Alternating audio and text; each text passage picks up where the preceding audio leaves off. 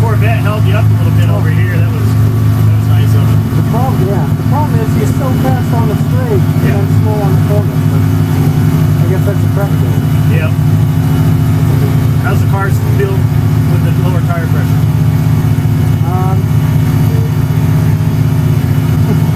Feels better on the low speed, but not as good on the high speed. Okay, so we'll leave them where they are. Yeah. Just leave them where they are. Although the only thing I'm curious, is there a pressure difference between left and right? There. Alright, whenever you want to go out.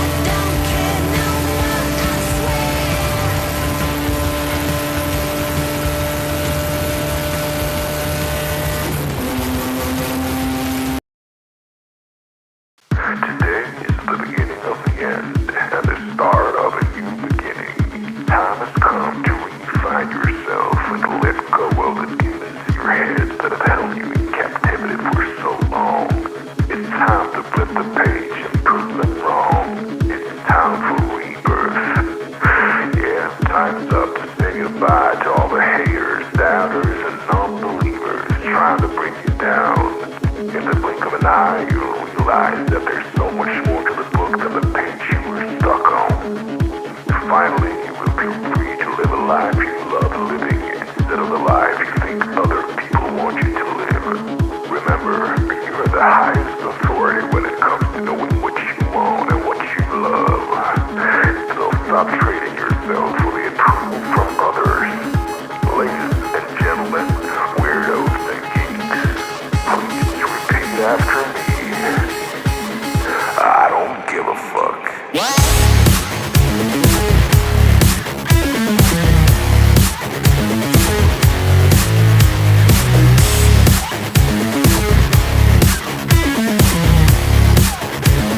I don't give a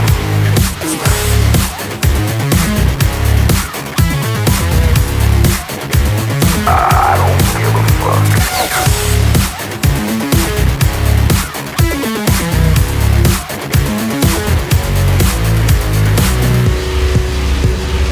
I don't give a fuck.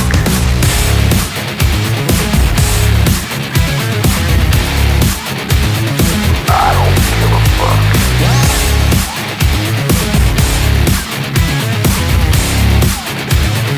I don't give a fuck.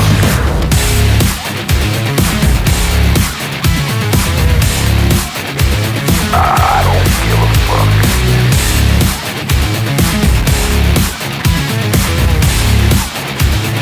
I don't give a fuck. It's time to start doing the right thing. So trust your instincts, stop listening to others, and own your decisions. People will always tell you what to do, speak and how to live. So let's create some space for what matters most to you. You'll be glad you did. Now start claiming your time and your mental well-being by saying no more. No more. Say it loudly and proudly. In other words, fuck you.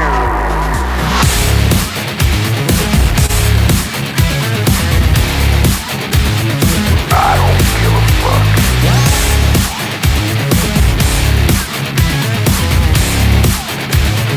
I don't give a fuck.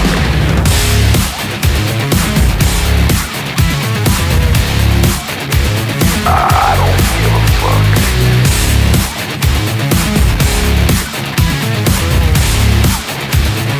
I don't give a fuck.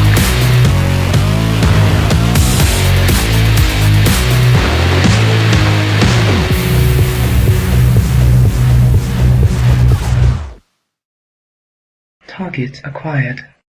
Eagle 1, first strike, you have permission to engage the target.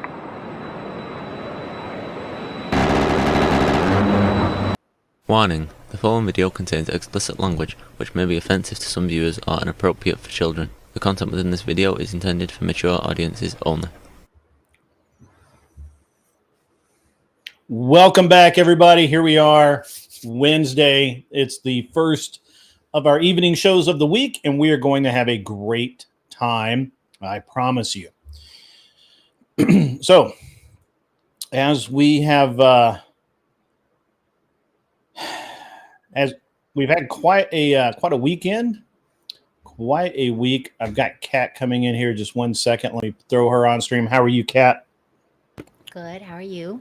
I'm doing very well. How is everything?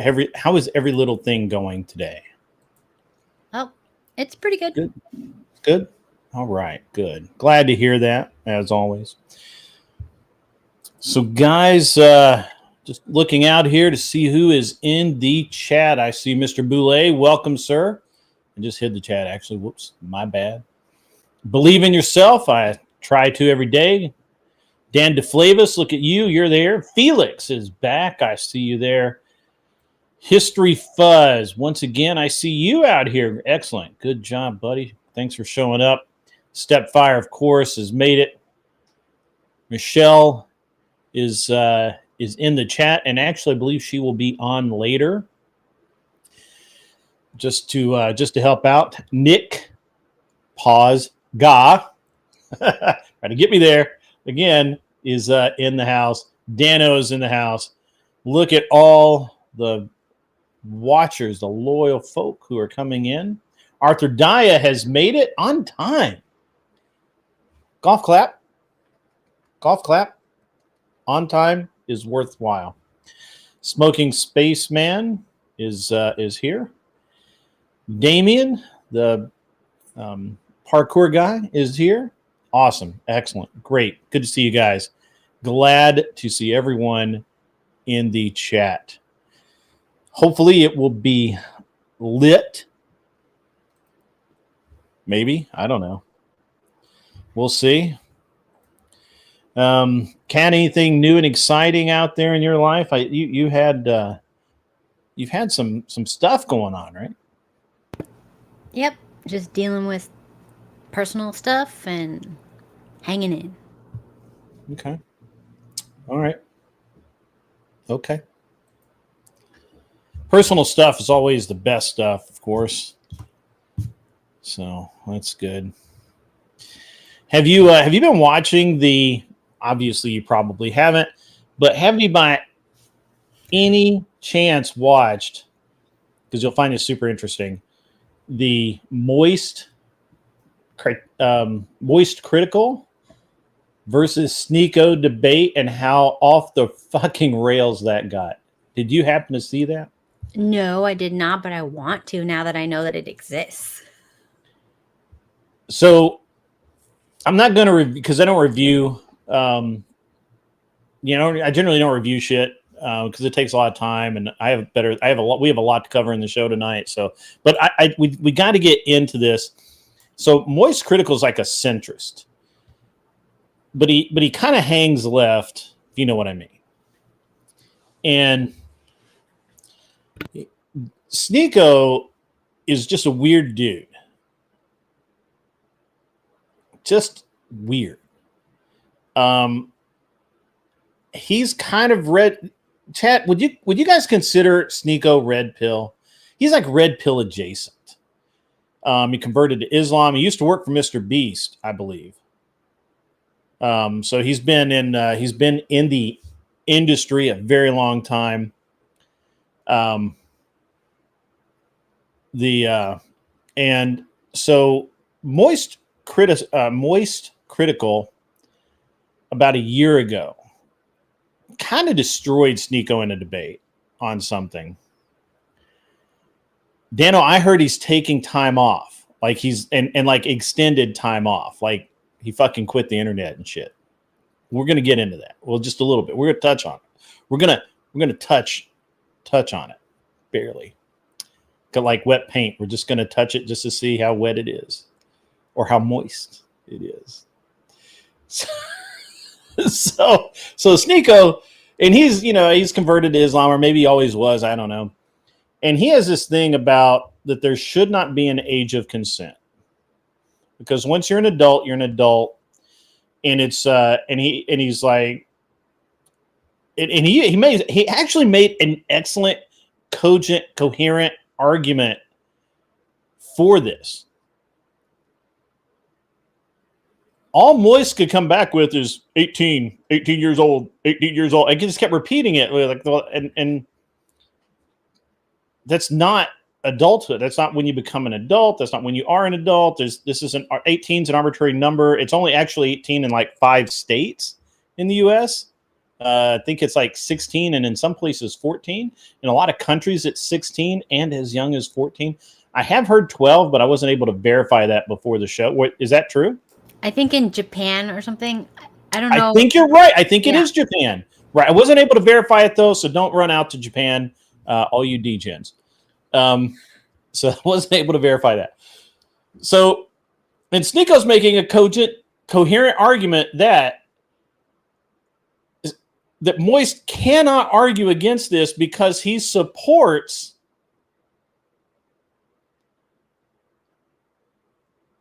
transmission operations.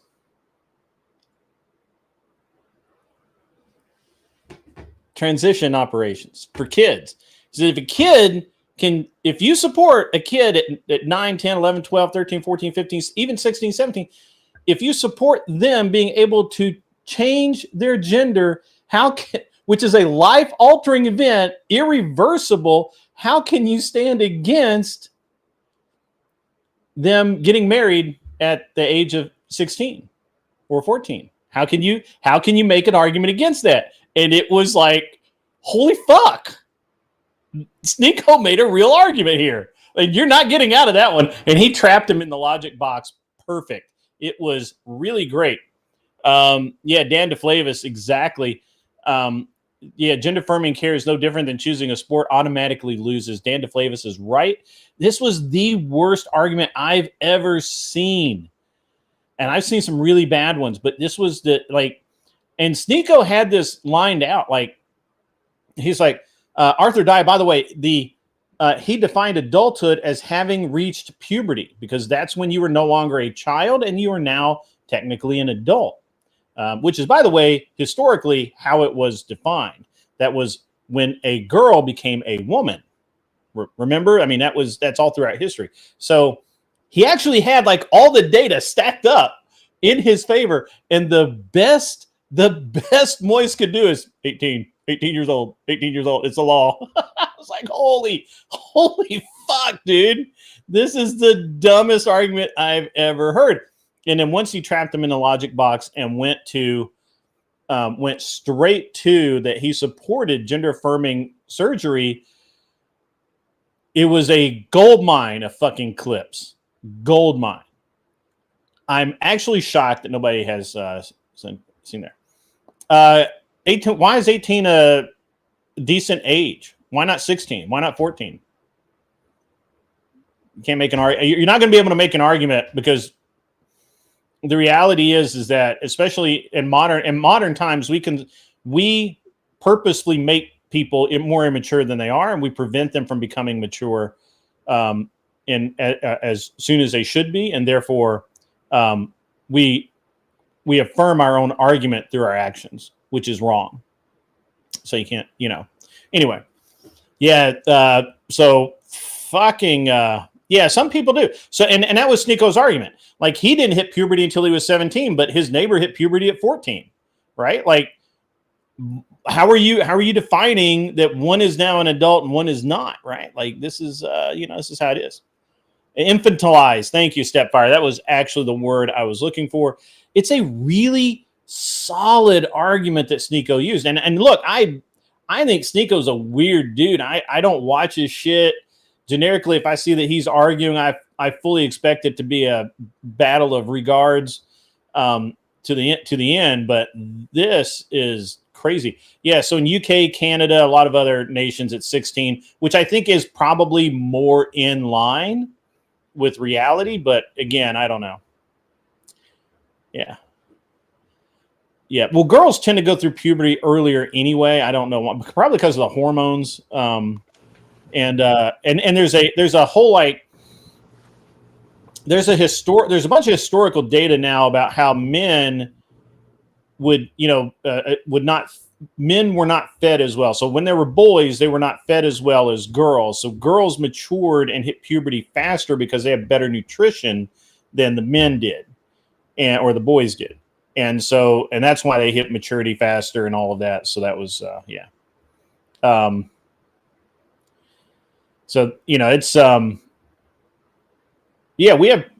we have huge problems with hormones in our diet, Arthur Dye. You can prove my point out for me.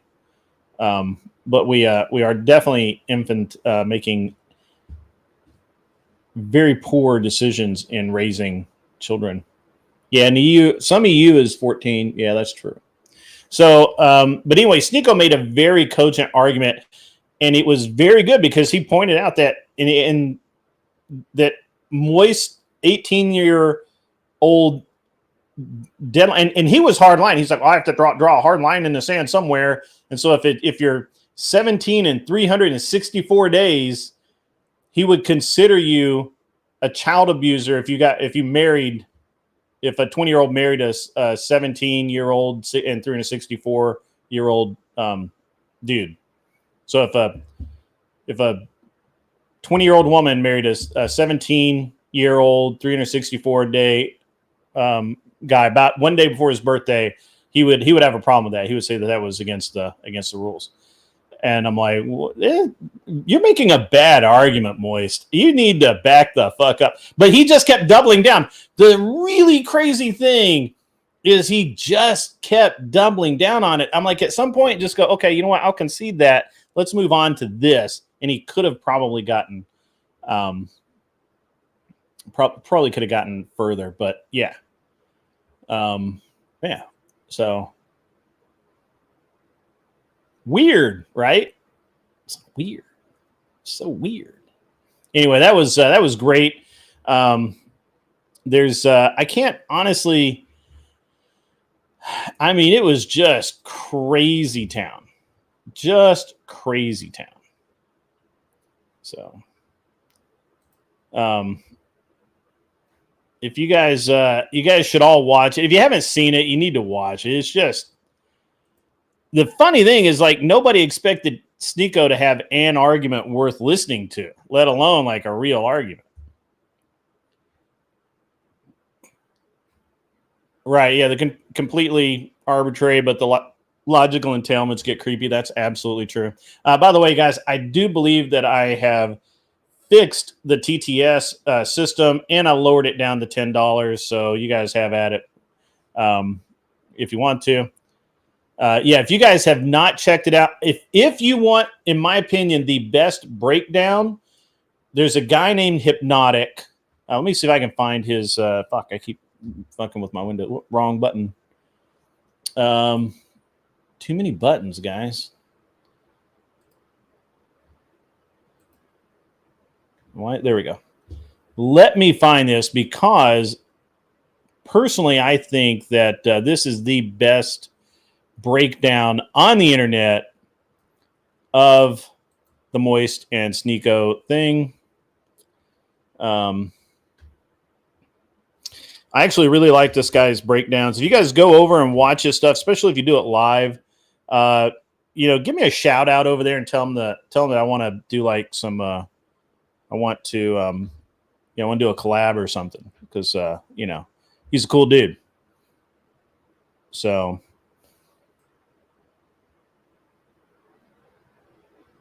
He just did one on woke Olympic star threatens lawsuit, which is it's also very funny.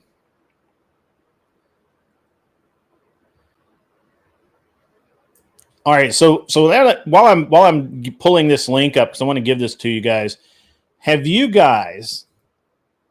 So you've all seen the Olympic stuff, right? That's fucking terrible, right? That's pretty bad. Have you seen the thing come out about MrBeast scamming for like the last decade? You've not seen this? Oh yeah. It's fucking crazy, man. Crazy.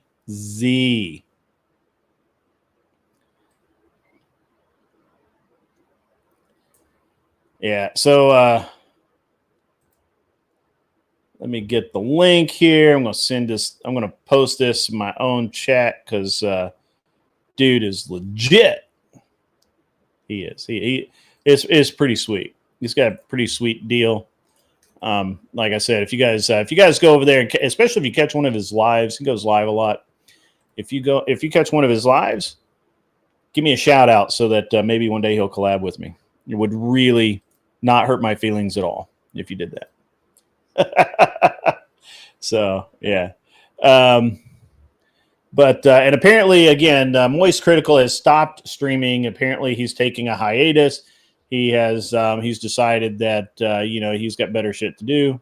Let me hide that. Yeah, so MrBeast had this guy, and this guy looks like that really nerdy kid from it was a detective show like a bunch of years ago. Not Most Wanted, but it doesn't matter. But anyway, he looks like a really nerdy kid. This guy brought all the fucking receipts, all of them. Like he had videos. He's live now. Tell him to give me a shout. Give me a shout out. I'm kidding, man. I'm kidding. So stay and watch the show. Yeah, it's like CSI, but it was they hunted serial killers. What was the name of that show? Anyway, I don't watch TV. I don't watch TV. Anyway, so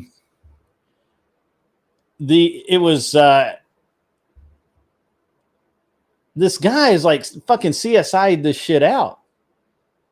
Criminal Minds, thank you. It looked like the nerdy kid from Criminal Minds. He fucking does. And he's even wearing like a police uniform, like he's the content police or some shit. This guy fucking nails MrBeast to the wall. Like, Garrus Godfrey, dude, they were looking for you in the whatever, whatever the fuck it is, Discord chat. Apparently you've been missing in action. They all want you to check in. They're about to send out the goon squad to find you. I don't know, something. Anyway, but dude, yeah, he breaks it down step by step, and Hypnotic breaks it down like you know, like some guys just have this ability to break down shit into like when you watch, you know, if you watch me during a live stream, it's funny, but it's not that great. If you watch this guy, he is absolutely like, he has it down to a science, the breakdown of doing a watch party on it, or, you know, a review of a stream or some shit like that. But the kid that threw MrBeast under the bus has thrown him so far under the bus, MrBeast may not make it back out. We're talking fraud. I mean, I'm shocked they're police haven't been called. Yeah, Asmongold did the same thing, the same video as well, but Hypnotic does a great one too. And I'm telling you, man, it's been a crazy week in the realm of streaming. So that's been awesome. And anyway, so just crazy stuff. And you haven't seen any of this? No. What are you doing? I mean, I know you got some family stuff going on, but that can't take all. Has it been taking up all your time? Really? Is everything okay? You good? It is what it is. It is what it is. All right. Be tough. Endure, whatever it is. Nice hat. Yeah, it's actually just a patch, but this is the way. So, explain a little bit about what's going on with what. What did MrBeast do? Okay, all right. Let me. Well, let's start with that. It looks like most of his contests were rigged. It also looks like most of the giveaways that he gave during his CTA call to action drives, where he would like buy a T-shirt, and the next 100 people that buy a T-shirt get an Xbox or PlayStation or whatever the fuck. They didn't actually get those.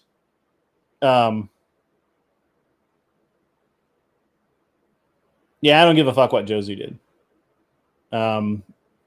Glenn did a breakdown of the topics at hand. Okay, cool. I haven't seen Glenn all day. I wonder what's going on with him. So MrBeast, so started out that one of his co-hosts who started there when he was, I believe, was he a minor when he started? Because I'm a little lost on that. I think he was a minor when he started working there. And became an adult, but was still texting with minors from the MrBeast audience. And that's come out. So there's a lot of like, did he do anything? Was this right? Was he wrong? What's the timeline? Is he like, you know, something screwy there? What's up? So that guy started this. And then the second guy comes forward, and I'm not really sure why. I think he was just waiting because he had been gathering all of these receipts, right? Like he had been gathering all of his, and I'm telling you, this presentation He's gone through video clips and he'll stop it and say, see, you can see this is the same guy that was in this video over here that won. Like, how do you win twice under different names? I mean, it's like, this guy fucking broke it down like legit, like CSI style, like crazy. So a lot of the giveaways were false. A lot of people bought stuff that was supposed to be signed by MrBeast. It was actually signed by employees, and they actually have a video of where they're signing, right? And it's so you could buy a shirt signed by MrBeast, and MrBeast over there signing shirts. Well, right beside him is his staff, and they're signing their names to it, that's cool too. But you could buy, but you know, and you could buy one of those shirts. But if you bought the real one, you thought you were getting MrBeast, but it was actually the staff member. Then he's got it on video where the staff member signs MrBeast's signature or logo, moniker, or whatever, and then he covers it with his hand and signs it his own. So I mean, it was just crazy, like really, really bad, really, really bad. So, he just, yeah. And yeah, you know what, Damien, you're right about this. This is exactly what was happening. Like most of the winners, like if you track down most of the winners, they're actually somehow in business with or related to MrBeast or his employees. Like no shit. Like it's crazy. And this dude, he has all the receipts, all of them. Like he didn't miss one. And I mean, it's going to be really crazy. And you have to understand what kind of money we're talking about here. Like, and they went through the whole candy bar thing and how the candy bar was supposed to be good for you. And it contained like more sugar and more everything than a Hershey's bar did. It's supposed to be better for you than a Hershey's bar. It literally says that in the advertising. And I don't think MrBeast has responded. I don't think he can. I don't think there's anything he can do or say. All he can do is just shut the fuck up and let the lawyers handle it at this point. I'm just saying, as a businessman who's been sued, I would have already been told by my lawyers to shut the fuck up and let us handle it. Like, don't say a fucking word, asshole. I'm just telling you right now, that's how that shit's going. But the candy bar thing was really interesting, and he documented all of that. I didn't really even know that he had candy bars, but I guess that's true. But he did all of this stuff, all of it, and it was just nuts. And we're talking like, you know, so MrBeast has something like 300 million followers or some shit, or 3 million, whatever the fuck it is. I think it's 300 million. I mean, like, a company will pay him for just like a 60-second blurb in a video. They'll pay him $1 million. Like, this is serious shit. Like, this is not like small time. This isn't like me saying that, you know, you should use Redline. I haven't either, Arthur. I've never seen one of his videos, but that's because he specifically targets kids. He specifically targets kids. And like, there's, you know, like the kids, well, kids won't say anything really if they don't get the $100 in the Xbox, right? Like one of the giveaways that he did was they show him at a table, and he'll have all of these Xboxes or phones or you know, like buy a membership and they'll ship you a free Xbox, and some of them will have $100 in it or $1,000. And like this kid had bought like a MrBeast Xbox or something that MrBeast had done because while it was online, like if you look at it from the kid's point of view, he saw that they were putting $100 bills in these boxes while his order was being processed. It takes a few days. He gets it. There's no $100 bill in it. The kid's just like crushed. Like he had spent all of his money to buy this thing. He had no money left. And his, it was just nuts, man. Like I don't understand it, but I mean, the guy is like crazy. It's crazy stuff that's going on. And I don't know. I mean, you know, it's some of that stuff may end up being criminal. So, MrBeast was criticized for paying for eye surgery for people because he was using them for his own benefit on YouTube, but he was actually paying for the eye.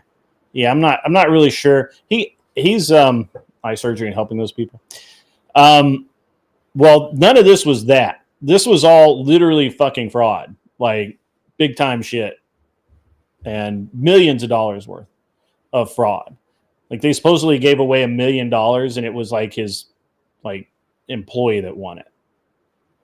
But by the way, the employee bought a house with it, and the guy documented the guy's house. Like the guy makes it sound like it's like a 2,000 square foot starter home, and it's like a massive fucking mansion. And the guy won a Tesla and all of that. What's up, Cheeks? You're supposed to call me, you dick. You don't have a hoe. You might have a rental, but you don't have a hoe. Yeah. Well, it took like, I think the dude who was texting underage girls and maybe boys, I'm not really sure,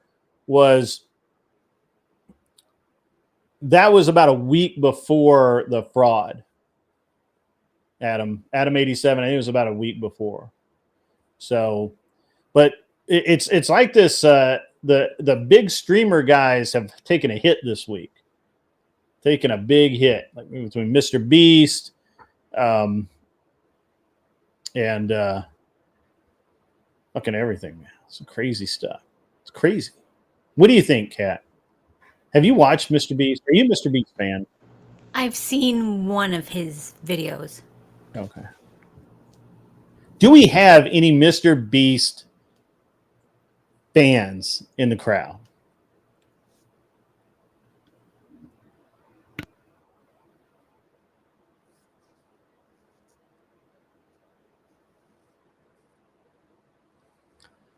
No, Cheeks, we're talking about MrBeast being exposed for fraud. Stuff I understand. Stuff that I, as a businessman, I know about. Like all the rest of this shit, I don't know.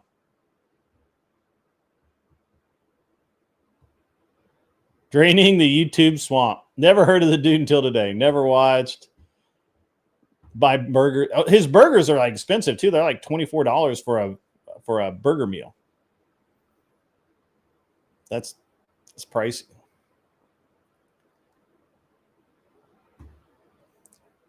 Cheeks, dude, you can't come in a fucking half hour late, dude, and expect to get the minute by minute, bro.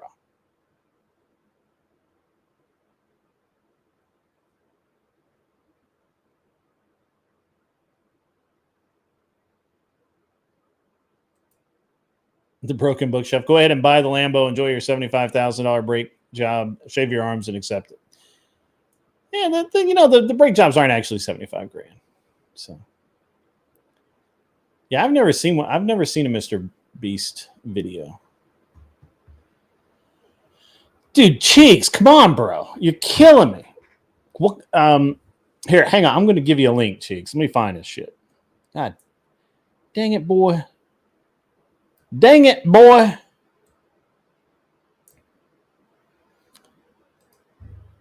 You just, Cheeks, dang it. You come in. I've had all of this stuff. We've been going. And here you go. You come in.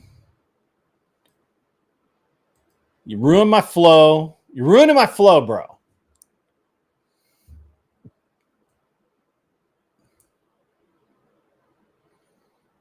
Now I got to fucking find that shit again.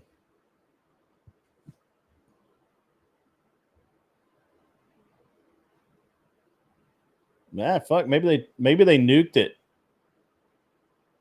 Old MrBeast does have some juice. Just gonna say that out loud. I'll probably get nuked now. There it is. Here we go. I found it.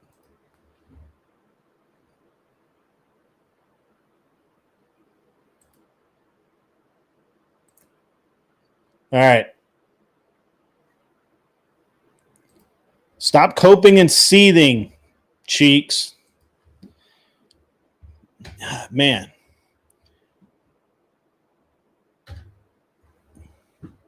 There you go. There you go, bro. Got you. Poor cat. Nobody stepped on Cat's tail.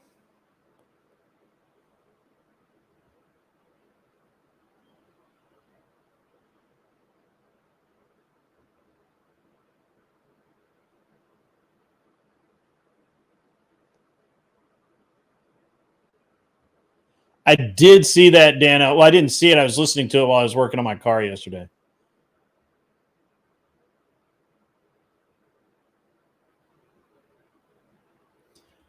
Cheeks does, in fact, expect the princess treatment.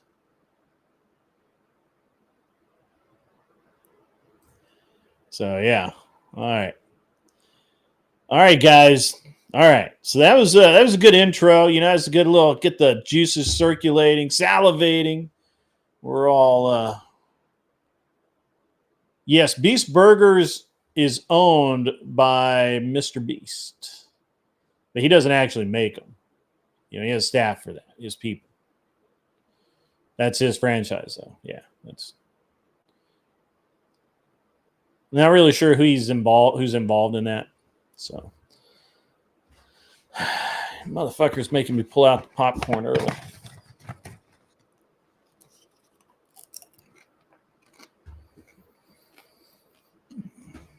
All right, probably children in China.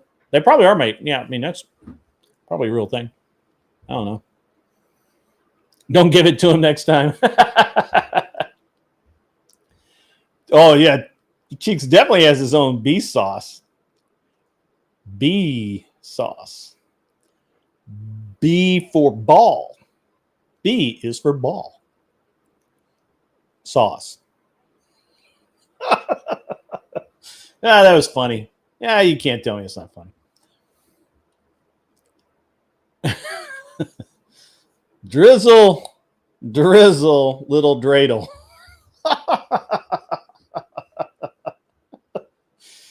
Yeah, all right.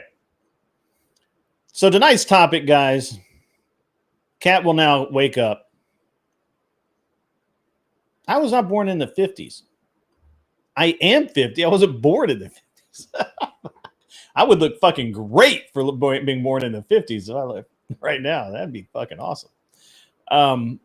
Ladies and gentlemen, folks, people of the show, tonight's subject is what happens when, God damn it. Sorry, guys. Fucking people. What's wrong with people? Don't they know I'm in the middle of a show?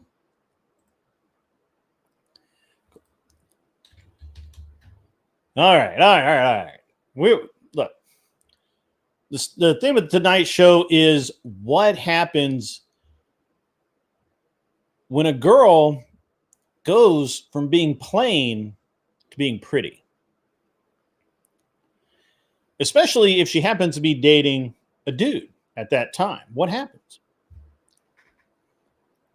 Serious Shelby, you should grow your beard out. And don't make fun of me, Kevin. God damn it, Kevin. I'm going to get a fucking minion.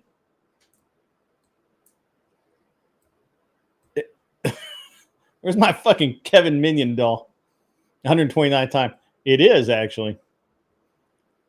What happens when... God damn it, it's a better topic.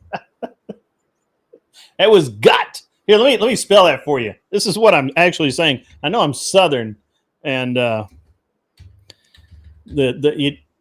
can't get the tone out. You can't grow a beard, Cheeks.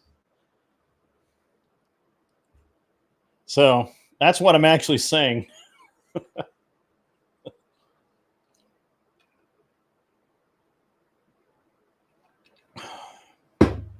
Yes, squirrel. I have a funny story about that. We'll get to that later. Actually, we'll do it now. Fuck it. So I used to have a client, and God damn, I wish Pat was on. Fuck. Is that fucker on the internet? Son of a bitch. I gotta bring him back up for this one. Let me see if my buddy's on. He's probably working, that fucking loser.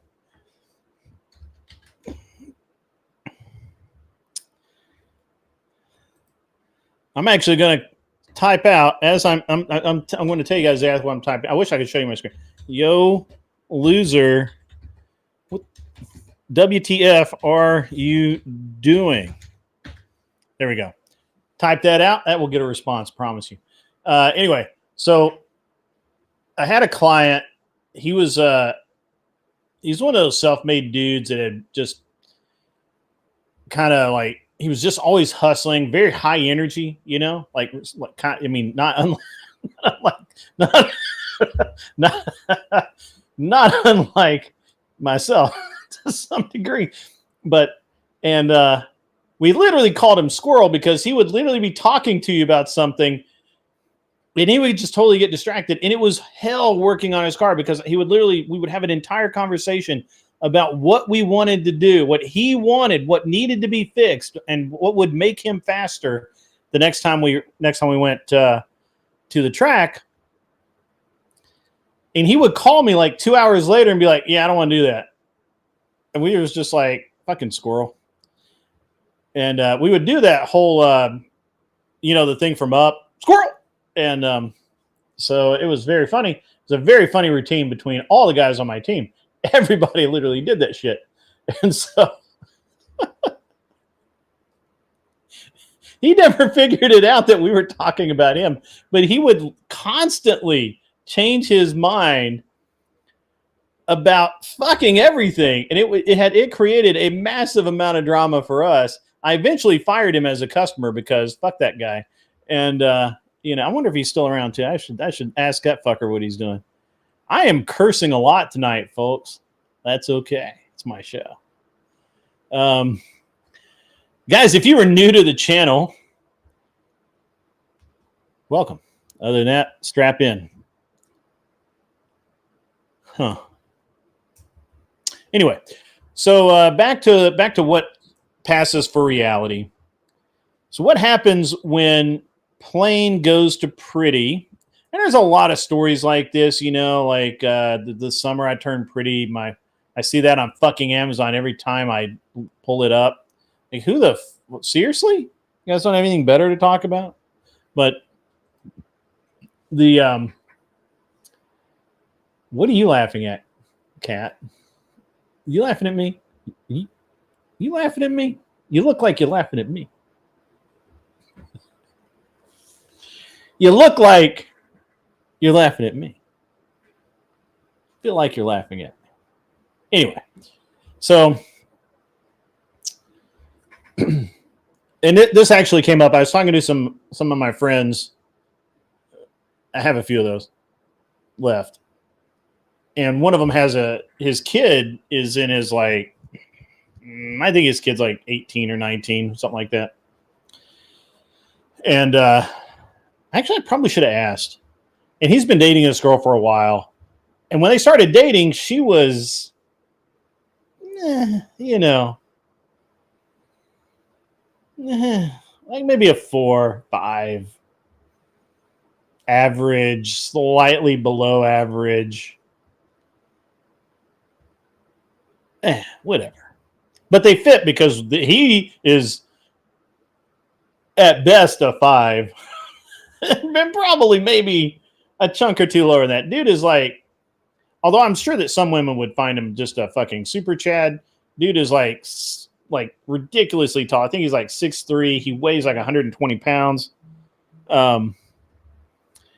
Or whatever. Maybe not that little, but he's fucking thin. Like, beanpole is insulting beanpoles. I'm just telling you.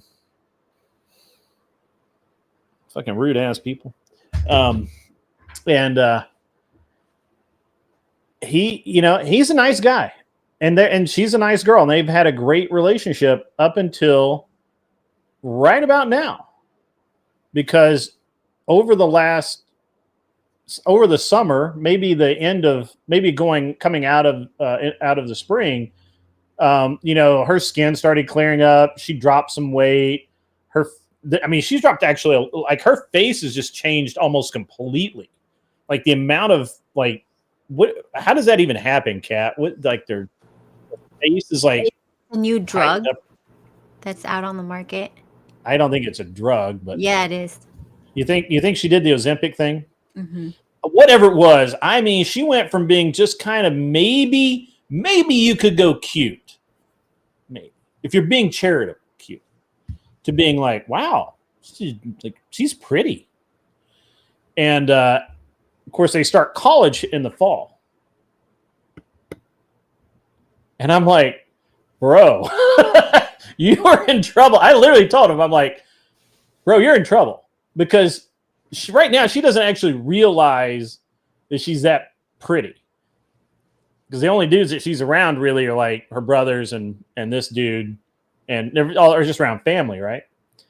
You wait till you get like the first week of school, she's gonna have so many dudes literally like lapping it up that it's gonna be glow up. Is that what it's called? Fuck is a glow? Raging Tomato, you can come on in if you want. But it's really interesting. Like I mean, obviously I've seen women kind of go through this transformation before where their skin really clears up. They drop a few pounds. They learn how to dress. She learned how to dress over the summer too. It's really interesting, and it made me start thinking about how many times I've watched this happen before, where you have just kind of a plain, or even a girl that's maybe overweight, or just doesn't have good skin, or doesn't know how to dress, or doesn't know how to carry herself, and all of a sudden she learns, or maybe just over a period of time, you don't see her, and next time you see her, you're like, holy crap, she's pretty. I think this dude's in trouble. I think his entire worldview is about to change. Like I told him, I'm like, bro, I would start packing on some pounds. I get some muscle, throw some weight on your bones, bro. like you need to.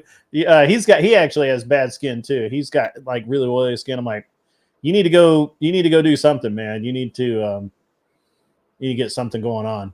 And I was about to send him to Glenn to get some steroids, just kind of like just gonna have to do something. Actually, it's not that bad. I think she's a nice girl, so she'll probably hang out with him for at least probably till the end of freshman year, and then that's the end of that shit. So probably muscle wasting. Your muscles aren't wasting.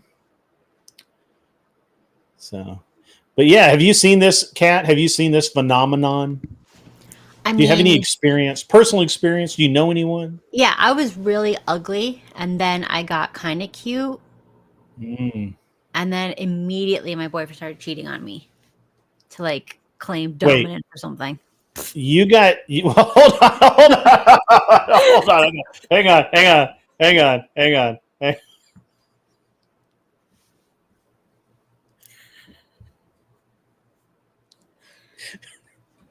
What kind of fucked up dudes are you dating? This is kind of what the fuck? This was like high school and stuff. We have a request for the ugly pic. I didn't take photos. You didn't take photos? Why would I take? I haven't taken photos since also. I only took photos the period of time where I was good looking, and then I stopped. That's it. Adam 87 has got the new workout program, guys. I was gonna say that's it's wave of the future for all you single dudes.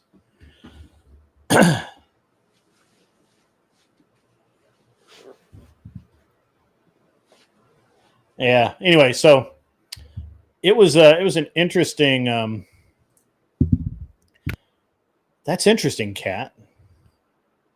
So let me get this straight. It's very common. That's actually what happens when somebody gets more attractive than the other person.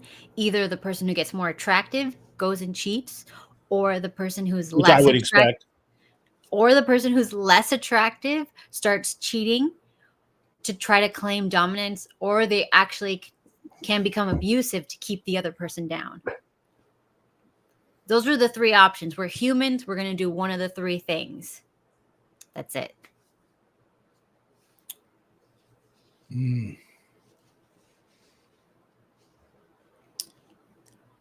There's not nothing that happens because everybody's going to comment. I'm unconvinced. You're going to have to give me a better argument on this.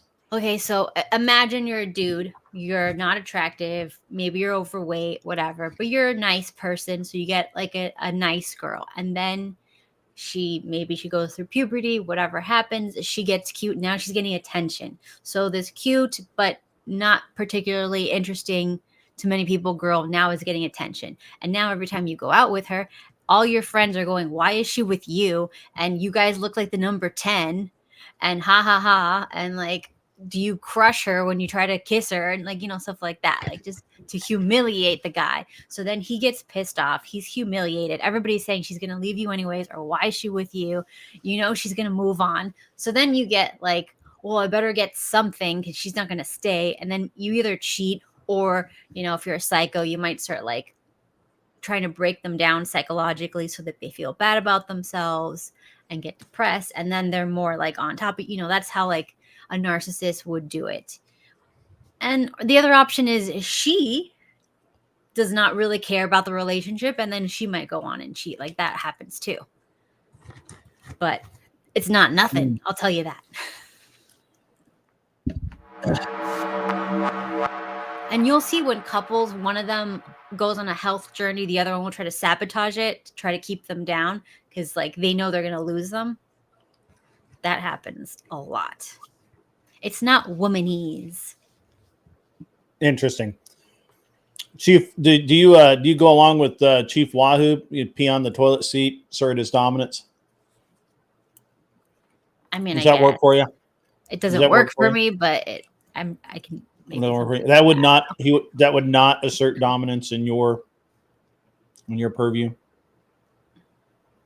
Garrus, you better stay up, boy. It's too early to go to sleep.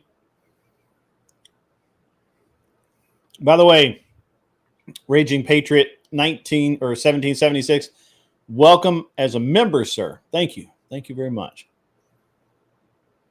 Yeah, Chief Y, who does that. Dano says, she better not get hotter than me or we're fighting. Interesting. I brought the popcorn. We're good to go. Just interesting. So what I have observed is in my limited, time on the planet, what I've seen happen is you have, if the girl makes a major change, like drops a bunch of weight, learns how to dress, maybe changes her workout routine, figures out. Yes, that's the right link.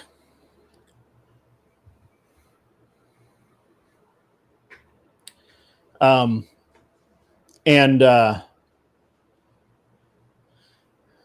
she does a lot of work.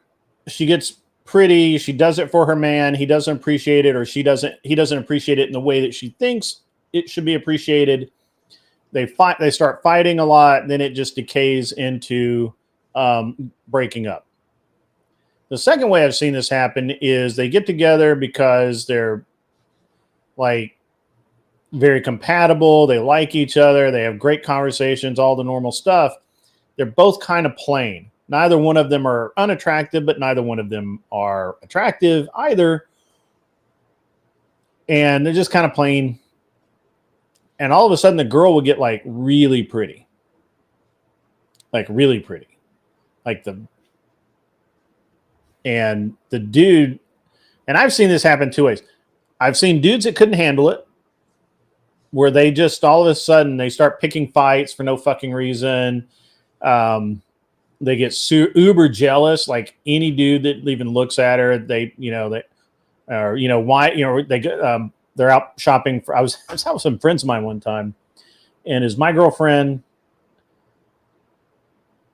this dude and his girlfriend, and I think a single chick, and we were all had gone out to do something else. We ended up just going shopping really quickly, right? And the girls were all like, "Oh, this is so cute. Oh, this is so cute." And dude was losing his shit over it because she had turned like really, really pretty and since she had a friend group now that was into dressing well or dressing better, then he didn't like it. He didn't like the friends. He didn't like my girlfriend. He did not like the other girl giving them any information or helping or anything like that. It was just like he had like, and it's one of the few times where I really do believe that it was a case of absolute insecurity on his part. Like he didn't think that he could level. I don't think he felt like that he was really secure with her to start with. And I think it didn't get any better, if that makes sense. So, and I mean, it was a lot of arguing. So, yeah. Have you seen that? Yeah. Usually what happens is the guy will do things like hate the girl's friends. Oh, they're shallow, they're superficial. Don't hang out with them. You don't want to be one of those girls. You're better than that. You're natural beauty. You don't need to try and blah, blah, blah. They need to try because they're trash. But it's really, I can't afford this. You're going to be high maintenance. There's going to be a lot of competition for you now. This is stressing me out. Now I have a problem. Now I have to level up. I don't want to. I'm tired. I don't want to go to the gym. And that's how it breaks. Right. And I guess I should say that this wasn't like, just my opinion, okay? It wasn't that she started dressing slutty. It wasn't that she just looked good, right? Like she filled out in the right places, learned how to wear clothes properly, and she just kind of looked good. And I've seen this in a couple of different, like I said, a couple of different ways. It was really, I'm waiting on, before I really like dive super hard off into this, I was waiting on Sarah to come in because I think that Sarah and Michelle's actually had a transformation along these lines herself. And I think that it's going to, she'll be able to speak to it from a personal, like I didn't actually realize, and you had actually told me that you had done this, but for whatever reason, it didn't click. And but in a lot of my friends' case, as from the male point of view, I've watched dudes go through this over and over again. Sometimes it is that they're just insecure about the girl being too pretty, too much competition, too much on the line, too much to risk, and then and some of them are. I kind of hate saying this. I think some guys are just fucking lazy, because if they have a girl that looks that good, now they have to dress up. Now they have to do things right. Now they have to. I don't see you backstage. Do you see her backstage? I can't.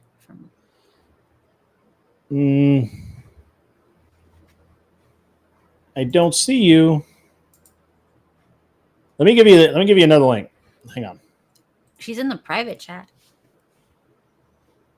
Well, why can't I see her? Oh, wait.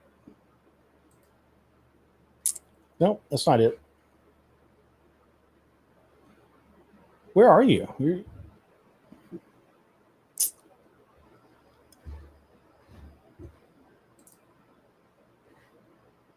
Huh.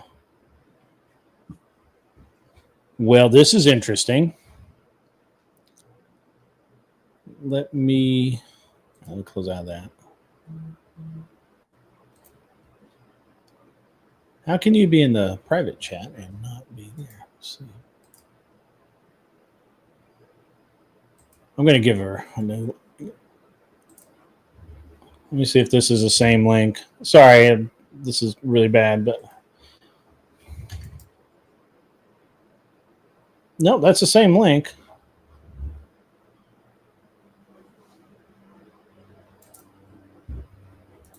I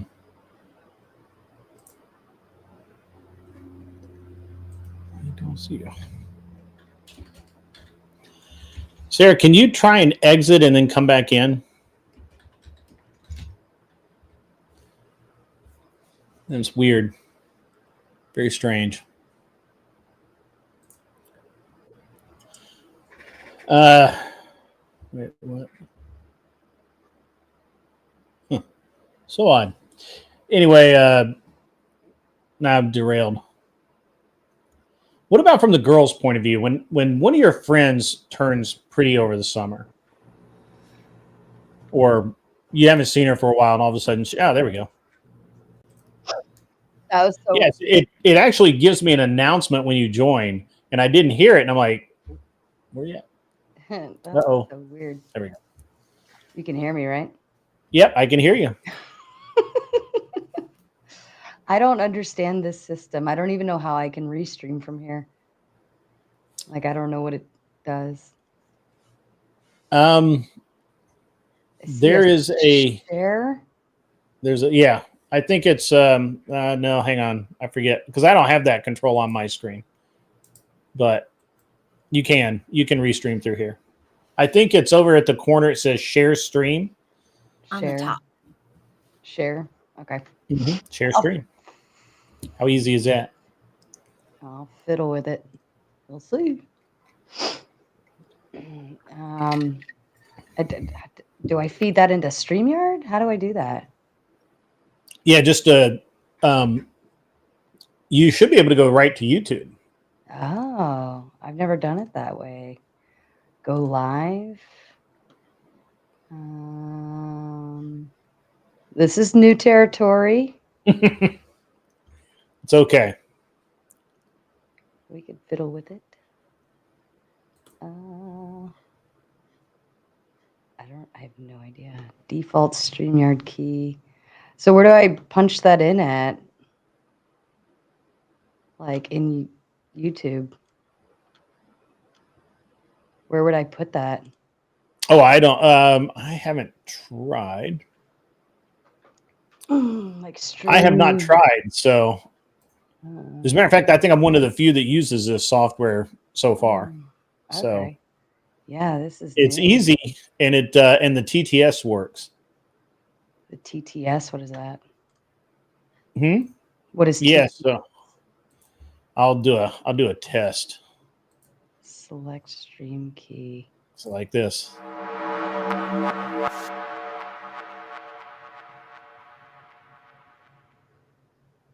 John donated $18. This is a test donation for $18. Stream setup help.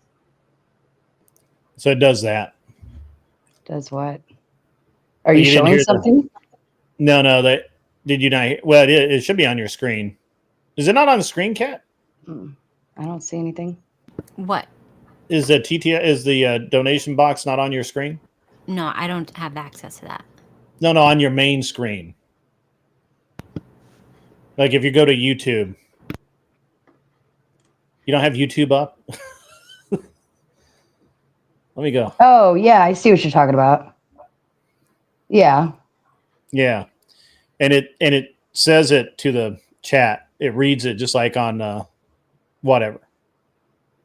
Matter of fact, it's the same voice, so it's weird. Yeah, I got that working again. So, I closed chat out. Whoops. Always need to see the chat. So. Oh well. I'll play with it on my own, but whatever. Yeah. So anyway, welcome, Sarah, the Raging Tomato, again. Thank you. How are you? I'm well. Life's good. I mean, today was a kind of a busy day, but Michelle told me that she's like, Grid wanted to see if we would come on here. And I was like, all right, let's just do a girls' night, call it a day. Yeah, I'm outnumbered for sure tonight. That's okay. So that's I don't okay. think anybody would complain about that. It's all right. And how is the lovely cat? Good. How are you? I'm well. I haven't heard you say a whole lot tonight. You're always so quiet. It is what it is. We're not talking about demons or hormones or I like it. any of that stuff. I like it when she gets all talkative. Well, she was a little talkative earlier, but we'll get her fired back up here in a few minutes. But so, have you heard the conversation so far? Yeah. Like the plain to pretty concept. Mm-hmm. Yeah, I think ideally, the one your first example, that to me, that's a glow up. And the Summer I Turned Pretty, that show, like that was all about the difference between going from like an 11-year-old girl and then coming back and like, or 12 I've or never whatever. watched it. And then you hit puberty and suddenly, you've got boobs, you've got hormones, you're like, now boys are looking at you, you're interested in boys. And it's like that concept of hitting puberty and real life. From the title, I had like a completely different See, thing. I feel like only a female would understand that, but yeah, it is what it is, but it's definitely a puberty kind of concept. Yeah, so this is a little different because I don't know if you heard this part of it, but I have a friend, and his kid's like, I think he's 18. He might be 19, but I for whatever reason I thought he was 17 at first, but now I'm thinking about it, he can't be 17. So, and him and this girl have been dating for a while. I've seen her around a lot. I've seen them around together a lot. And she's never been like, she's not ugly, but she's not like cute or pretty or, if you just plain. The word I would use is just plain, right? Like nothing super special, but and understand that I'm a friend of the fathers. I don't interact with these people very often at all. I just see them once in a while. But over the weekend, my son and I were shooting in Knoxville, and on the way back, we stopped by their place and talked to them. And they're both going to college. Well, they just happen to be there, and they're both going to college. And she is over, and I don't know if it started maybe around Christmas or springtime or whatever, but in the last probably 5 or 6 months, she's gone from being plain, to being like, she's actually really like, her face has lost a lot of the, I guess in my day we called it baby fat, but her face is like really like looks a lot better. Her skin looks really good. I mean, I think maybe she lost some weight. I don't know. I didn't pay much attention. That's a glow up. Guys and girls go through that. And she learned how to dress, or at least based on my previous interactions till this past weekend, I was like, wow, she actually knows how to wear clothes and stuff. And after she left, I told we were all talking, and it was a lot of male talk, and I told her, I told the dude, I'm like, hey, if she does, because we had actually talked before about him going to college and that sort of thing, and so we're just talking about student life, right? Like, I think he's going to live on campus or right off campus in an apartment. He's not living with his parents, and the whole subject came up of the relationship and everything. I'm like, dude, I'm going to tell you right now, she doesn't realize that she's as pretty as she is, and he's like a 4, maybe a 5 dude. Like, he's beanpole super tall. So he hasn't had his glow up yet. No. And if he looks like his dad, he's not going to get one. I'm just going to put that. Look, honesty is the best policy, right? Like, there's no, like, you know, and so, and he thinks of himself in this way of being like, he's not the class nerd or the class clown. He's just kind of one of those in the middle kids. That's how he literally thinks of himself. He's not a jock. He's not a, you know, he's just an in the middle kid. And he's like, yeah, you know what? I'm actually really concerned. I'm paraphrasing and using my words because I don't speak teenager anymore. And I just don't. And so, you know, he's like, I'm really worried, concerned, whatever, about going to college because, you know, just look at her. And I know he really appreciates the way she looks now. I think the interesting thing is, like, we were just talking about how the dudes, you know, some dudes get jealous. I think he knows exactly how hot she is. Mm-hmm. And she doesn't yet. But I told him, like, you know, that first 2 weeks of college is going to change everything, because every dude is going to be locked on. And he's like, yeah, I know. Well, I mean, that boils down to them as a couple. I mean, how long have they been together? If I know, like, at least a year, maybe. Yeah, I mean, that's sweet and precious, but I mean, you have to understand too. Well, and he's going to college as well.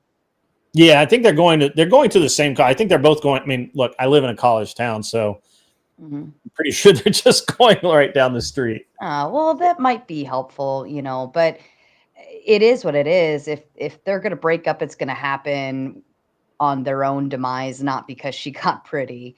You know, and that comes down to being secure with yourself, like where you stand in your relationship. Are you communicating? Like all of the foundational stuff. If she's pretty, you know, or gets prettier, it is what it is. He just might end up with a really hot wife one day, or, you know, he can only hope. Or she ends up leaving him one way or the other. But if she leaves him, that means the relationship wasn't as strong as it should be to begin with.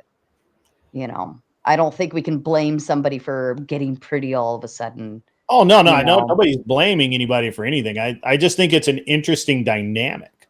I think that I think it's something that plays out kind of often. Kat was saying that that happened to her. She said that she was ugly, is her exact word. I didn't say that. I said I was not attractive. And then I became more attractive. Let me roll back the tape here. I'll just see what you said. I'm pretty sure yeah, okay, so she was not attractive, and then she became attractive. Yeah, I don't even think I was good looking at all. Like I was not a cheerleader. I was not popular. The boys weren't chasing me in high school or anything like that. I was not. I don't think I was cute or anything at all. Body wise, like physique wise, all the women hated me in high school. But outside of that, like I just didn't think I was very pretty. But I think I ended up having a little glow up, you'd call it. You know, when I got out of high school, went into the military, and my skin cleared up. You know, and I don't know. I don't know. But I think every person goes through that, where we have your ugly duckling phase. You either get it young, either you were like in middle school and you were really awkward looking, or you hit it in high school, and then after that you get pretty all of a sudden, or good looking, or whatever the case might be. But I think your mom said that you were a cutie. Well, that's my mom. That's my mom. She, you know, I have a face only a mother could love. But I don't know. I think I understand your dynamic, but I don't think it's anything to put stock into, in terms of being concerned. Like, if a man and a woman were together and he was worried about her, like maybe she's a little average size and, she's not really like in shape or anything, and all of a suddenly she gets the whim to start going to the gym. She wants to eat healthy and do all of these things. Naturally in tune with that, her face is going to clear up, her skin's going to be brilliant. She's going to have, a better body. Like, she's going to become more attractive. And if a man is more concerned about his woman becoming more attractive and getting more attention from males, like, that tells me everything I need to know about him, and vice versa for a female too. That tells me you didn't appreciate them for who they are to begin with, that you're more concerned and worried about them leaving if they get good looking. That means you're not taking their personality or the things you did fall in love with seriously. I think a lot of that's probably pretty accurate. Being concerned about male attention is something that all men should be concerned about when it comes to their women. If you take it as a threat. I think that's it's where always a you're threat. what I mean, I it's just- mean is if you're more worried about her than him, right? If you're concerned that she's going to leave you for another guy because now she's all of a suddenly glamorous, right? Well, that tells me your concern with her is only because she started becoming good looking, right? And you know that she offers a lot of other things that you weren't appreciating to begin with. But I think like worrying about other men finding your woman attractive, that's normal. Like, that's going to happen. But being concerned with her leaving you for another man, that tells me like you already know you're messing up if you think she's going to leave to begin with. Because if you have that relationship on lockdown and you're appreciating her and doing the things that a man would do, she has no reason to even realize that other men are looking at her. Cat's up there shaking her head. Yeah, my husband, he popped on with Glenn last night because the boys were asking me like, what would be like, what's the line for cheating? Like, what could I do that would piss him off that would be cheating? And then I'm like, just ask him. So I brought him, and then he's like, I don't know, insertion, penetration, just whatever. And then I'm just like, do you worry about that stuff? Do you ever think about it? He's like, no. Would you leave me alone with like 100 hot dudes? He's like, yeah, I don't care. He has no jealousy. He has no fear. He has nothing. I have never made him feel insecure, questioning. He just doesn't have that like at all. It just doesn't exist when you're in a healthy relationship, because it's just like, you're not trying to keep someone. They're yours. Mm-hmm. Yeah. Now, if she's entertaining male attention, right? Then let her go anyways. Right. You should already be like, nope, that was it. But then that's why I say the relationship is kind of that's the crux of it all. But if she is entertaining the male attention, if she is starting to enjoy it in a way that she should be enjoying that attention from you and you alone, then that's automatically, that's a no-go to begin with. But that, consider yourself saved. You didn't waste any more time. But if she's just completely oblivious to it, she's not entertaining it, she's not like trying to gain more, or like if she's walking around dressed like a hoe bag, that's a problem, right? But if she's wearing like what Kat and I are wearing, and like if you said, okay, I'm going to put you in a room with 100 men, like Kat and I would probably show up like this and be like, all right, cool, what are we supposed to do here?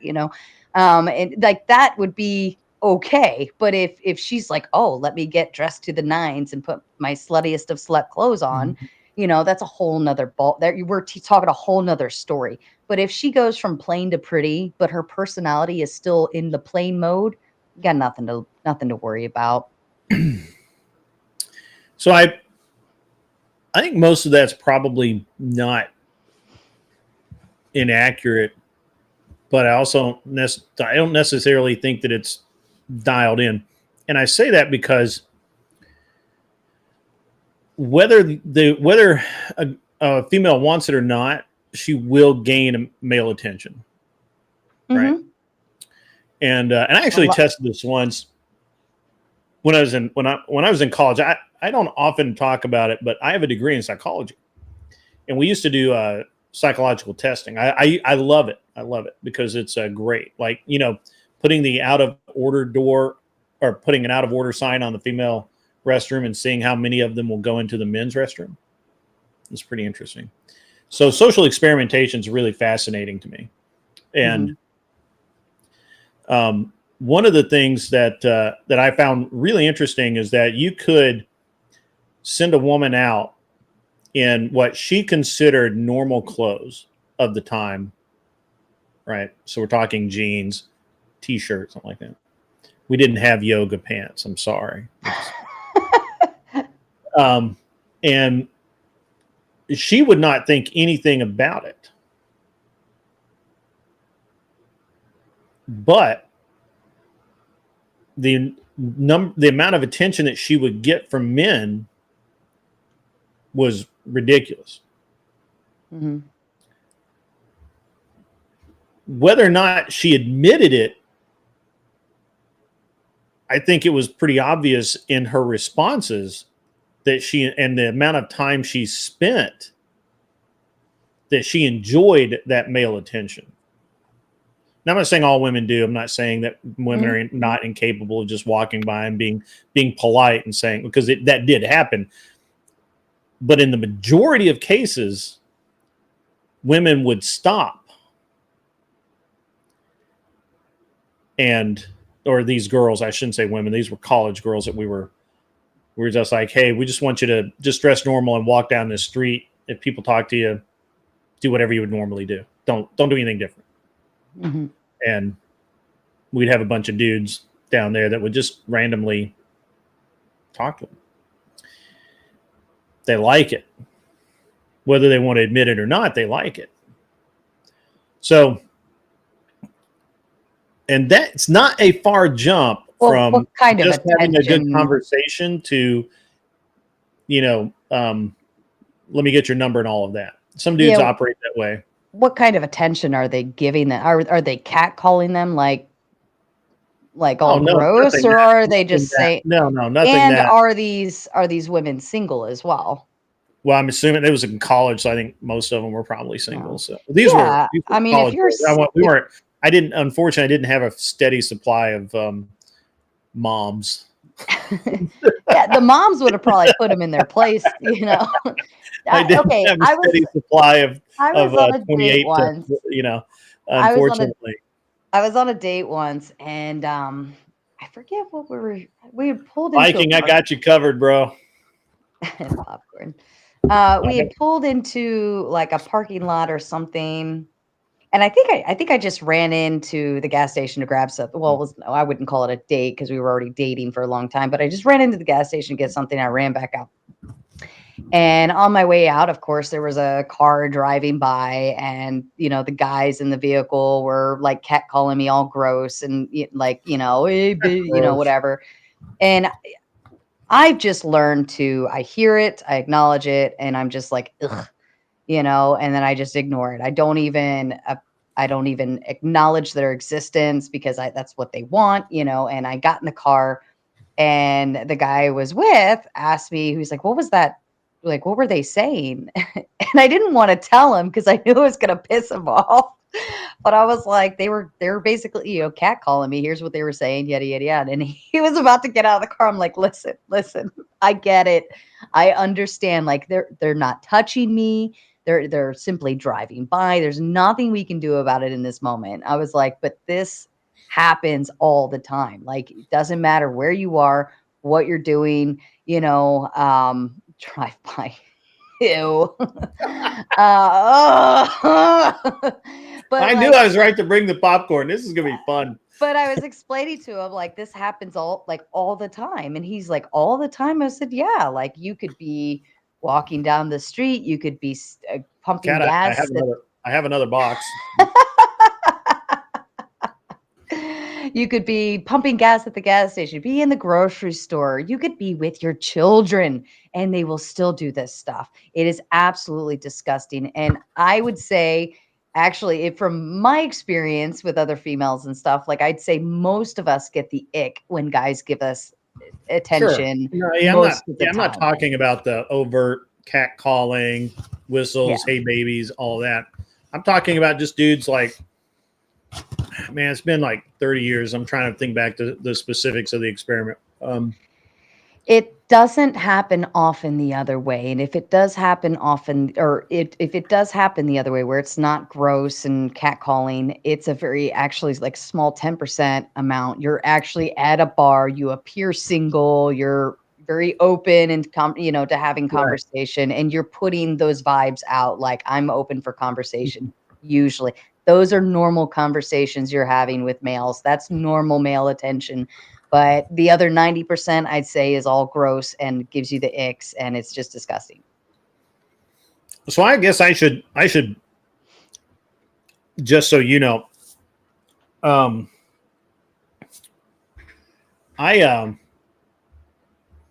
have been cheated on, but I have never cheated on anyone.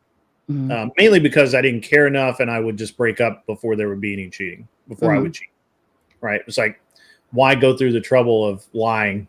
That's a lot of work, and I didn't want to do that. Too much effort. There's too much effort to lie. It's already a lot of work being in the relationship. Why would I want to have another one on top of it? Right. See, this is the point. Like I don't think you guys understand the depths of my laziness. Well, not only that, but I don't understand how men can have multiple women. That like behooves me. Like, how do you want to deal with that many females at that time? Ooh, all at once. I mean, that's a specific kind of psychosis. I wouldn't want to do that. I'm sorry, I interrupted you. No, it's okay. I've never cheated on anyone. I've never really I've never been that concerned about being cheated on. Mm-hmm. Even when I was being cheated on, it wasn't like I was like super suspicious and anything like that. It's just I happen to be pretty hyper aware all the time, and I just notice things. So it's hard to hide shit. I don't know that I've ever had a situation where I had a girl turn pretty, if that makes sense. Right. Mm-hmm. Now on the other side of that, so when I met my wife dressed very demurely, not plainly, but not like super, I guess super cute or, whatever. She just didn't dress that way. She just dressed normally, in my opinion. After we got married, it was interesting because the skirts got a little shorter. Some of the things were a little tighter. She showed off a little more. And I realized that she was doing that for me, especially when we went out, mm-hmm. because she wanted to she just kind of wanted to show off. Yeah. In an appropriate way. Mm-hmm. And so I didn't actually get that, right? Like we had to actually have a discussion about it because I didn't really, I was like, where are all these mini skirts coming from all of a sudden? Where did those come from? You didn't have those before. Mm-hmm. So you made her feel pretty. She wanted to be pretty. I think it was it. She literally said, well, I'm married now. Mm-hmm. So, it's a different dynamic. Mm-hmm. So I think it's an interesting. I think it's an interesting thing. I understand your perspective. I just don't know that. I think women a lot of times feel like that they're being very. I hate to use the word innocent, but the reality is that they're putting out a lot of energy that men pick up on very strongly, and I hate to use the word energy too. That's kind of You sound like a girl. yeah. I was like, I'm getting I the just like vibe. you could just steam I'm up her getting lip curl. Like Had to he's go- totally had to got get a just great alone there for a vibe. moment. I love his energy. That's so good. I don't know. I think because we just, especially if you're used to getting it, or once you realize it's there and you acknowledge it, I think you just learn to ignore it. You know it's going to happen. They're going to say things. They're going to pay attention to you. They're going to look at you. Doesn't matter if you dress like Mother Teresa or a total hoe bag. Like, they're going to do it one way or the other. I swear it. See, Kat's got me on this one. Like, as long as they think you're cute enough to say something to or look at or whatever, they're like, it is what it is. Female. Female. Period. Vagina. Pulse, female. Sometimes pulse doesn't matter. But I think we just, I'm shaking my head because I'm like, yeah, I know dudes like that. Like, yeah. So it's where's just Cheeks at? Is Cheeks in, Yeah. in the chat? But I Cheeks, think can you add to this? if we recognize, like, we know it's going to happen. It doesn't matter what we do. So we're going to just be who we want to be. We're going to wear what we want to wear, or we're going to, go out with our friends, or we're going to walk down that street, or whatever. We're going to do it one way or the other because we know the attention's going to come either way. And it's just a matter of like, okay, I'm just going to ignore it. I'm just going to pretend it doesn't exist, whatever. Cause it doesn't matter. It doesn't matter which way you go. Interesting. I got hit on one time with my kid. Messy, frizzy hair like this from like a rainstorm, no makeup on, bags under my eyes, frumpy clothes, big baggy jeans with holes on them like a hobo with flip-flops. So if that can happen, there's no hope for him. Yeah, I'm telling you. Some men don't have standards. I used to say I could wear a chicken suit and they'd still do it. They still would do it no matter what. It's coming one way or the other. But my husband has that problem, especially when he was young. He would get hit on, whistled by, like, people would stick their heads out their windows driving by and whistle at him. Wait, people? Male and female. You do mean male? Oh, no, yes. no. Yes. He was constantly harassed all the time. We're in Miami, so there's a lot of all types of people, and they would harass him. So, I mean, that was normal life for him when he was really young.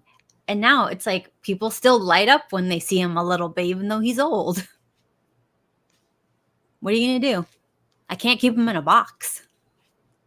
Well, you could. I was out on a date once, and I got hit on by the waiter. Oh, waiter. I didn't realize it was happening.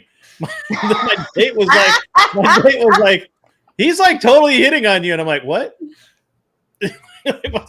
Oh my God. I was like, what are you talking about? And she's like, oh yeah. I'm like, well, he's gonna be disappointed. Or sometimes we like to say that just to make you uncomfortable. Oh no, I actually, when I started paying attention, dude was being a weirdo. So Oh Lord. Oh, I don't know. I just, again, we're like pulse female, as Kat said. Mother Teresa, chicken suit, frumpy I have looking. this for Mr. Boulay. I'm just going to share this really quickly. There we go. Intact, still have it. It's good to go, Mr. Boulay. So can't have that. Did you print that and put it in your wallet? No, I got it on my phone. Yeah, it's got a scan card on it, so you could like use it for payment. Yeah, it does actually say girly behavior will result in revocation. It does actually say that on it.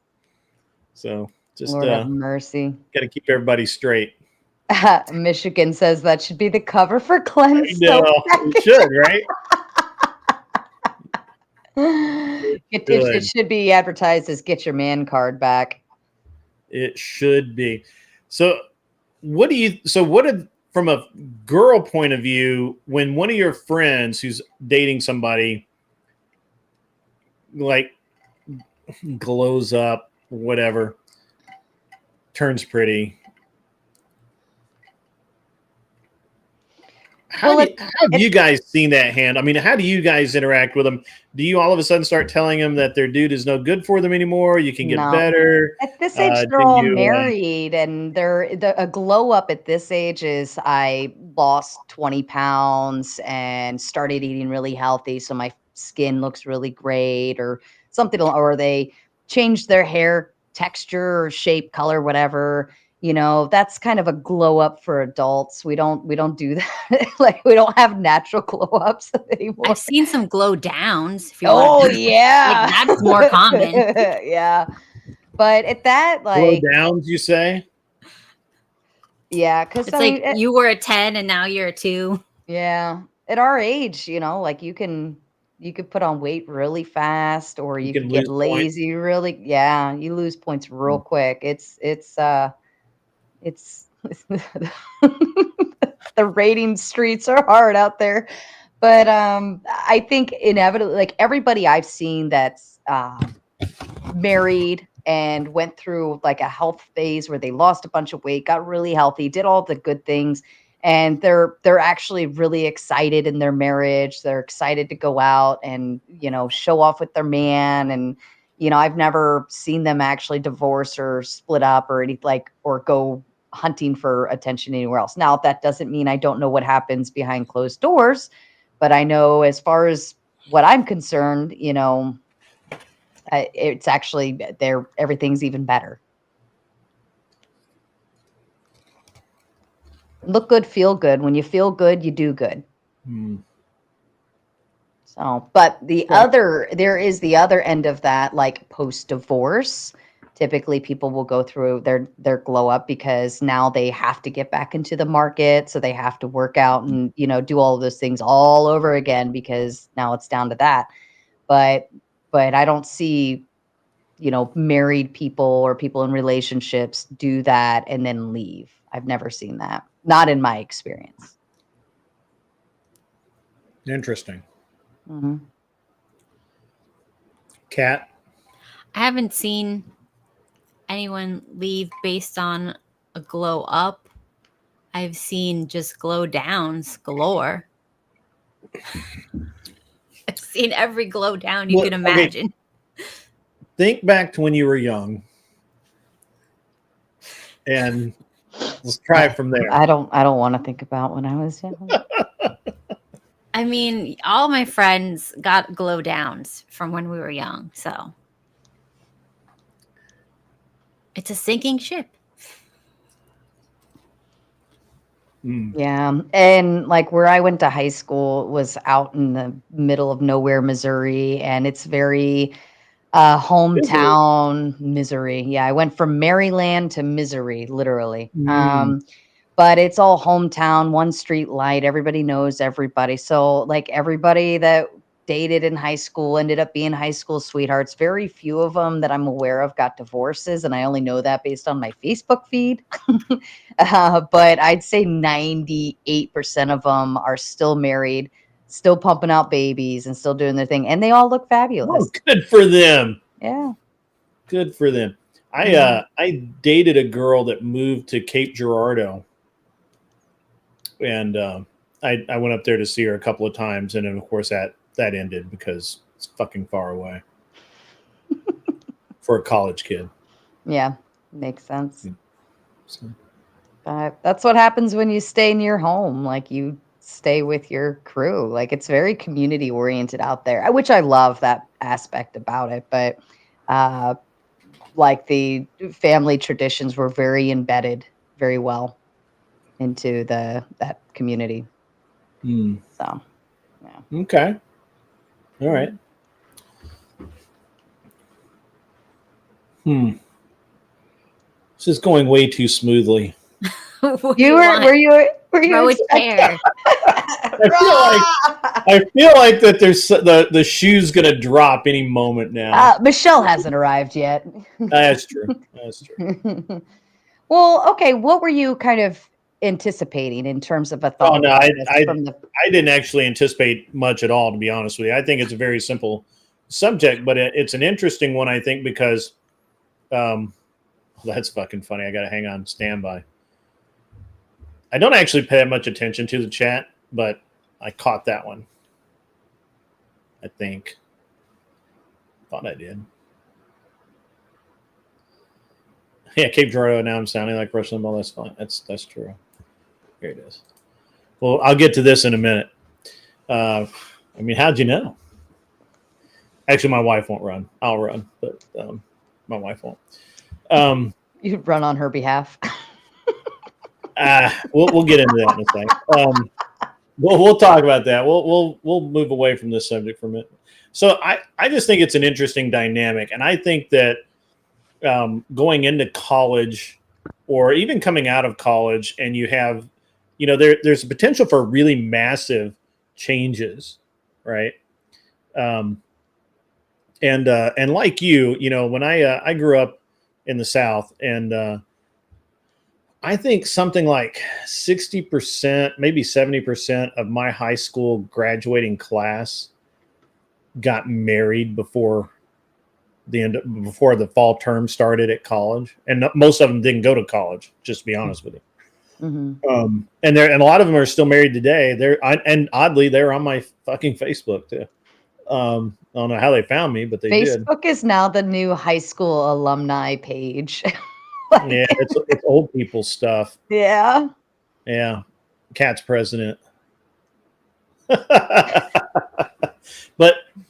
I think it's interesting because with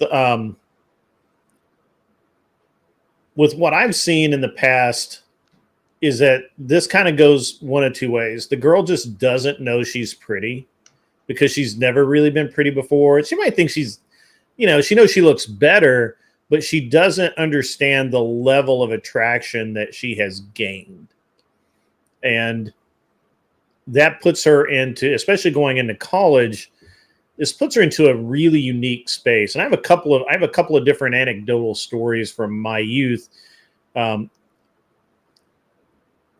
pre-cell phone. Okay. Just to put that out there. I remember. You remember that, right, Kat? I remember the flip phones. Flip phones, yeah. Actually, my fourth year in college, I got flip phones. So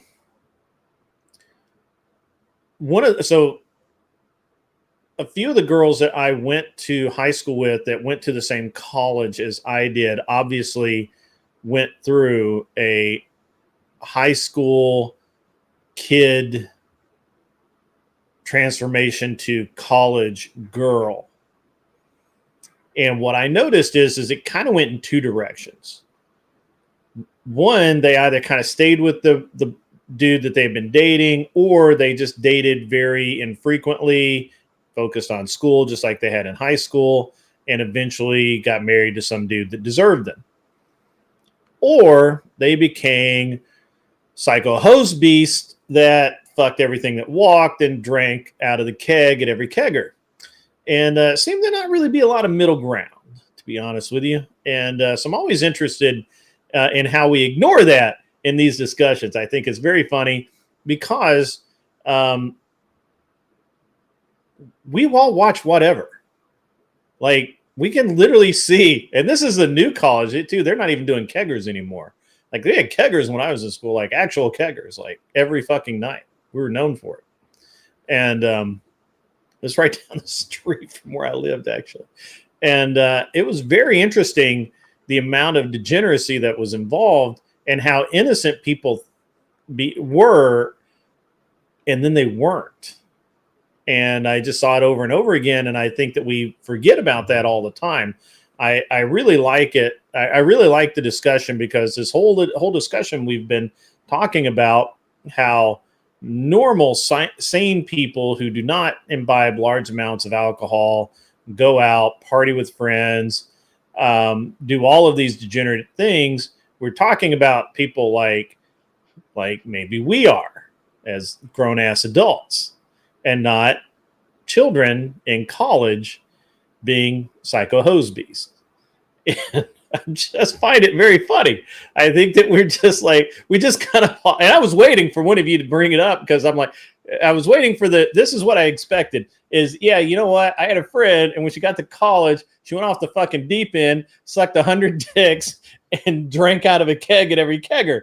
And maybe we just had a different class of friend. Maybe my friends were more fun than yours were.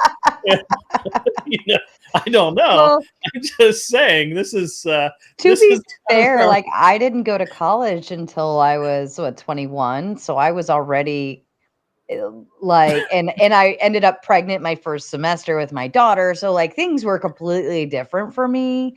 And I did college. I did college completely as an adult and a mom, and it was just so I'm like, I didn't stay in dorms. I was, in a university that was more for the working adult.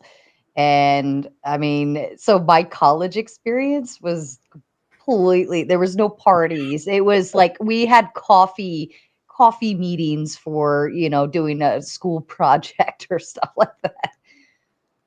Yeah, I'm just saying, I think we had completely different. Now, I will admit that my college at the time was like on Playboy's top 10 party school list. I'm just going to admit that out of the gate. So I'm coming at it from a different perspective, probably. Mm-hmm. What's interesting is I never drank. I don't drink, never have, probably never will. Now I'm fucking old, but so I remember all of this shit. Like they drank themselves into oblivion, but I still got it. And there's still people to this day that I'll run into, and I'm like, I remember that one time when you wore toilet paper as a costume on Halloween. And so did everybody else. So, I just think this is great. I think it's a really great conversation because you guys kind of gloss. And I specifically said that, they're going, as a matter of fact, they're going to the same college I went to. So, well, of course, it's changed since then, I assume. The frat houses are now actually part of campus, so they can just stumble to class the next morning. God. They don't have to drive. Toga. You guys Lord. Well, I guess we're boring, Kat. Like we missed the mark. I was really expecting it because he was expecting some crazy stuff. No, I was just expecting you. Oh yeah, I had this one friend that. Yeah, nope. I don't know. I mean, all of my, like everybody from high school, again, I wasn't in college with them, so I didn't see that side, but the bulk of them, I see them as, happily married to their high school sweethearts. like not much changed, so I don't know. You were gone for the psycho years. Yeah, I wasn't there, so maybe that was a good thing. That's good. Sight out of mind. I just, like I said, my husband used to tell me stories, though. Oh, yeah? Yeah, because he did the whole college experience and stuff. Mm-hmm. And so he used to tell me stories about girls that, were not, situations that would happen very often with different types of women. And I was just like behooved at the idea that this was even a thing. And he's like, you're in dorms. Like everybody, it was a fucking spree practically, with those women. Yeah. So he probably would have had more stories for you, but I never had that experience. Well, it's just interesting to me because, like, again, I went to a military school. But for my last half year, like from January till June, or not June, May, I guess, I went to a public school just so that I need that. Well, I felt like I wanted to reacclimate to like a normal high school because I had been at military school, there were no girls to start with. Like, so there was no like or learning and understanding how to deal with women at all, other than the two women who one of them thought I hated women on campus, and trips home, which were weird. And so I went to this public school. This is interesting. Graduated again, saw like 60% of graduating class get married like that. It was the first time I'd been exposed to the idea of a daycare in high school. Thought that was original. Hadn't seen that. Again, up until this point, I've been in military school, right? So I have no fucking clue. And Wow. really funny. Daycare, like for the learning group, because I know my daughter does that. Like there's- Daycare for the students who have children. Oh no, really? Yeah. Oh wow. Okay. All right. Okay. Yeah. I had kind of the same reaction like 30 years ago. So. This was college or high school? High school. Yeah. All right. There were at least, and we're going back 30 odd years in my brain. My recollection is that there was 2, maybe 3 girls in my graduating class that were pregnant. Wow. Yeah. Anyway, so I got I had a summer where all I really did was work and work out. That's all I did. Mm-hmm. And I entered college. And I see people that I knew from high school, they've now come to college, and it's crazy town. It's nuts. The whole thing. And I don't know. It was an interesting experience to watch people go from like normal. Hey, Bill Hicks, thanks for becoming a member. You guys can't see that unless you're watching it on YouTube. Somebody gifted a bunch of people memberships. Seriously, Shelby, throughout 10. Seriously, Shelby, thanks for gifting the memberships, bro. Sorry, I'll watch your chat for you. I'll do. Yeah, I don't. I'll be your host for you. It's okay. I don't really pay attention to chat. So, at any rate, so it was. So I also knew people from the local high schools in my hometown, and I watched them go through with me. And my first year of college was eye-opening as far as degeneracy, and so that's why I was telling my buddy that he should watch out because it's bad in college. It's bad. Is it that bad? I guess it. I mean, I don't know. I knew better. Or I don't even know if you can still talk to girls in college because All the you might get harassment. offended or some Yeah, shit. probably. I mean, I don't know. I'm kind of thankful I didn't go to college right at 18 because I don't think I would have been focused enough. I didn't want to go yet, so the military route was a little bit easier. And they tell you what to do. It's so much easier.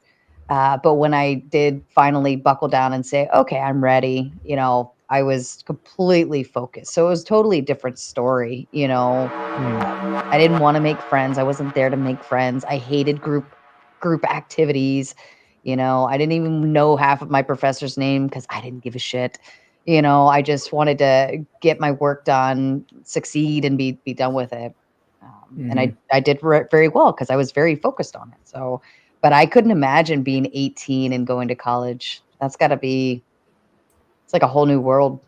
I think that it's interesting. I did, I kind of did that. But I had come out of military school and I was a study machine. Mm-hmm. It was actually like the easiest thing I'd done in years. Like college was like, wow, this is great. Well, you've already been Are you set. kidding me? Yeah, you've already been set with the disciplinary concept, Right. so it was easier.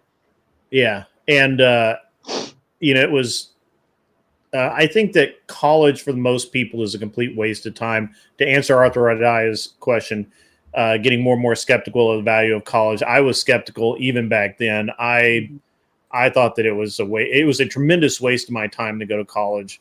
But yeah, it was fine. That's what I think did. you have to want to learn. You have to want, like me, I wanted to get the master's. You know, I almost went for the PhD, but I was just kind of burnt out by then. But I love learning, so it was like heaven for me. You have to want to do it. The value is whether you want to gain that or not. But as far as can you succeed in life, have a career, all of those other things, I don't think it's valuable unless you absolutely you kind of need a degree to be a rocket scientist or to be a doctor or things like that. But anything else, I think you can gain from experience. So we're, yeah, I think that I don't know. I think college was just weird to begin with.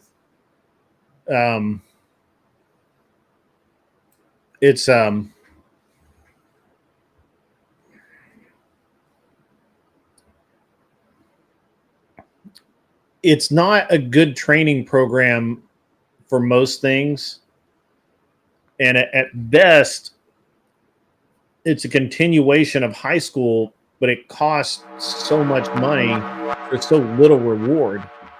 Again, I went to college. I got a degree in psychology. I've never used that degree in psychology. Really? It never made me $1.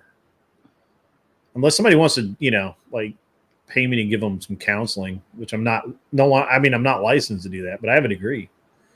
So, it was. Anyway, I mean, it's just one of those things. I feel like that it's. Wait, what, Boulay? Some colleges now have Adult 101 where students learn adulting skills, cook, clean, balance, budget, shopping for groceries, and they pay for that shit?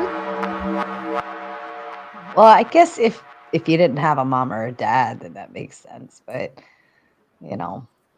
or if your parents were incompetent, then that would make sense too. Incompetent parents? Yeah. That's legit. I mean, it is possible. You could, have two parents that didn't teach you anything. And absolutely. Maybe if you're like, the kid that wants to take adult life seriously and do better, you got to learn it from somewhere. Yeah, that's true. It's like learning how to drive. If your parents didn't teach you, you got to learn somewhere. That is very true. Mm-hmm. That is very true. Yeah. But it sucks because you could have gotten that information for free from your parents if they were competent enough to do so. Rachel Wilson is in the house. How about that? How are you tonight, Rachel? Imagine paying for shit you can learn from a YouTube video.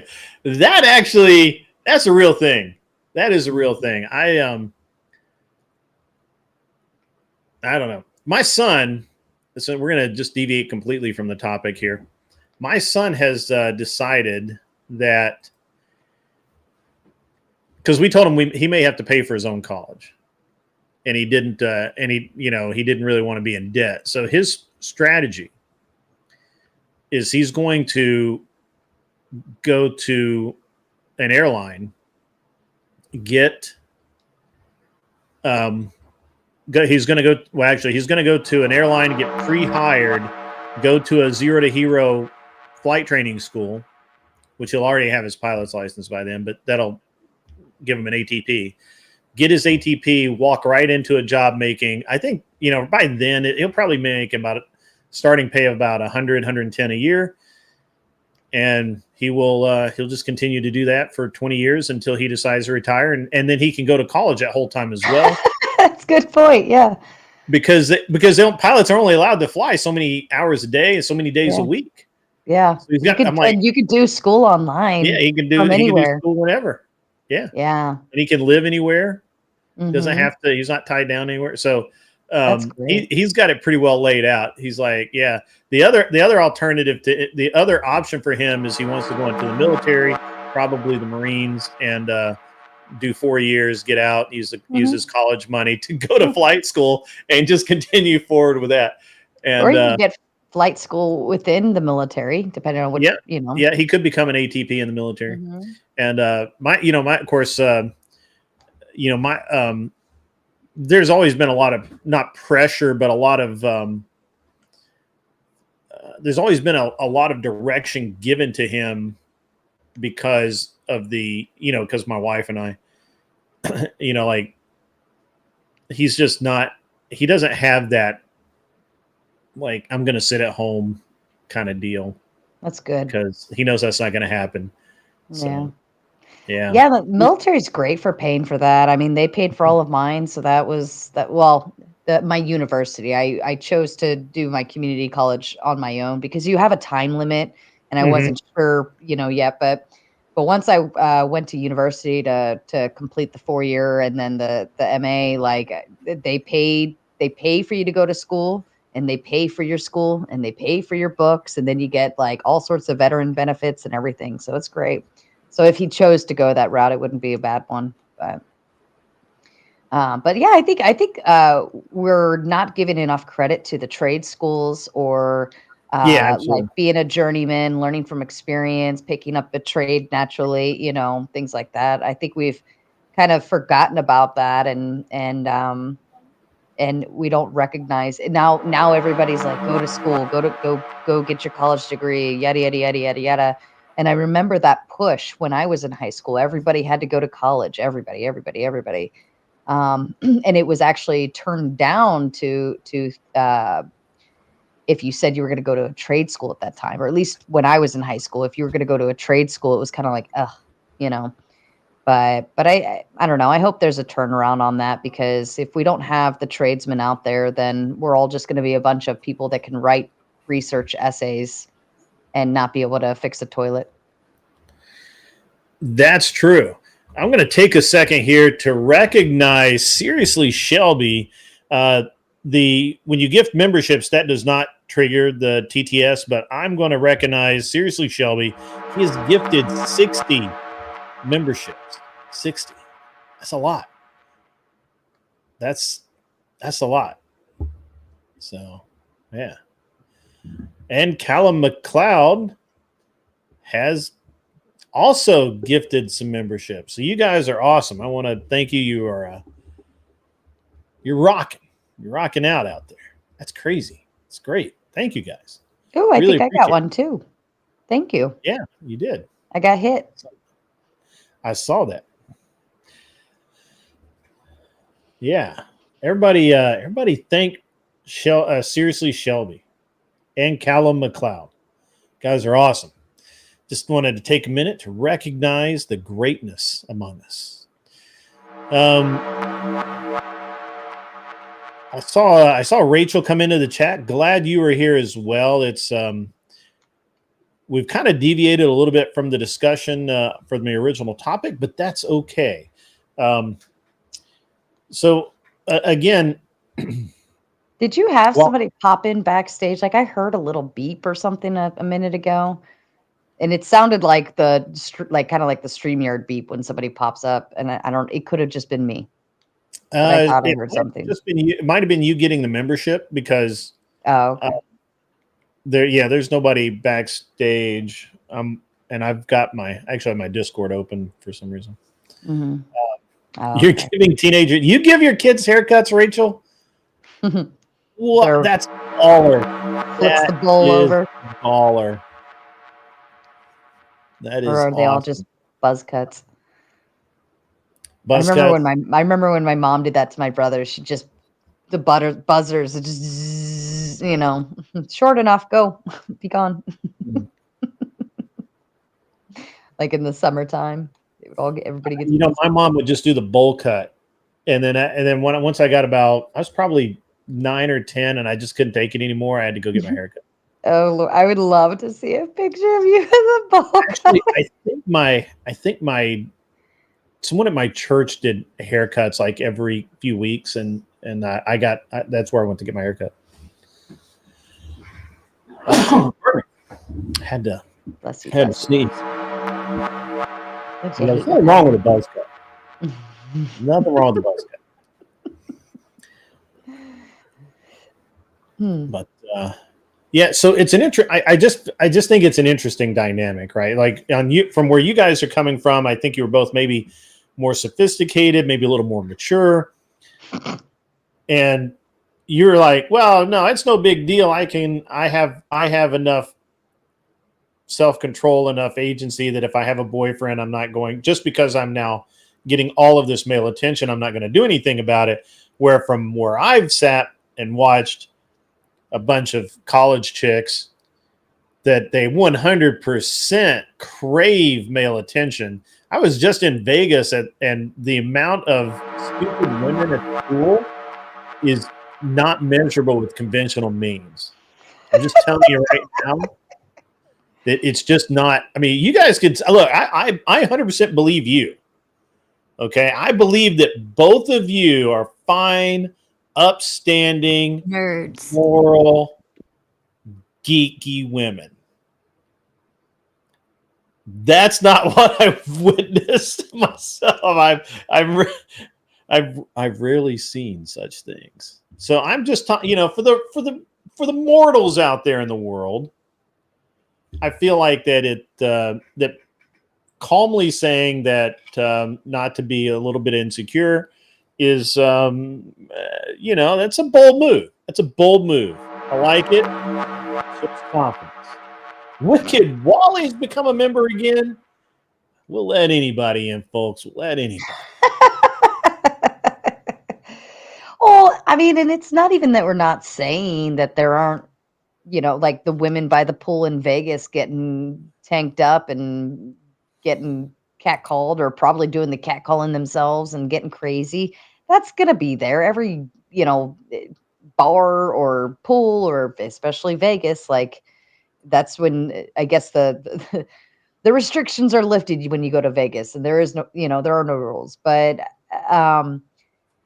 that's still out there. It's just, I don't think that those are coming from women who may have always had, they were plain and then they went pretty, or they're having a glow up or anything like we can't say that. We wouldn't know that, but that I don't think that necessarily speaks for the overall female behavior, but that doesn't mean it's not out there. But the reasoning and intentions behind it, they could just be single women that want to get crazy. I mean, that's a normal thing now in today's age with, I think it was normal for a very long time. Michelle, it seems like a lot, I think maybe it's a little bit troublesome to get backstage right now, but if you can just exit out and then try again, that seemed to be what worked for Sarah.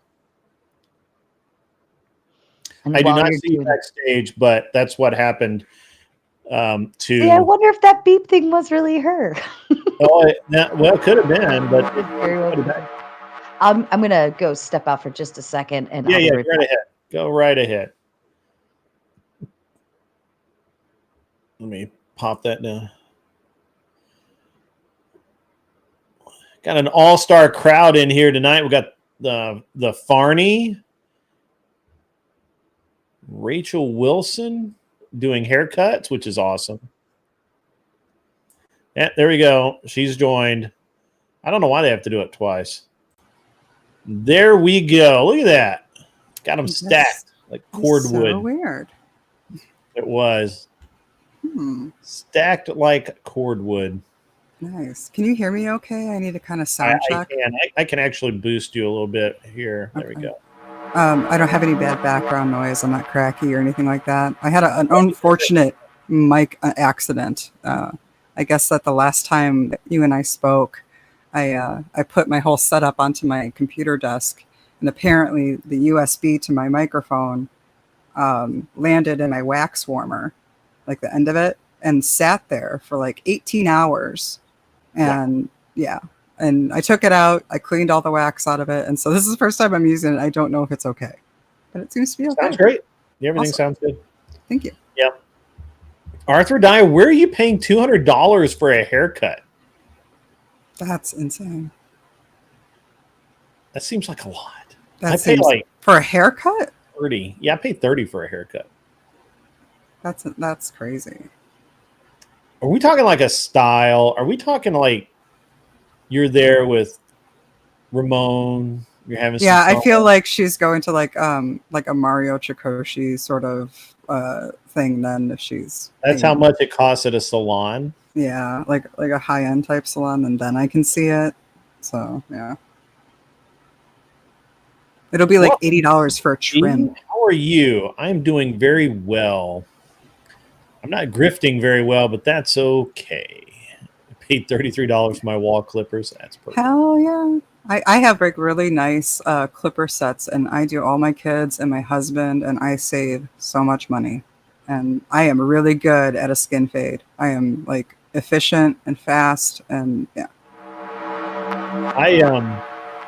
We were just actually talking about that.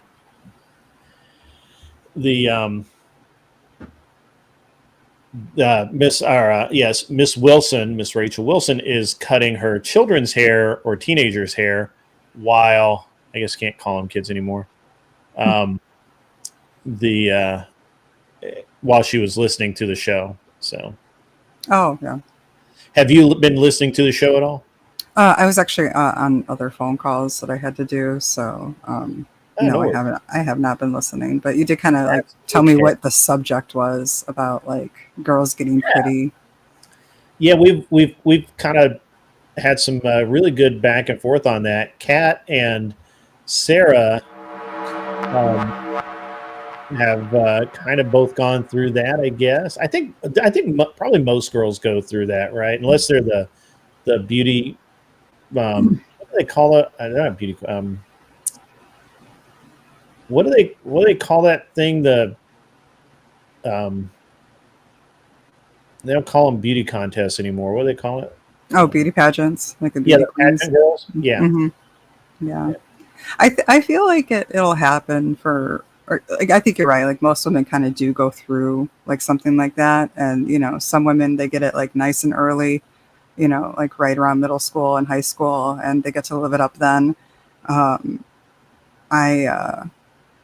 don't think I was like that case. And then right out of high school, I had my first baby at like 20. So I didn't even get to enjoy like early adulthood, like being young and pretty without like having babies and stuff like that. And so if you know anything about my background, you might know that like I lost about 120 pounds overall. Well, I didn't know that, but you sent me the pictures, and I guessed. Oh, did you? Yeah. You could actually we could show them if you want to bring them up. Yeah. I've shared them before. Let's see. And so now, like, I'm turning 37, and objectively, I have to admit that I probably look better now at 37 than I did at 27, because at 27, I was probably pregnant and overweight and stuff, or, something like that.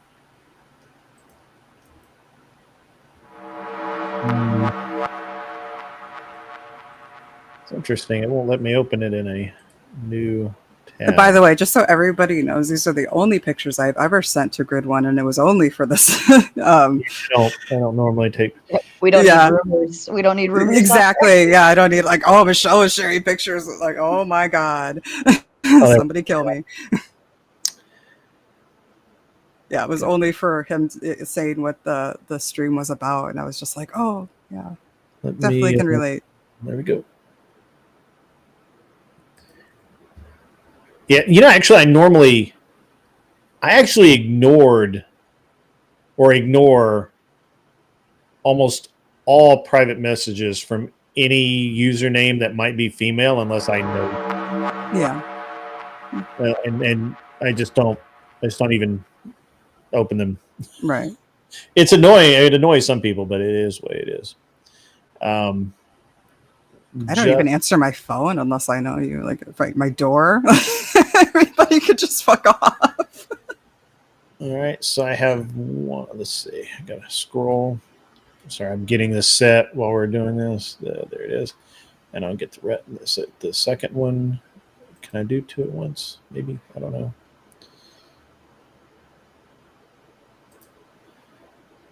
Michelle, how have you been? I've been good. Just been chilling out, enjoying the last of the summer before the kids start school. And, yeah, my kid starts school in just a couple of weeks. He's down in Huntsville at the Aviation Challenge at the Space Center for the week, and he has he has to start school like 3 days after he gets back. He has so much to do That's before he starts school, and he's actually his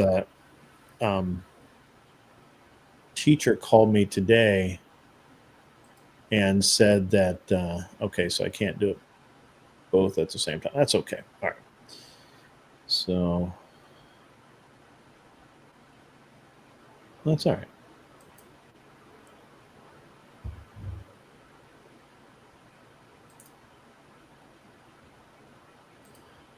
All right, so I'll share the first one.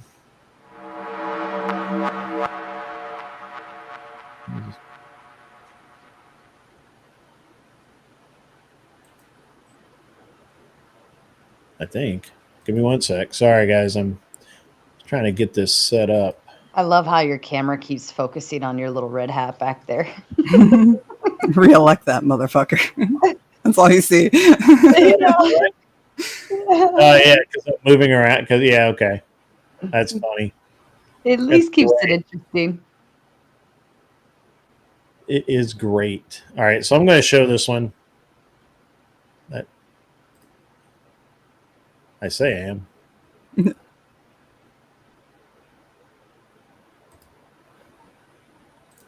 There it is. So you can tell us about that. Yeah, so that's like before. That's the before. All right. Mm-hmm. And let me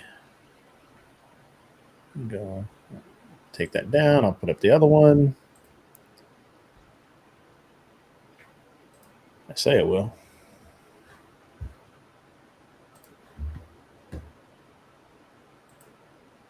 Yeah, that was me before. And there you go. That was me on Sunday. So very recent. It's like a completely different person almost. Mm-hmm. Yeah, and then that is a blue mutation eclectus parrot. He was very, very cool. I love your love for birds. I know. How is my camera being weird now? Thank you. There it is. Good. Thank you, Michigan Christian. Oh, thank you.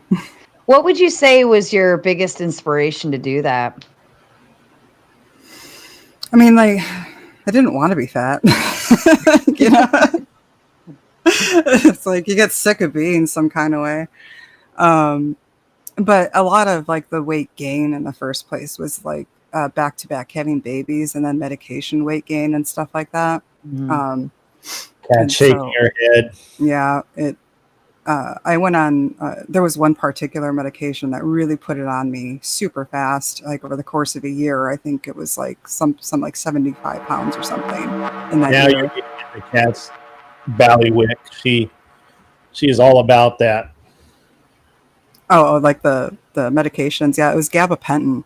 And so if you know anything about here you go. Gabapentin will put it on you. Oh my Lord. And I'm very sensitive to that. So I had to change up a lot of my medications. There was a lot of trial and error, and eventually did end up getting it back under control. And then the rest was like powering through it. I did try some GLP-1 medications. For me, side effects were bad. I couldn't stay on it. So it was just a lot of, like I said, trial and error and trying stuff out. But now, yeah, I'm like at 120 pounds lost. I've maintained for a year. I did like a reveal, I guess, like this time last year. It was actually August 1st. So almost a year to the date. So I have kept it off now for a year. You rock star, you. Thank you. Kat, you wanna give your little speech about all that? No, I mean, it happened to me. I got super, like, not fat, but like swollen, where like my whole face got big, my legs got big, you know, like when you're swollen after having the babies. And then for my hormones, I got onto medication, and that just made me blow up so big. And like just looking at my old photos, like, oh, it's so bad. And I had to just get off everything and not go to a single doctor and just say, screw these idiots, and then do everything by myself. And then I started feeling better and stuff. But like every time, because they just give you a little Band-Aid They don't actually tell you how to fix anything over there. Yeah, and like once you start on one medication, you're on like 2 other medications to manage the side effect of the 1st medication.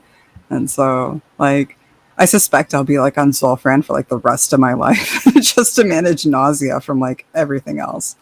Yeah. For me, it was like one medication. It's good for 2-3 years, and then the 4th year you blow up or something goes wrong, and then they want to give you another medication to deal with those side effects. So then like you're on this roller coaster for the rest of your life, and I'm just like, no more. So then I started doing health stuff, supplements, and getting my own testing done. And diet is like the big one. Of course, sleep. I mean, but it took me like, I don't know, 10 years. God. Hey, we got Glenn Lawrence out there tonight. How about that, Glenn? Welcome, good sir. Donates $4.99 from Glenn Lawrence presents Production of Men. Great progress, Michelle. Keep it up. Grid 1, 3 women on a panel is some of these black pill streamers' wet dream. Thank you so much. Glenn, I appreciate that. 3 women. Oh, I had to read that a couple of different times. Okay, yeah. You crack me up, Grid. Why is that? Like just watching you try to multitask or try to technology anything, or it's absolutely adorable, but it cracks me up. I'm very good with technology.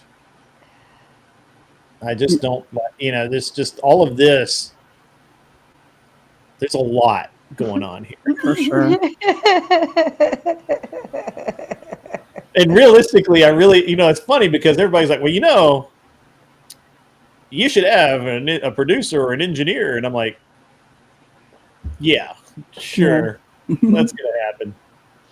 No, it's not going to happen. I know. I'm not a boomer. Thank you.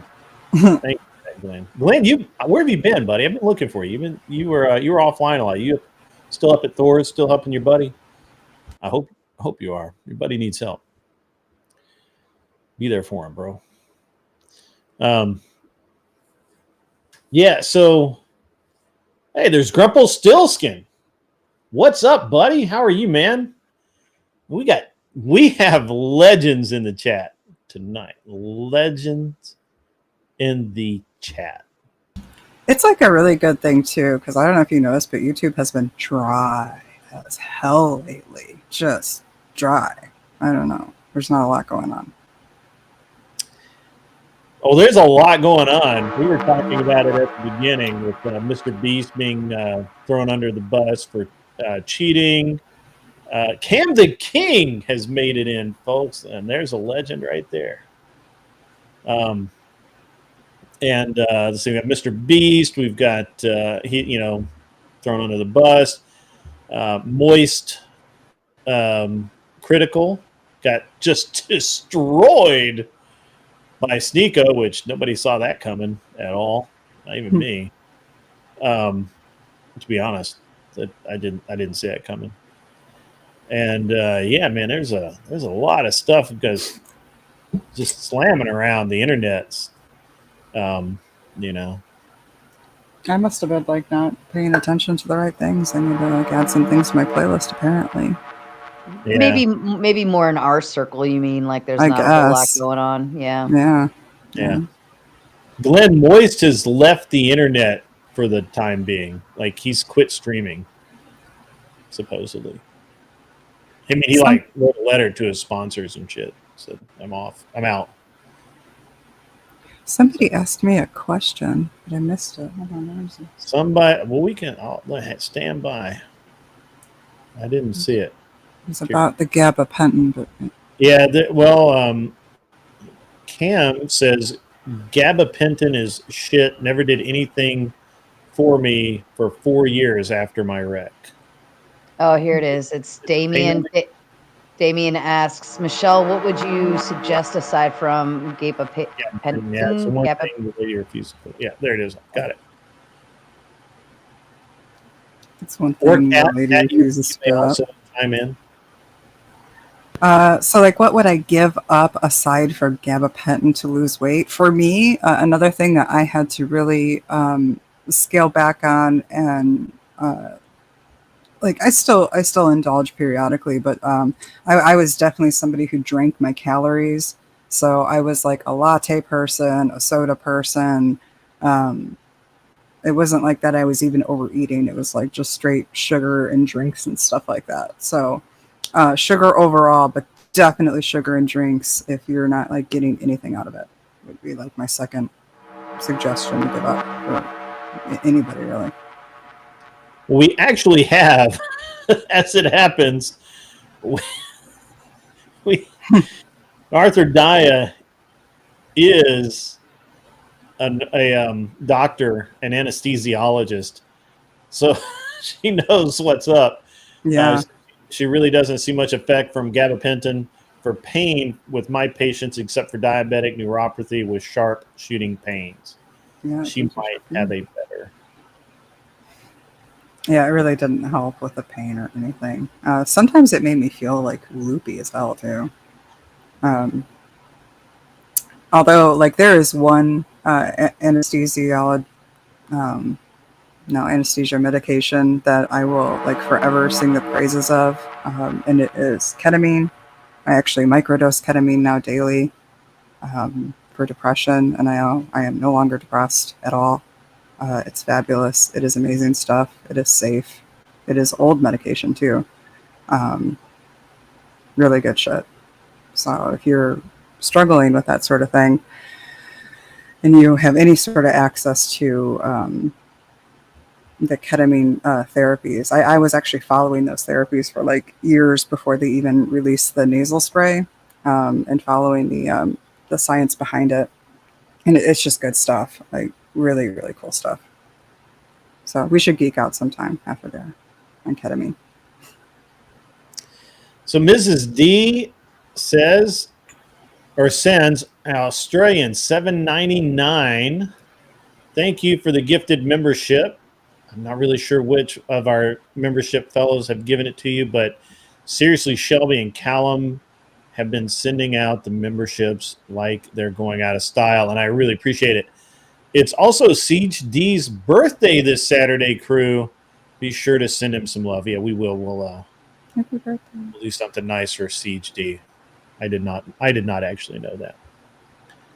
So it means something different, but yeah, it probably does mean something. Ketamine is not an opiate. It does mess with some of the same receptors, though.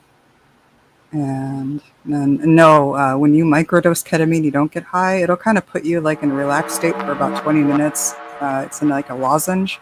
It's an oral thing. But then there's also nasal sprays and other routes that you can take that medication. But it's all through a doctor. It's nothing that like you do on your own.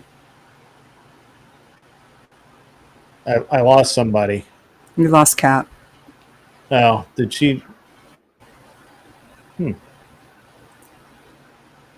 Oh, she wrote in the main chat. Oh, interesting. Good night. Oh, yeah. Okay. I see it in private. Yeah. She took a minute to show up. All right. Bye, Kat. It is actually, she actually stayed like 30 minutes. So interesting. Well, a lot of interesting drug stuff. And we got a lot of memberships going out. You guys are on fire tonight with the memberships. That's crazy. Awesome. Thank you. Really appreciate it. It's a great way to support the channel, and unbelievable, honestly, how that's all going. So, Michelle, we had talked earlier about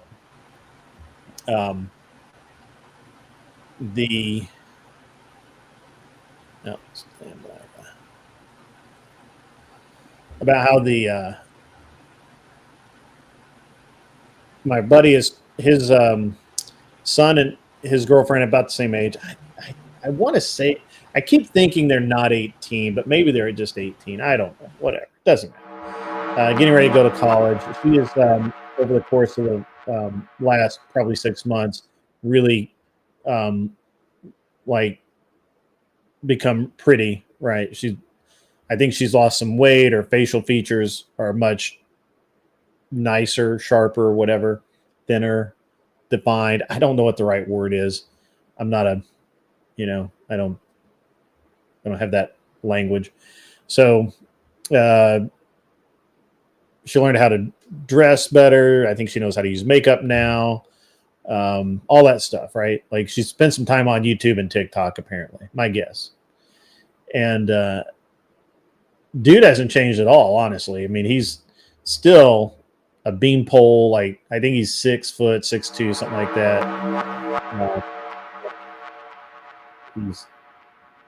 I don't know. It's a dude, right? Whatever. And you'd be so great at face rating. He's so awesome. We gotta put Sarah. We gotta put Grid in a panel.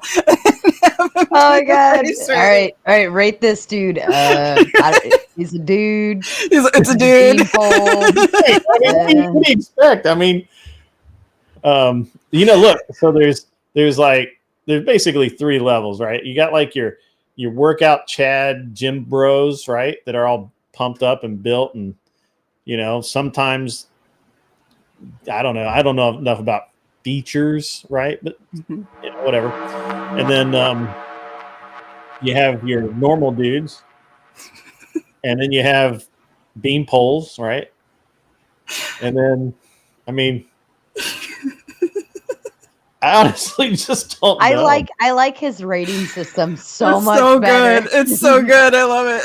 Well, look at the structure and it's symmetrical, between the eyes, but the nose is off. Yeah, though the harmony on the face is off. Like they actually say this shit, Grid. Like that was the most based rating system I've ever heard on the internet so far. Yeah, this is a thing. This is really a thing. An actual men do this. I swear, they rate other men for hours, hours upon hours, and I tell them that they're gay. Actually, I caught that's gay. Yeah, I caught. I'm not gay, but I know gay when I hear it. Yeah, I caught Glenn and a bunch of the guys like rating guys, and like then they started like rating women or whatever, and so then I gave them a tranny to rate, because if you're gonna rate people and I have to watch it, I'm gonna make it fun for me. And I let them rate what's her face, Daisy Taylor. So it was a trap. Lynn Moore. Sorry, popcorn. No worries. We're just going to listen to you. I'll read it for you if you want. Thank you. Can you read that for me? Glenn Lawrence comes in with a $4.99. He says, so panel, do you think we should have an age of consent or age of marriage like Sneako prefers?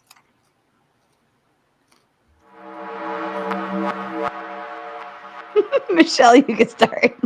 I got nothing. I'm just quietly eat my popcorn. All right. I actually kind of totally tuned you out for a second. I'm sorry. I should actually like read what this kind of. I'll dive in on it. Have an age of consent. Glenn, thanks for the $4.99, brother. I appreciate that. Where does this age of winner? You can have your parents sign, bro. Yeah, but wouldn't that still be like you wouldn't be able to really uphold that in the court of law? Because if you're like later on down the road, if she wants to divorce the guy, she could be like, my parents signed, I was under coercion because I was a child. I didn't know any better. Yeah, that's true. Well, there's got to be an exception in those states that have, allow 16-year-olds to get married. There are states that allow it if with parental, like Texas, I think is one of them where I think you can get married as early as 15. Only 5 states require you to be 18. Wow. That's crazy. But that's it. But if you're under 18, you still need parental consent. Yeah. You have to. Right. Yeah, you have to. You can't just run off and elope. Or unless you're emancipated from your parents, like if Right, if you're 16 and you were able to obtain emancipation, then that's now you're legally able to care for, legally an adult under those terms. Um, but I I don't think know about the. I think Oh it would yeah, actually make sense to like they do want to get married before 18 to actually go through the process of emancipation before they do it. I think that makes more sense. yeah, that would Right. make sense too, because then now you're responsible for yourself. Mm-hmm. I mean, I don't know any parent that would want their kid to necessarily get married before 18. So the Farney, who cares if you need parents? That is what Islam is arguing for. So the way that Sneako presented it is exceedingly reasonable, as long as you don't care that it's from Islam. Although, to be honest with you, I believe the Bible says the same thing. I just can't quote the verse. Maybe Glenn can. But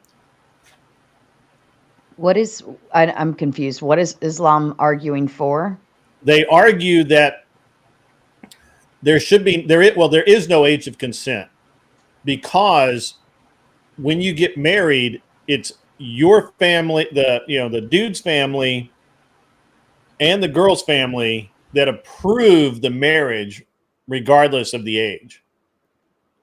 So Sneako's argument is if he's 16 and a 20-year-old woman wants to marry him, why is that wrong? If his parents agree, her parents agree, why is that wrong?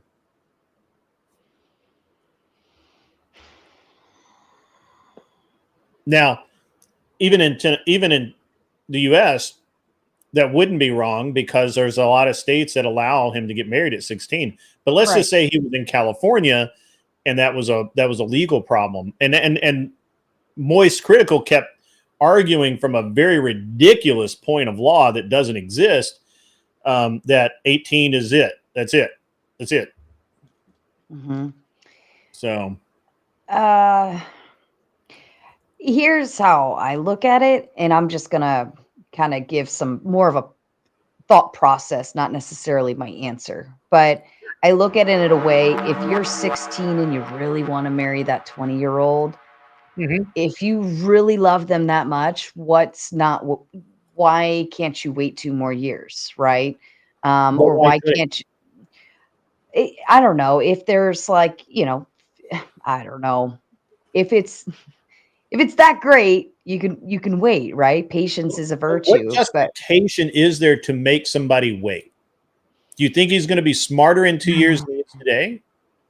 I just mean in terms of recognizing that they are still a child in that aspect. I'm not saying it's wrong. I'm not saying it's right. I'm just formulating a thought process on it. But if you're 16, right? Okay, for instance, if you want a tattoo, you're 16 years old. Mom, please, I really want to get this tattoo, or I really want to get my belly button pierced, or I really want to get this. A good answer would be, when you're 18, if you still want it, you can go get it, because you're 18. Now I can't stop you. Right now you're forcing them to really think about it. And if they still really want it, then they'll go get it when they're 18. And I think that you could also establish that for a relationship. That's a big decision. Getting a tattoo is a pretty big decision, because you can't really take it back. You kind of can, but you can't. But getting married to somebody and devoting your rest of your life being with them, that's a very, very large decision.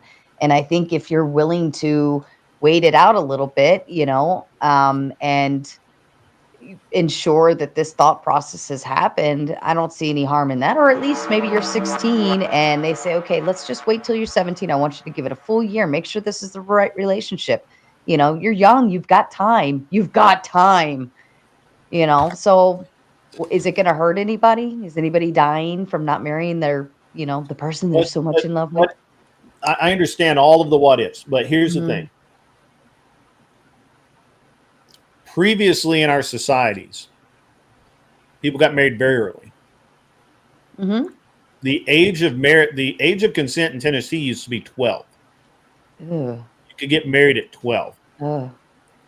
In the UK, it was 10 or 12, and there was one culture, and I don't I want to say it was Japan. It might have been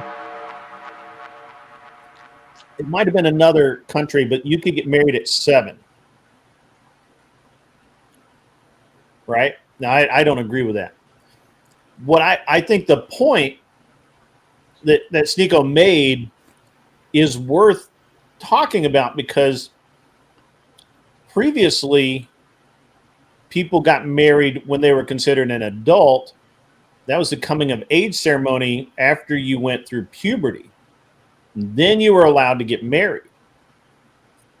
We constantly infantilize people, humans, so that even at 18 you're not considered a grown-ass man, whereas in the past at 18 you would have not only been a man for several years, you would have had a family, you would have had a job, you would have had a house, you would have built a house by then.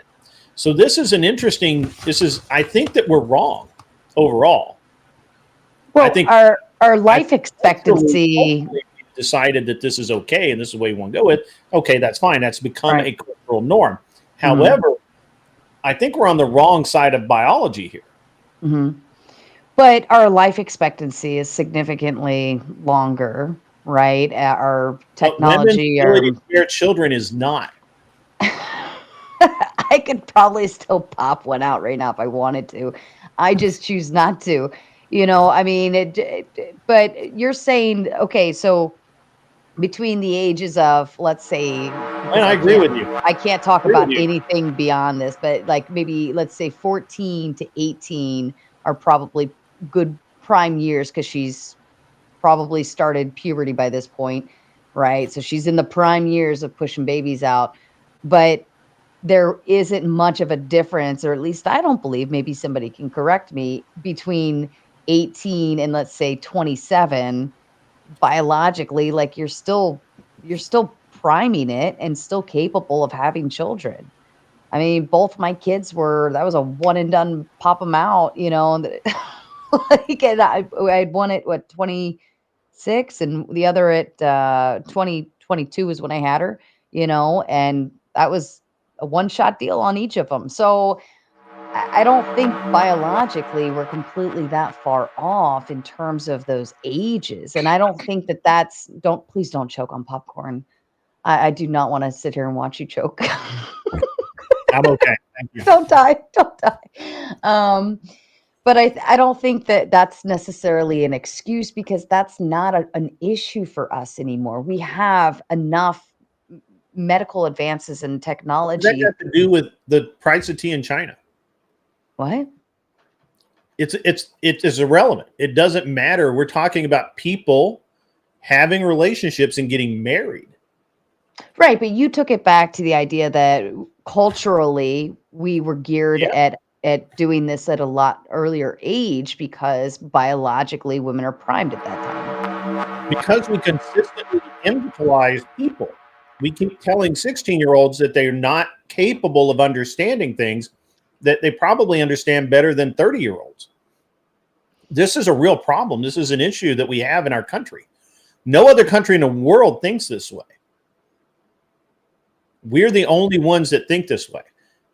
You can't find another nation in the world that thinks that you have to wait until 18 to get married. Not one.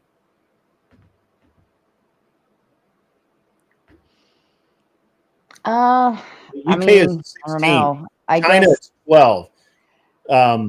Japan, it's 12. Most of Middle Europe is 16 or 14. The U.S. is the only country in the world that does it. Mm-hmm. And we only do it in 5 states. And yet, because California is one of those states, we accept it as a cultural norm. The reason it was 18 in California was because of the porn industry being there. Oh. That just got me demonetized. Because I said porn instead of popcorn. I don't know. I mean, do we treat our teenagers as if they're You're saying we treat our teenagers as if they can't comprehend the concept of a relationship. I mean, I don't know. Have you seen the teenagers though? Your kid's probably different. My kid's probably different, but I'm looking at the other teenagers in the area and I'm thinking like they're not that smart. I got to answer Glenn's question and we'll get into that. Mhm. Previously, our society, because it aligns with what we're talking about, our society, young people were much more mature than they are today. Why is that? Grid, physically being adult doesn't make people mature or experienced, though. But you know what would? Having a kid at 14. That might man you up pretty quick. Right? I don't think that's the case. That's why there's all those single mamas out there that can't seem to find the baby daddies. Well, I don't think that correlates at all, actually. I think that would be the reverse correlation. As a matter of fact, there was an article just recently in Tennessee, in the Tennessee papers. There was a guy, this is a long time ago, and I gotta remember, it's a very complex story. Like his family tried to adopt this girl away from her family who was abusive or neglectful. She was basically living in the street, but because of the adoption laws, they couldn't do it. So he married her and I think she was 12. They didn't actually consummate the marriage until he had his own farm. I think he was 18 then, 18 or 19. Then they consummated the marriage. They had something like, I don't know, 13 or 14 kids, were married 50 odd years. They did divorce, but it was after like 50 years, and I just think she didn't want to take care of him in his old age. But so Grid, were you saying that no other country has an age to get married as high as ours? Or was it the age of consent as high as ours? Yeah, age of consent. Yeah. Okay. Because when I look up like Denmark, for example, Denmark and Sweden's kind of when I go to when I think of like progressive, policies and countries. What I see is like for marriage requirements, they're at like age 18. For just their general age of consent, it seems to be age 15. So I guess I'm trying to like flush out your position here. You're saying that I actually don't have a position. It's just nobody can give me a good argument against what Sneako was saying, right? Okay. Like Sneako obviously had a positive position in that he believes that the age of consent should be abolished. Mm-hmm. I don't know that that's true, but he used like the fact that essentially a minor can get married with parental consent as his reasoning for that, basically. Because I think that most people immediately go to it's an older dude taking advantage of a younger girl. So Sneako very rightly said, if he were 16 or 14 or whatever, and he was absolutely in love with a 20-year-old woman, why is that? Why is that a problem? If both families, his family and her family, are involved and agree to it. Well, it's a problem in this country because it's the law, obviously. Well, but we have parental consent, though. Like, yeah, depending on so we allow it. Can I just jump back in? Like, just because like I kind of wanted to get to like my main big concern here, like when I hear like the whole interaction. Sorry, what? Glenn got his discussion that he wanted. Oh yeah. Like my big concern, like I guess what the alarm bells that go off is like, why would the parents be okay with it? Like, why would they want to sign off on that? Like, what is their motive on it? And for me, I suppose like the background fear is like, it could be like what Glenn was saying, it could be like a pedophilia sort of thing. People could be buying child brides. Like there are people. Pedophilia. Right, I got you. It's not pedophilia. Yeah, I get what you're saying, but there could be, somebody could be trying to buy a younger bride. That's why I was saying, like, I feel like that emancipation part is important because then that person is basically an adult making their own decision. What I don't like is the parent basically selling off a child like that. I suppose that is possible. Mm-hmm. But in general, we don't make laws for the 1%.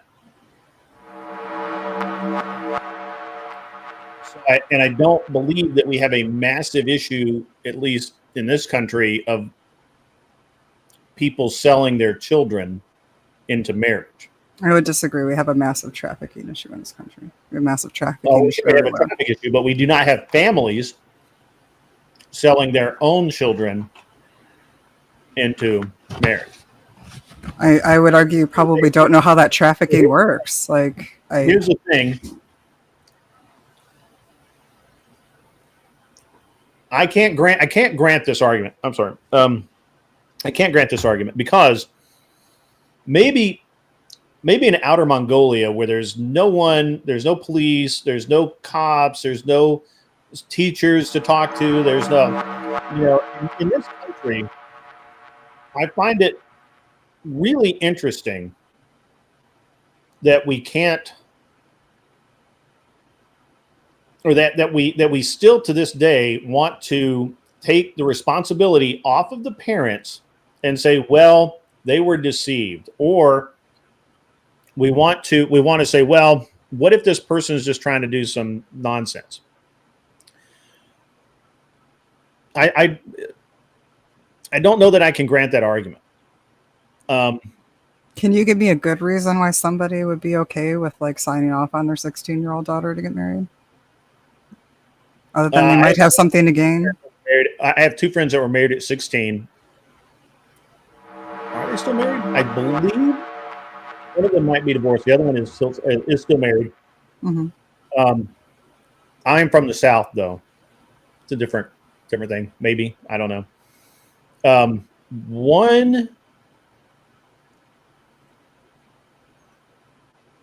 One of the girls was pregnant when we graduated. I believe she was married when we graduated high school. The other girl was married. I don't remember if she was pregnant or not when we graduated high school. Are you knitting? Oh, you're doing your nails. I thought you were knitting. I was like, that would be just too fucking funny. I'm sorry. I got distracted by the... I was like... Yeah, it's like I needed to do it, and I was like, well, I'm going to be sitting here anyway, so I just put myself on mute. Yeah, you're totally cool. So... I need a better argument against this, right? Like, I just don't think that there's a good argument other than maybe possibly in like 1% of the cases there could be bad results. That doesn't rise to that level. Can I ask you what is the advantage for let's say a 20-year-old marrying a 16-year-old at that moment? I have no fucking clue. Well, that's why I'm making that argument. That's why I'm saying, like, is there an actual advantage to doing that? Because again, there's no reason in terms of having their prime years for pushing babies out, or they're in so much love, or maybe they're just in love. Why are we discounting that? But if love is true and all of those things, then what's it going to hurt to wait 2 more years? Why does it hurt not to just get married? Why can't that 16-year-old just finish high school at the very least? I got married in less than a year. I was old then, but whatever. The argument could be made that I'm still technically, mentally not quite there.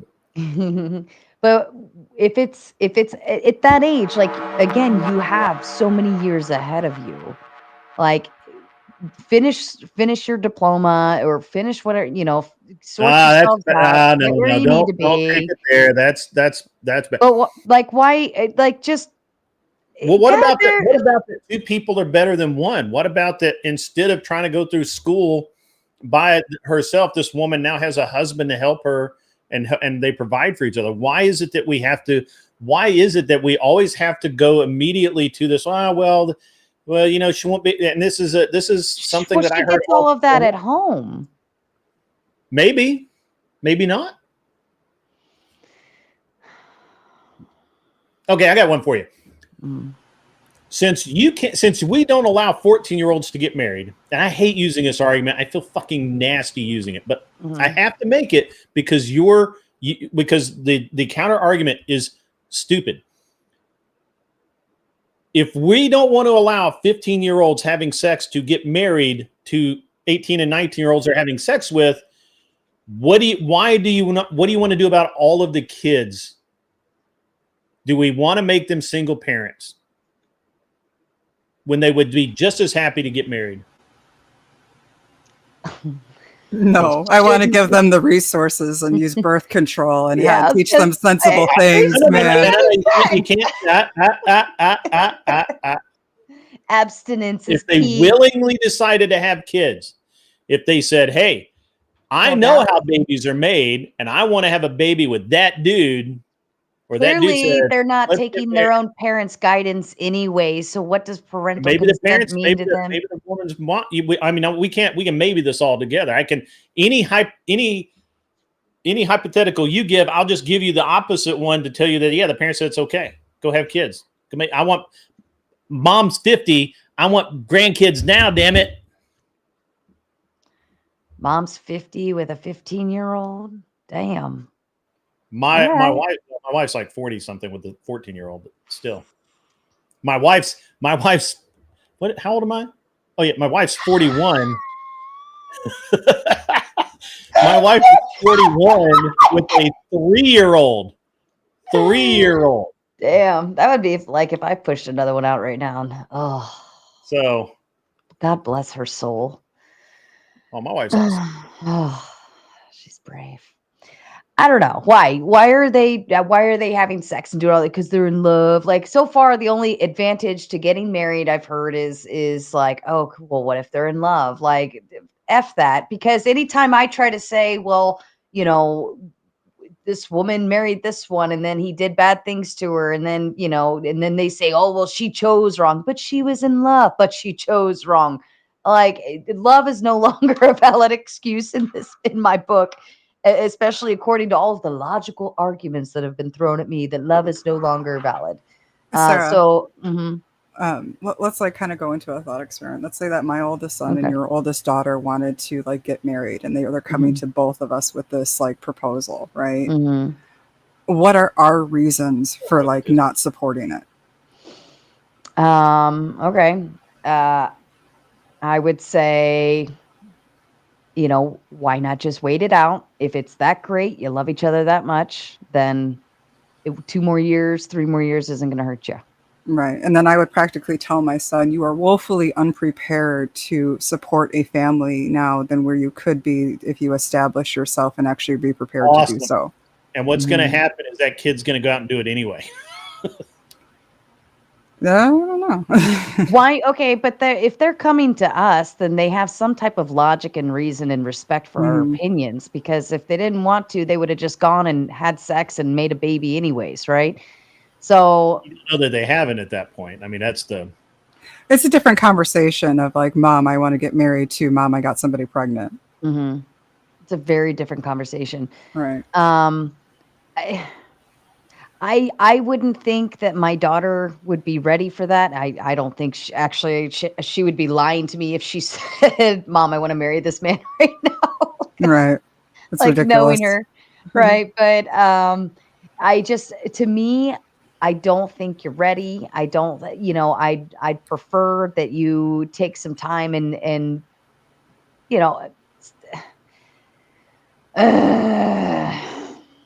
I wouldn't say no in terms of like, no, you can never marry this boy. What I would say is, darling, if you love him that much and he loves you that much, then there's no reason why we can't wait. I don't know if I'm even like going to say like no necessarily. I'm probably going to like write out their budget of like, here's what formula costs a month. This is what Yeah. rent is a month. This is what Yep. you're going to make in your entry level job, and you're not going to be able Mhm. to make it. Not Well, not now, not in I wouldn't 2024. do that. I Michelle, wouldn't do are they going to live at your house or mine at this point? 'Cause Right, they definitely dude. ain't going to live out. I don't know that I would do that because I use this example a lot. There's a kid that did the concrete work Look, for me. I can't hear right now. Hold on. Change it. Glenn, is your mic low? No, I don't think he's meaning to Hold talk up. to us. Wait He's a on the minute. Let me phone. put some pimping in it. Yeah, yeah. There you go. Gotcha. So there's a kid down this. Not really down the street. He's across the road from one of our rentals. He does concrete work, and that dude's like, he's 18 and has a $70,000 truck. Makes a bunch of like he makes serious money. Mhm. Lives on his own. I don't know if he's married. I think his brother's married. Yo, can you hear me? But you can't. I don't. Yeah, I got you, Glenn. I asked if your mic was low, but Am I good? Check. no, you're All good. I got. I'm just going to read this by the Farney because it's been up a lot. The grid. So the best argument, perhaps, is to have a doctor sign off that the person's getting married are both physically done growing. That's stupid. I don't know that you can do that. I like the thought. I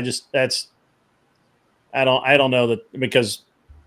I mean, What about your church leader? Your priest or?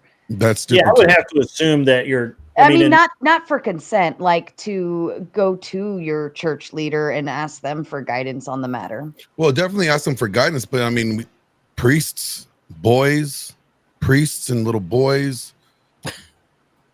I'm not really sure. Glenn's coming out hot. I'm not really sure. Like I would trust another man who sins as just as much No, as I do. what I'm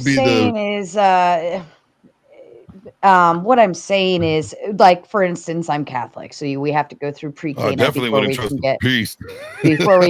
we have to go through pre-Cana before we get married. And actually, most priests actually require, or priest, whatever person you choose to marry you, make you go through like some kind of an interview process, right? Or filling out a survey or whatever, these different little things. Pre-Cana is a little more structured, I think, but taking it to the priest and saying, like, here, well, let's start doing the hard work and see if you really want to do this or not. I think that's another way to kind of see if they really want it, and see if it's really meant to be in that. So rather than support, you would rather throw up obstacles. That's an interesting. No, they would have to go through that regardless. Maybe. Unless they elope, but then I would say if you're eloping or if you're running to a destiny wedding or whatever, like, I don't think it's not a real marriage. Like, I think that I would say that this particular line of thinking has led to a bunch of children who dislike their parents and who tend to do what they're going to do anyway and feel unsupported by them. No, I think you're actually giving them the independence. I think you're giving them the independence and saying, okay, you want to adult, let's adult. Let's do it. I'll show you the way, but let's do it. Right. And it's giving them an adulting date. Like, you're going to be adult at this date. For instance, and I'll use this as an example. Okay, so When my daughter was diagnosed, there was a lot of different types of medications and things she has to do. And it's something even I, as an adult, as a 37-year-old woman, would not want to do. And most men probably wouldn't want to do. But I was able to lead her into that independence of doing it on her own. There was a little bit of some bribery along the way. Like, we had to work through things the way a teenager would operate. But I didn't want her to continually have to need me all the time for the things that she has to do. I wanted, because she should be able to be independent, or at least growing into that. I wanted her to have me as her training wheels, but knowing how to do this now and by herself, because she can't be alone if she can't do this stuff herself. So, like, having to take her from March all the way up until just a few months ago, she was completely reliant on me and these dosings and all of these things we had to do. And it was very tedious, in a lot of ways, but it was very tiring as well as a parent. but teaching her the independent factor. Now she doesn't need me. I just ask her, are we good? Yep, we're good. How are you maintaining? Blah, blah, blah, blah. And she's grown into that independence. And now she tells me what she's got going on. So in that aspect, if the kids want to try to be adults, fine, let's go be adults, but we're going to adult it the way adults have to adult it. We're not going to do this like little kids running off to the, to elope and, we're going to be, no, it's not how we're going to do it. We're going to do it like adults. We're going to talk about a wedding budget and all of these things that, like what Michelle was saying, but we're going to start with the priest, and you're going to go wedding budget. Well, yeah, if they want to get married, or unless they are eloping, so are we talking like, I don't know. A 2-year engagement and all this nonsense that people do now to get married? Or are we just talking about I did? I'm talking about like $2,000 down to the, to rent the event hall and mine was pretty cheap. But if they want to go and get married, like if they're all in the dream world, like let's bring it down to reality and talk about what kind of wedding are we doing? What is this? Okay, well, if you even have the priest do it, then you have to make a donation for this or whatever, and things have to I don't think that my daughter's 15, and she just doesn't, she gets it, but she's just not getting it sometimes. Like the concept of money and how it just goes in one hand and out the other if it's not maintained properly, and they don't understand what things cost. They don't understand what the real world, listening to her talk about, when I'm, X amount old and I'm going to get a apartment with my roommates and girls, and we're gonna do this, we're gonna have this, and she's not getting the concept that okay, well, that's another $2,000 here, that's this amount here, and that's this amount there, and it's dreamland for them. And I think that they look at marriage just the same. Oh, we're in love, it's gonna be beautiful and perfect. They're not recognizing no, that shit's work. A marriage is work. You have to do things. You have to be there for your spouse. You have to be able to fully support them. Are you willing and able to support this person holistically all the way for the rest of your life? Sickness and in health. Death do us part, financially, mentally, emotionally, spiritually. Are you ready to do that? At 16, I don't think they're even ready to get their bags and shit ready to go to their sports games half the time. Well, that's a failure on your part as a parent. I said they, not mine. Well, I mean, my kid's at camp right now, and he packed all his own shit. And if he had a driver's license, he would have driven his ass down there. I don't know.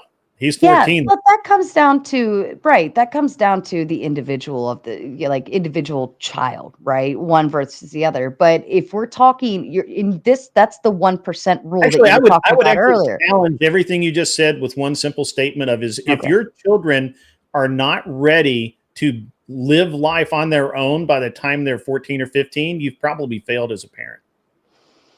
My kid doesn't need me at all. In terms he needs me for my wallet. The only thing he needs me for is that he can't legally go get a job because he has to go to school. Yeah. If the law didn't say he had to go to school, he'd have a job and he'd be employed and he'd have his own money. Mm-hmm. Yeah. But the law says he has to go to school. So he, being a law-abiding citizen, he goes to school. But this is the 1%, right? To me, I think that's the 1% rule. Yes, that's exactly what I'm saying. Can I get in here? Because you were saying what I'm saying. My son is ready to go get a job right now today. The only reason he is not is because legally he can't. All right, can I chime in here? Yeah, go ahead, man. Well, the reason why I say it's dumb, okay, because did I miss something? Today, I was talking about in the chat. In today's day and age, you can't expect the kids today, the way that they're raised today, with the technology and the lack of masculine, influence today. Today, young people are not the same as they were back in the 20s, where they were getting married at 14. They had to grow up a lot quicker back then. You also got to remember, life expectancy was a lot shorter back then. For most people, it was not. No, that's not as significant. No, in history, not 1920, but historically, life expectancy was a lot shorter. They weren't living as long as they were today, 80, 90 years. That wasn't the norm.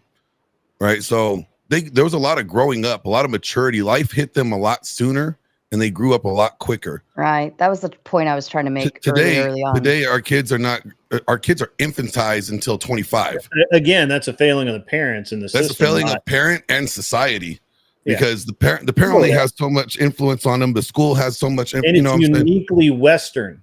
Yeah. But see, here's the thing. When you say, okay, we're just going to like go back to the age of, their bodies reach adulthood, right? Well, that could be 12 years old for some girls. What 12-year-old girl do you know that should be getting married?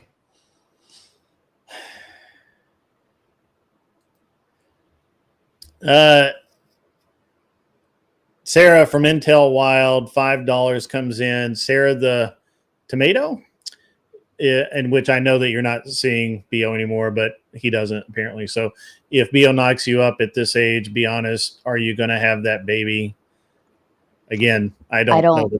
Well, let me answer this in a way that he might be looking for. I don't believe in abortion, at least not for me and my family. So right.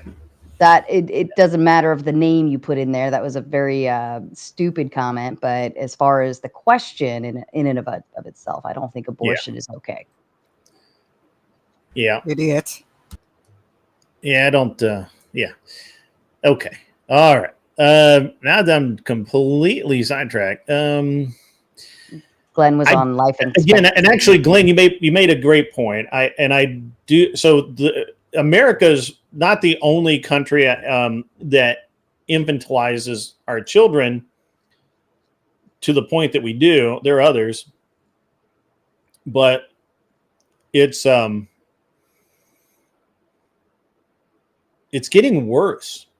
It's getting now where like 22-year-old dudes still live at home on their fucking couch.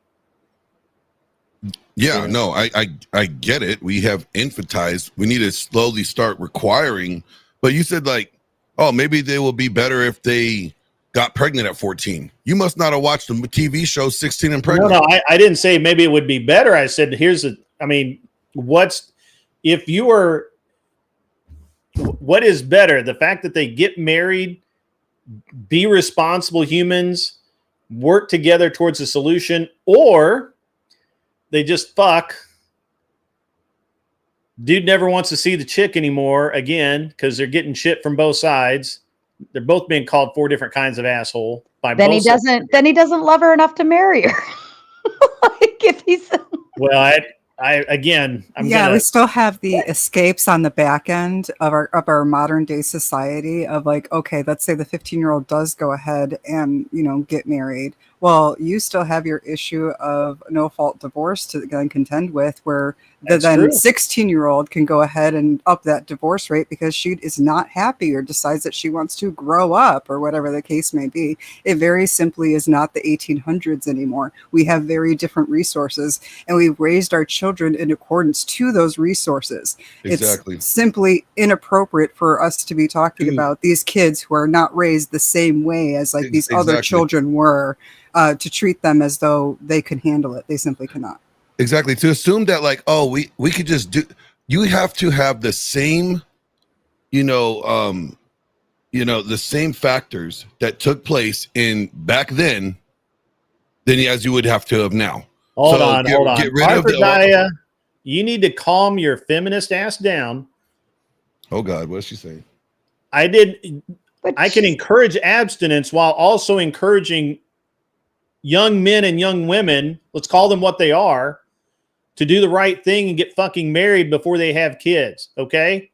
So let's stop, beating around the fucking bush about this shit. This is the reality of it. Okay. Sneako put it in a way that was kind of offensive, and he meant to, because he was getting at Moist, whatever the fuck his name is, the leftist guy who thinks it's okay to chop off sexual organs of I don't kids. think that's okay. See, I think they were both wrong. They both took an L. They both. Yeah, I agree. I mean, look, I know that you would think that. I think that Sneako has a very solid point. I think I think it should be that way. I don't know if it can be that way. Okay, comparing in this argument, other than just to say, if you're going, you can't convince me that you can't convince me without using a bunch of what ifs of failure. You can't say, well, it's morally wrong for a 15-year-old to marry. No, but in order for Sneako's way to work, right? You have to adopt a worldview that's based on religion. So yes. then you're saying oh yeah, it should be that way. Okay, then we should be under Muslim law. No, but or Christian law to be under. We ought to be following. But see, like again, but we're not. But we're not. That's the problem with his thing is like the only way that works is that it has to be governed by some form of religious law. It doesn't have to be governed by that. You could. I see his point. So if here in Tennessee, for example, it used to be that 12-year-olds could get married. Yeah, okay? But under a secular law, recently, in fact, by the way, we're not talking about 1800s. In California, you could still marry a 3-year-old as long as their parents sign off on it. Yeah, so that exists today. Yeah, and that's sick, you know. I agree. So again, the reason why it wouldn't work is because if it's under a secular worldview, you're going to have people abuse that in perversion, right? The only way that like being able to do that would work is under the confines of a religious world. I can't not do the right thing because secularists will not do the right thing. But nobody's doing the right thing is what I'm saying. If you're looking at it right now, which is why we should do the right thing. And then that would need to be under the guidelines of a religious authority.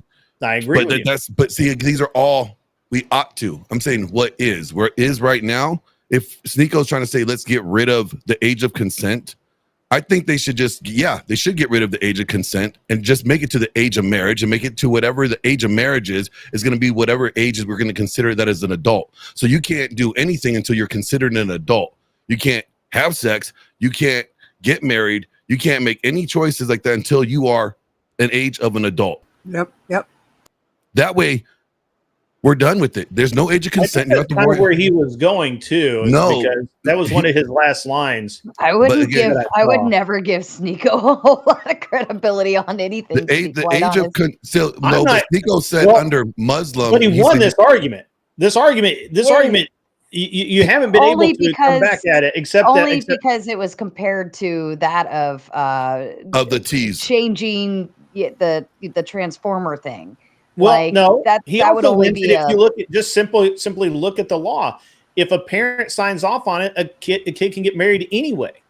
I mean, you can win like an argument in a debate and still have it be like a really stupid thing to do in real life. Oh, right. I didn't say it's a smart thing to do. I just said that right now nobody has been able to say. I feel like we all gave you really good reasons. Like we all gave you really good reasons. I'm not convinced. Then you're playing contrarian, and I don't think this is like really your position. R. Kelly married Aaliyah at the age of like 15 years old and ruined that person's life, right? And then now we have him locked up. Glenn, I missed the first part of that. All I heard was R. Kelly. Yeah, R. Kelly married the singer Aaliyah like at 15 years old. You know, ruined that girl's life. You know, and she ended up dying. He did. Died. Yeah, and then I know because I was supposed to go to that concert. Ruined my summer. Then like we find out years later he has nothing but minors, right? That's what he ended up getting locked up for.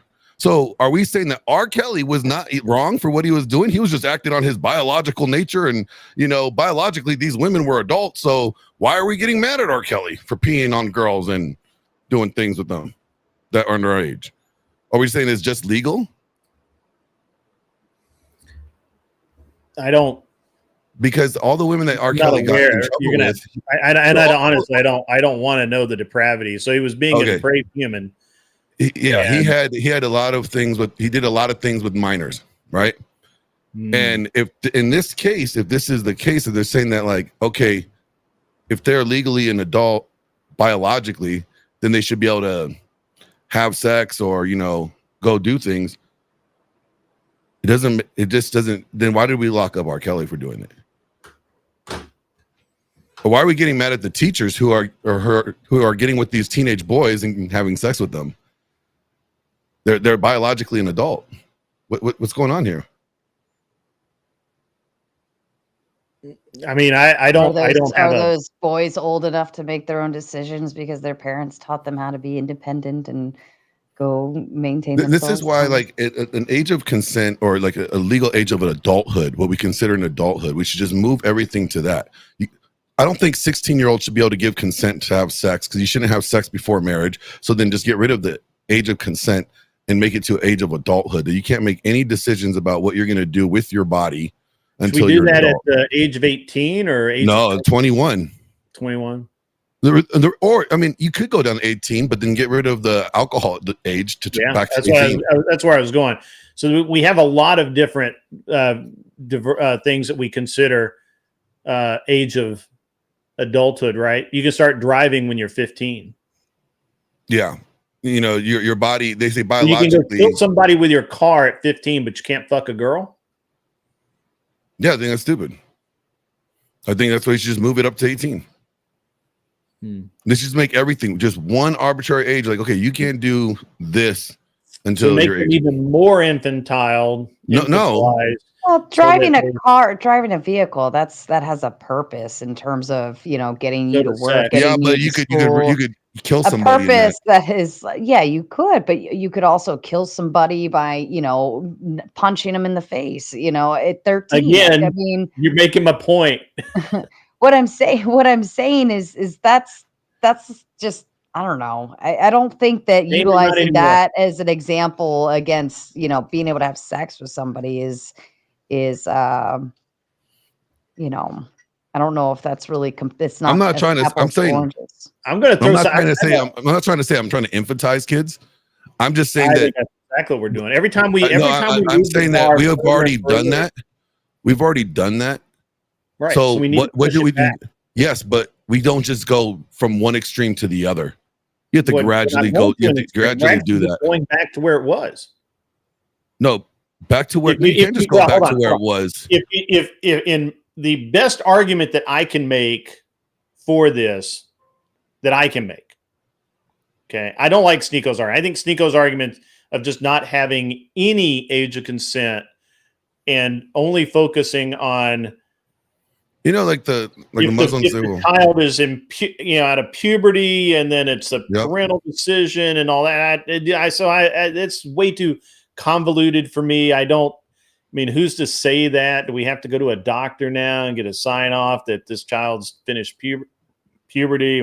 Some guys some guys hit puberty at 14.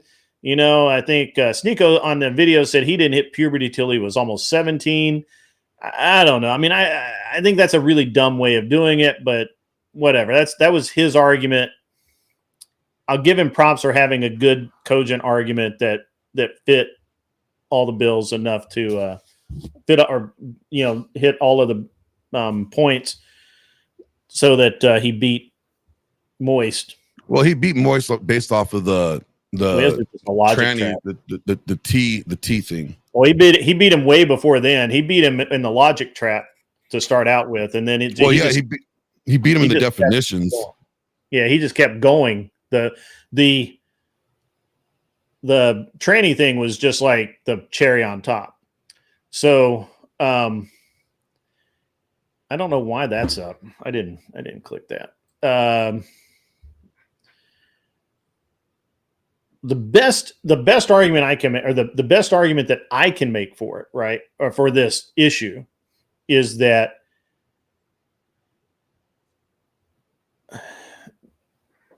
we should push back to where it was. But you got to do that gradually. That would take.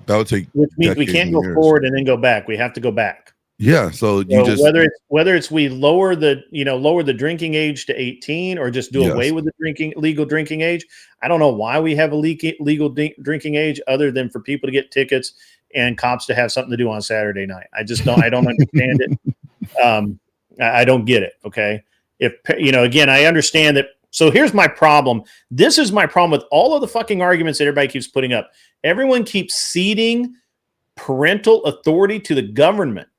This is my problem. Number one, I'm always going to go back to this. It's all your fucking fault. because I'm the one. My kid doesn't do that. That's all I have to say is my kid doesn't do that. Do you know why? Because I watch every fucking thing he does, because I understand what he's doing, because I taught him to have a job. I taught him that he needs money to survive. I taught him that mom and dad are not going to save his ass. Right. And I sent him out into the world without me. And he came back. Right. There are kids, and I actually went, even when I went to military school back 30 odd years ago, almost fucking 40. You're old. Fuck, it was damn 40. Yeah, you're old. When I went to military school. Way back yonder. Way back in the olden days. Yeah, so you took a mule and buggy. I know. I did not. But it was fucking. Now that I think about it was barefoot and uphill both ways too. That's what my grandpa used to say. A long damn time ago when I went, right? We didn't have cell phone. I didn't call my parents every night, right? I had to do all my own shit, take care of my own shit. I understood money, I understood how everything worked. And we keep ceding parental authority to other people than the parents. No, see, if your kid doesn't understand how to keep a fucking job, it's your fault. You have failed as a parent, and now you have to fix that. Not the government, not me, your fellow taxpayer, not the police department. You need to fix that. I do agree about giving the power to the parents. I do agree with that concept in and of itself. However, when it comes to the government and marriage rights, getting married, that is a government contract, whatever thing that's happening in that moment. So the government can't, if the government couldn't, I recognize it as like this is a legal contract that you're signing, and then the government only recognizes it if you're signing it, in terms of the legal age to sign a contract. Right now, I recognize we're giving parental consent in order for a child, because they are children, to go off and be married, and they're signing that contract on their behalf. But now you're getting into the field where later, if shit goes wrong, now that's the parent's fault. So you're letting children do adult things, and then later on, they have to face the consequences of the decisions their parents allowed them.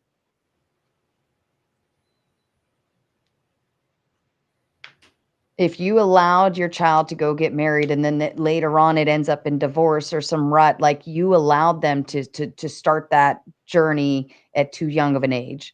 Like just like if you let them get a tattoo, if you let them get a tattoo before they're 18, well, mom, let me do it. Mom, why did you let me do it? I was only 16.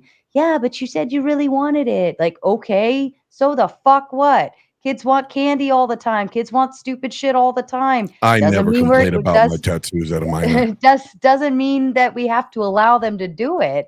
Like, we want what's best for them, right? You couldn't stop me from getting in that instance, I don't know if just allowing them to go off and get married and make a decision that is literally the rest of their life. The problem that everybody has here is that we're talking about marriage, and it's weird to you. It seems weird to me to think that just one generation ago,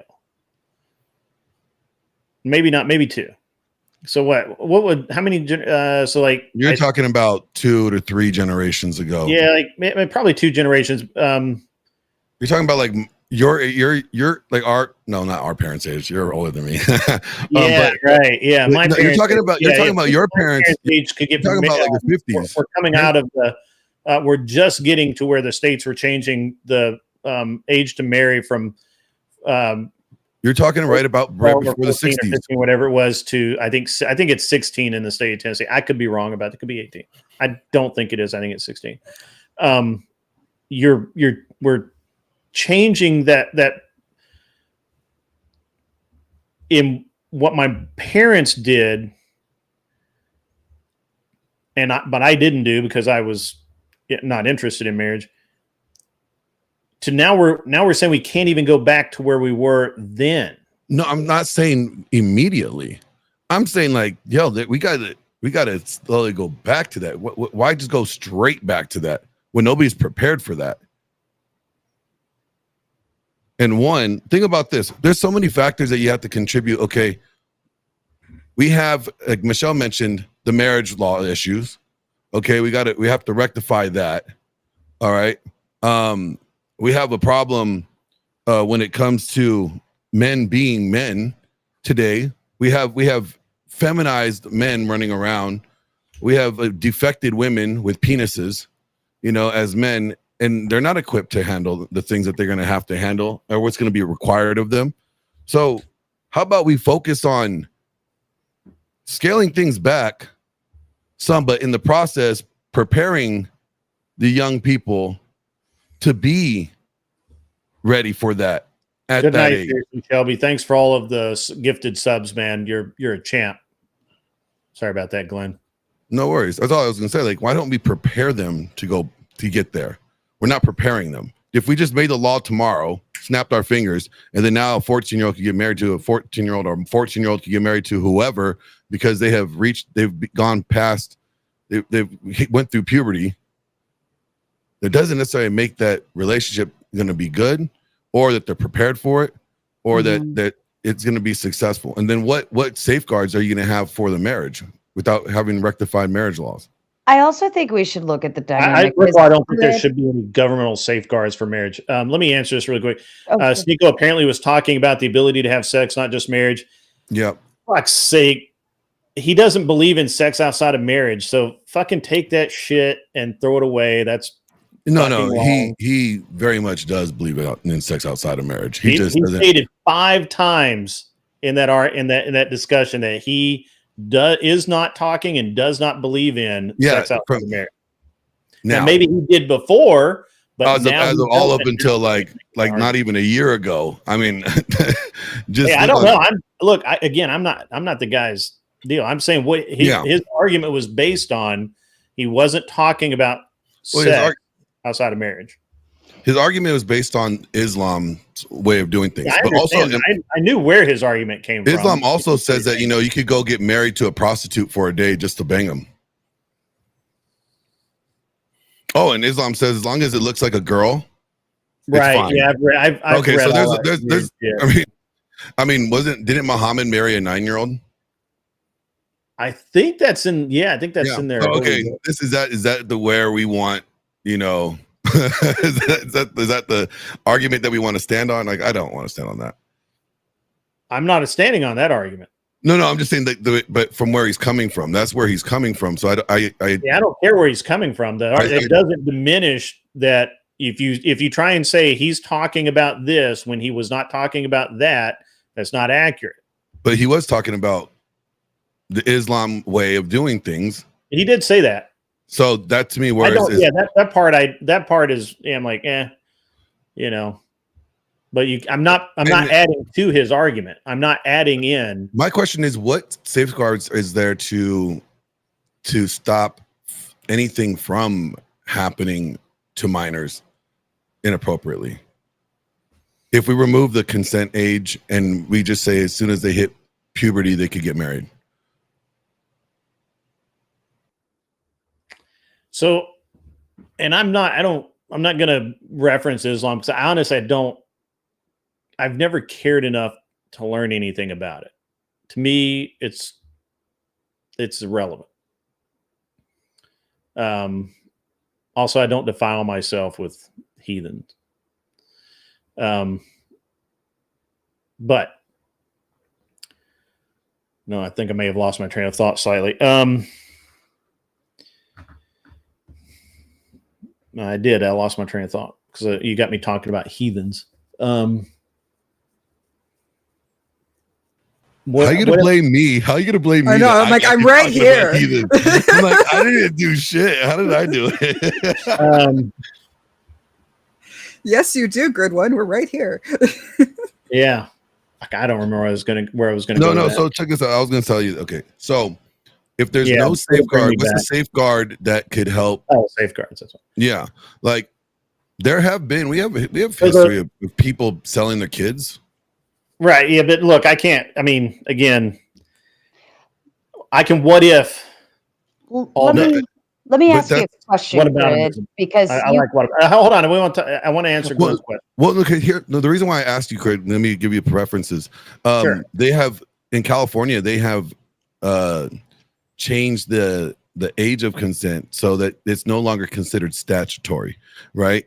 So that a minor attracted person is not going to be considered a PDF. Well, so do you see don't you think that's a problem? God, man, this is just one of those things. It's just a well that you just dive down. It's just so fucking slimy. All right, so here's the thing. First of all, and I fucking hate saying this. I loathe you all for making me say this, but having sex with someone that's had puberty is not PDF town. We all know that. That's just the standard word for it. It's wrong. Yes, I know. It's very familial or whatever it is. Image and vein of disgust, and we know it. So using proper terms is much better. They could be. It's deviant. I'll go with deviant. I would use it, but I don't know how to pronunciate it. Yeah, there's a word. It's just most commonly understood as that. And I reject that common understanding because it's commonly trying to make us do things that we commonly wouldn't do. So anyway, so here's the thing, and this is why it's important, because I do believe that we ought to go back to the more standard, customary, well proven throughout history standard of women become women after they hit puberty. They even have festivals about this shit. Becoming a woman used to actually fucking mean something because you became a woman, because you were no longer a girl anymore. Now you were a woman. Same thing for men. So that would be, and it hits it different for everybody, right? So that's why I don't believe that there can be a fucking law about it. Honestly, this is my personal stance. I think the law is probably required because we have a bunch of deviant fuckers out there, and we don't have enough people willing to put bullets in the back of their heads. So unfortunately, we have to have a law rather than just good damn common sense. So Can I ask you a different perspective? Because you keep speaking in terms of your son, right? And I think that's great. Right. So, if I were a father and speaking in terms of my son, I would think he'd be prepared and ready and all of those things to carry on because I've taught him well. But put this in the perspective of if that was your daughter. Do you want your daughter, and I want you to really think about it, do you want the future life of your daughter at the ripe age of 15, 16 to now be in the hands of another 16-year-old boy? There's a different perspective because now I don't think it is, and I'll answer this. No, it is. Because you trust. You asked me my opinion, and then you hold on. Like you trust your son, right, to do the right thing, but I'm not just going to give away my daughter to you don't trust your daughter then. So if I had a daughter, if I had a daughter, right, I'm much to my wife's continued disapproval, we do not have a daughter yet. We may adopt one, who knows? Because she really wants a daughter. However, if we did have one, I would raise her the same as I've raised the boys. She would be with some differences, but would be well prepared by now, if she was 14 or 15, to conquer the damn world. I don't believe that 18 is a magical age. I don't believe that you need to be, that your brain is not fully formed until you're 20. I find it incredible that people make that claim, considering that that most of the world has been defended time and again by teenagers. No, I agree with you. I reject all of this bullshit of coddling people because you want to see them as children. They're not children. They are young men and they are young women. They're not children. Children has a very specific connotation of not having hit puberty. Was the world defended by teenage girls? Multiple well, times? the world has, yes. the teenage girls have never defended anything. No, they just attack. But so you would entrust, they have actually. You would entrust the idea of your daughter now being in, whether she's independent or not. Now she's in the hands of another man, a 16-year-old man, as you call it, a man. And you trust going forward that your daughter is now going. Young man, I would. And she's gonna now have the whole argument right here. They're going to have their that young man. I would. Okay, and they're going to have a house, and they're going to be married and have babies, and he's going to be able to provide for her right off the cuff, just like that. Just the same way that Daddy did.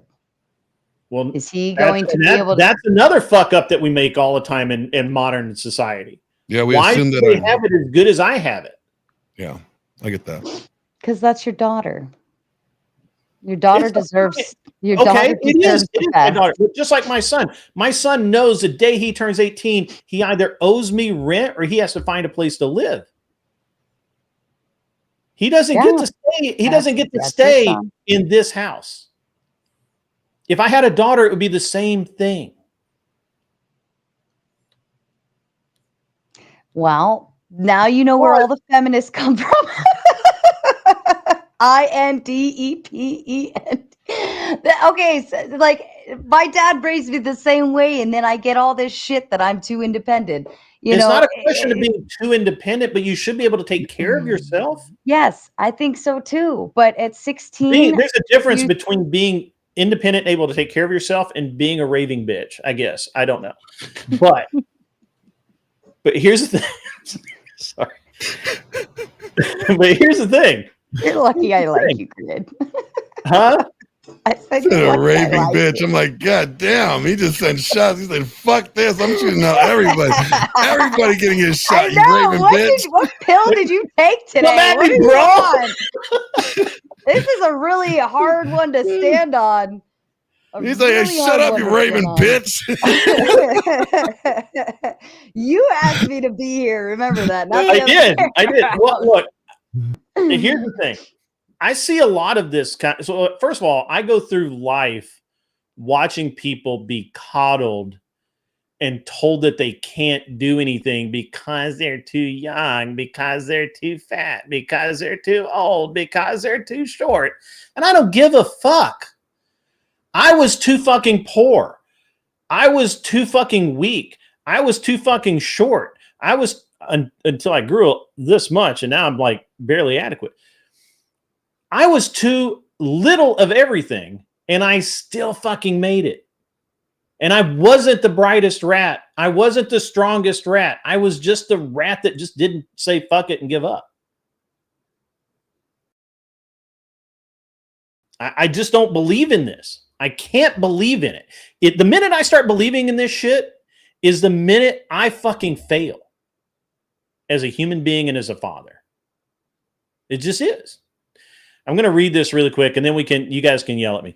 Colin McLeod of the Klein McLeod, $5. Grid is not wrong. Puberty is puberty, but we can legalize agency in a better way and enforce it. I'm not wrong, but I'm also wrong. Cool. I am. I mean, that's fair. That's fair. That's fair. It's fair. I'll go with it.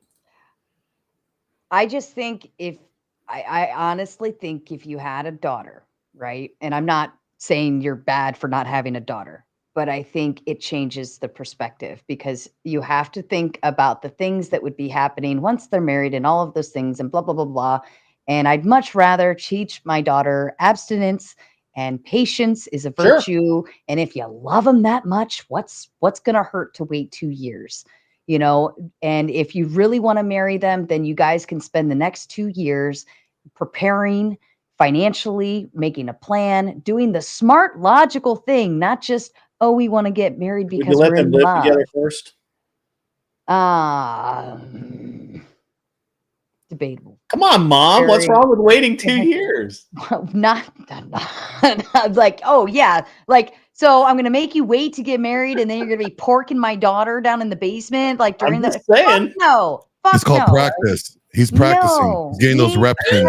shit. Actually, he's just trying to make sure that he's perfect by the time they get married. No, you're not practicing that shit. Not on my daughter. And that's I another thing. I actually knew this dude who lived with his girlfriend in his parents' basement. I kid you not. I thought it was the funniest fucking thing I'd ever seen in my life. And they were always after him to just get married. They were constantly after him, get married. And I don't know what happened to him. They weren't that good a friend or anything. It was very funny. But that just brought back that memory of those guys. Just like, are you, because like, look, so I don't know. I've been on my own a long time. So I was like, how are you living with your girlfriend's parents in their house? Like, that's weird. Yeah. Ooh, I couldn't do that. That is strange, but they were saving a lot of money, I'm sure. I don't know. Yeah. I've been in a place of not having a pot to piss in. I've been in a place of clawing my way out. I've been in a lot of scenarios where, my dad taught me these are your consequences of your actions, figure it out. And that was something that we were raised to do, and I think that probably the issue with these teenagers of these days are there's no form of consequences for anything. If you get knocked up, you take a pill and it's gone. If you do this, it's fixed like that. If you do that, it's, like there are no more consequences now. Like even at the schools, it's very mild. Feminism has done that. Right. So that's, the consequences are just gone. Right. So if we open the door and we say, you know what, let them get married, let them make their own determination, lower the age of this or that. And now now we have all of these kids who don't have consequences having the ability to fuck up even more. And it's like, what kind of calculation was going on in this world to think that that'd be a good idea? I just think that I think abstinence needs to be taught more. Patience needs to be taught more. And I think more of these teenagers need consequences for their actions instead of just little pills that fix everything. I agree with consequences. I love consequences. It's the best way to teach. As a matter of fact, before I read this, so my son was struggling with schoolwork. So it wasn't that he couldn't do the schoolwork. He just didn't want to do it.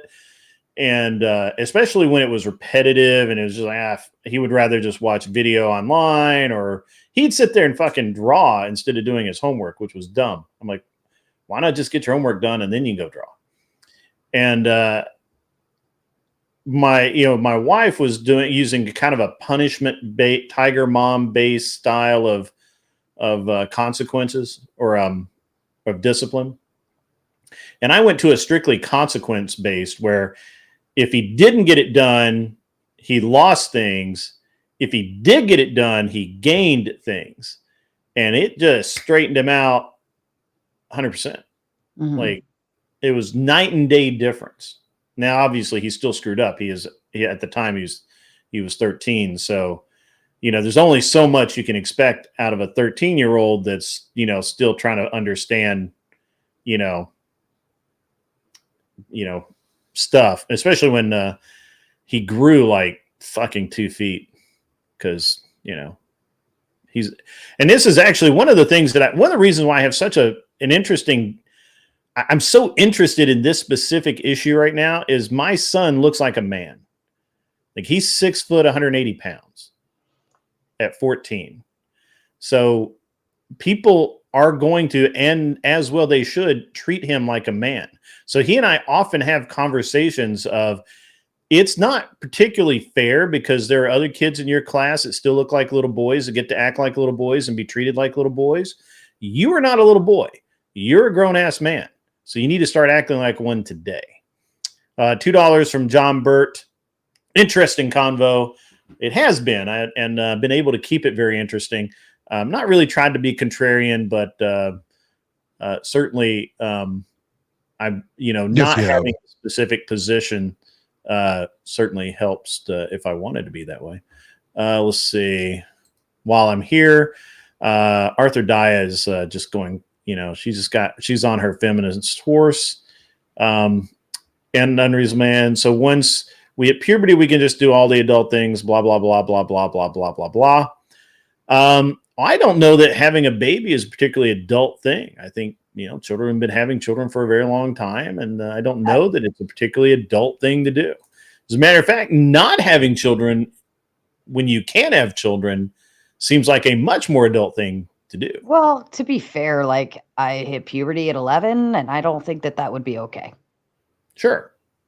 And I think a lot of, or at least a lot of women that I've talked to are around that age range as well, between like 11 and 13, where puberty hits much sooner. And I don't think that if that was the standard, that would be okay. That'd be fucking gross.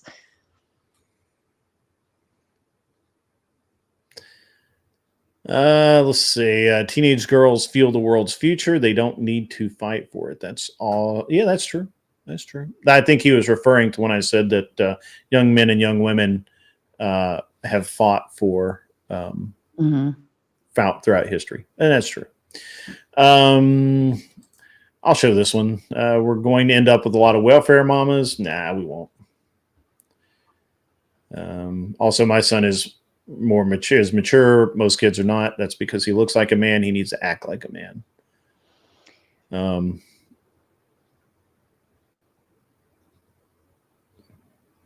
Yeah, let's see. Why then, may I ask? Because I remember we had talked about when you were younger, and I think you were telling this story when you were, I think it was was it college, or you were doing the racing thing, and you kept saying like, I didn't want to date girls, or I just wanted to casually date them, and I didn't want to marry them. Because I have a very strong belief that if a man is not married by the time he's 22, maybe 23, he needs to shelf that shit and work on himself and become a better human. If you're married, and the reason for that is because I believe that, and there's some evidence to support this, not a lot. It's obviously not very clear, but there's some evidence to show that the earlier you get married and the more invested you are in each other's success, the better and also when you both have nothing and you're moving forward and gaining, then that kind of pushes you together. I guess I'm not using really good word usage right now, but couples tend to be more cohesive when they build things together rather than when the woman comes in to a man with a lot of resources or vice versa. And so I've just found throughout watching young men over the years in the various shops and places that I employed them and working as an employee, that the dudes that we're dating, it's just a rough time, it's just a weird time for women. It's a weird time for men. And for men, if they're not married, they can really, that's a good time to be building a business. If they're married, then they probably have a family and they are building a business, and that woman is invested in that guy's success. The difference is when you're dating and you're like 24, 25, and this is a total derailment from the actual topic, but what ends up happening is that the women in that age range tend to be somewhat toxic, and not all of them. I'm not using a blanket term. I'm just saying tend. And I can't tell you the number of young men that I have. Well, I could go look. At least a dozen, maybe 2 dozen, that I fired because their girlfriends would call them repeatedly and argue with them about having to work late, working too much, going to the track. For some reason, it's rare that I meet a woman that when I would say, we're going to go to the track this weekend, we're going to be gone from Thursday until Monday morning. And no, your dude will not be able to call you 24/7 because he's going to be working his balls off. Invariably, at least one of my crew guys would be single crew guys.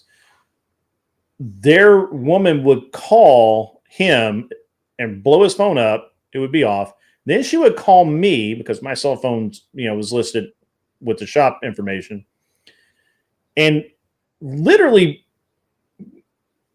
accuse me of letting this guy go to strip clubs and shit.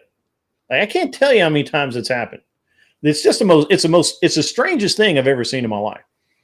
And they would not believe that we're actually working at the track and not just cavorting about with the fucking Playboy models and shit, which I, at the time when I was single, I wish was the case, but however, it wasn't. It just doesn't make much sense, I don't think, for men to be married in that period of time in their life. When they're 40, 30, 35, 40, they have their, they've gotten their shit together, they're grown up, then they can start looking again. And they usually do better. I mean, that's how it worked out for me. And I have a pretty firm belief in that. I also, but I wish that I had gotten married younger. I just didn't. I wasn't able to. It just didn't work out for me. I wish I had. I wish it had, actually, a lot. I don't know why my scroll, there it is. So I don't know if that answers your question. Yeah. Yeah.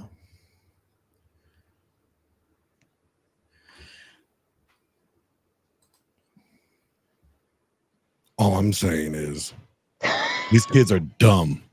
They are dumb babies. Got a bunch of dumbass babies running around. People in their teens and early 20s have the highest divorce rate. Maybe. In modern time, I mean, under current conditions, I believe that. Highlander was such a good movie. Yes, it fucking was. Yeah.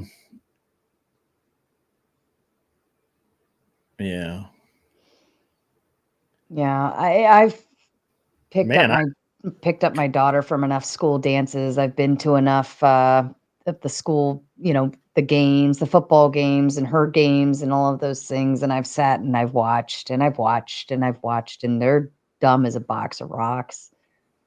Like, some of them I wouldn't even trust with a butter knife. Hey, Greg, did you see that? I just didn't get that. You fucking God bless. You see, I'm looking for war tonight. Yeah. I'm on a war path. I'm not. I know you're not. Holy fuck, I've been on for 4 hours. Jesus. Chimney. Anyway. All right, so but at the end of the day, I they're both can't read wrong. all this. Hang on, I got $5. Oh no, I already read that one. Never mind. Sorry. I can't keep up with all this chat. So I don't like the view on this chat. Oh, are you using it in the? Yeah, no, I have it up on my YouTube. So I have a 40-something inch monitor out in front of me, and I have a laptop here, and I actually keep the chat here. So when I'm sitting here doing this, I'm looking at the chat. Oh. I will bring it up here sometimes if I have to go through a bunch of shit. Like now, like it's crazy now. Let's see.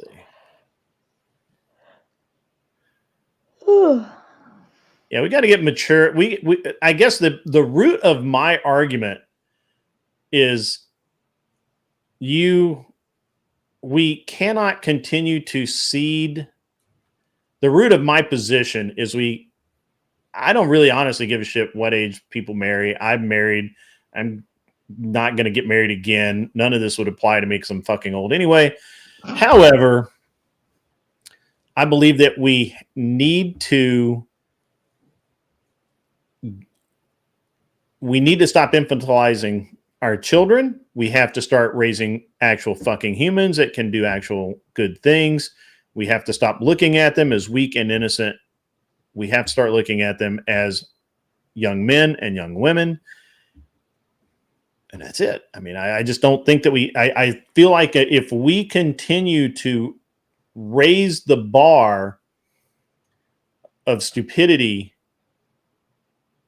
we lose.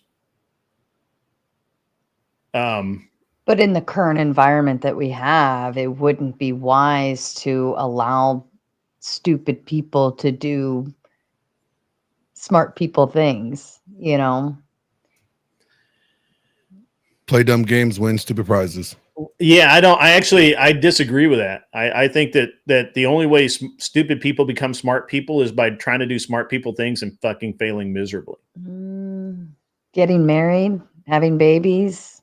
You're not just fucking with yourself, like you're fucking with a whole family full of people. Messing with kids. That's why I would want the families involved of the prospective husband and the prospective wife to say, hey, you know, my kid, he's not the brightest kid. So thank you. See, I did that. I said that. I said, like, look, when I went to my son's first parent teacher conference, I said, look, the teacher pulled out the 3 sheets of paper in front of me. They're all face down. She's like, your son, he is such a joy. I'm like, okay. And she's like, he's so brings me so much joy. I'm like, okay, you're about to tell me I have a dumb baby. Okay, you don't have to tell me. I already know I have a dumb baby. Like, he's my baby. I know he's dumb. Like, I see him licking the fucking window while I'm driving, all right? I see him eating his fucking boogers. I know I have a dumb baby. The teacher's face was like froze. She was just like, I can't believe I just fucking heard that. I was like, just be real with me. Tell me I have a dumb baby. What does he need to work on? And we'll get him there. And then he became a 4.0 student when he graduated high school. You know, you can turn dumb babies to smart babies. You just gotta accept that they're dumb when they're there.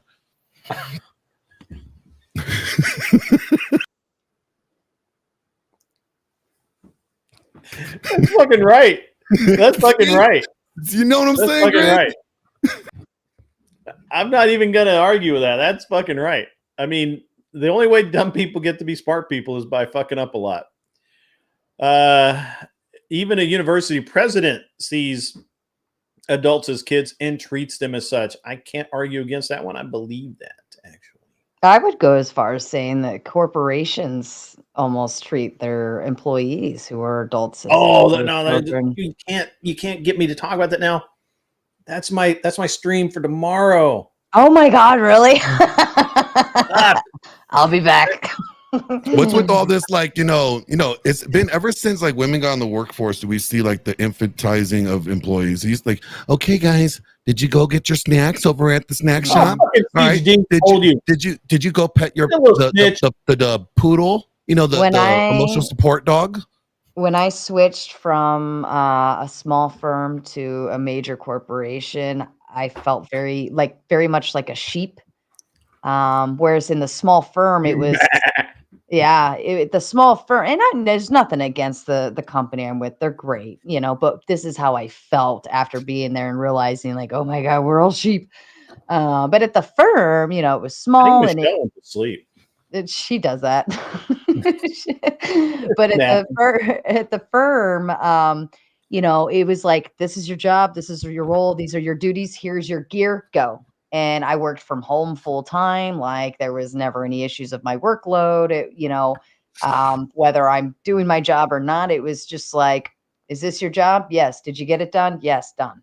Right. Whereas in a corporation, like, I feel like we're just constantly being moved around like little sheep, and it's strange to me. It's a strange feeling because I'm like, I'm not used to being around all these people. I'm not used to having to show up for these events, show up for like these, you know, meetings over HR stuff, or, you know, it's crazy to me. Or like, let's have a meeting just to tell you about another meeting. And it's just, I feel very much babied in a very big way, like a little sheep. and I don't like it. Yeah, I'm going to talk about I love the company. I don't like it. Siege D's obviously been snitching to Glenn. About what? About my show tomorrow? No, I didn't know anything about your show tomorrow. I was with Thor all day. We were at the hospital taking him to his doctor's appointments and stuff. Okay. Well, hospital stuff. Yeah. Okay. Swear. Swear. I wouldn't lie to you about that. I'll tell you, sneeches. The sneeches get stitches. I'm actually shocked we didn't have a very specific kind of drama tonight, but well, I had to create it. I had to create some drama for you. So you're welcome. No, it's all right. We've already had enough. It's good. It's the right amount. It's the right amount of drama. I'm about to have some. I'm gonna have a war over mine. Yeah, I'm gonna go to bed.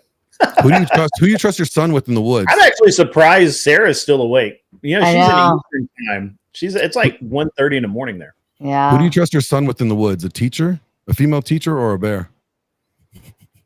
My son? Yeah. I trust your son with the bear more than the teacher. Your son knows how to put the bear down. Yeah. Either one of them's going to be in trouble because he's so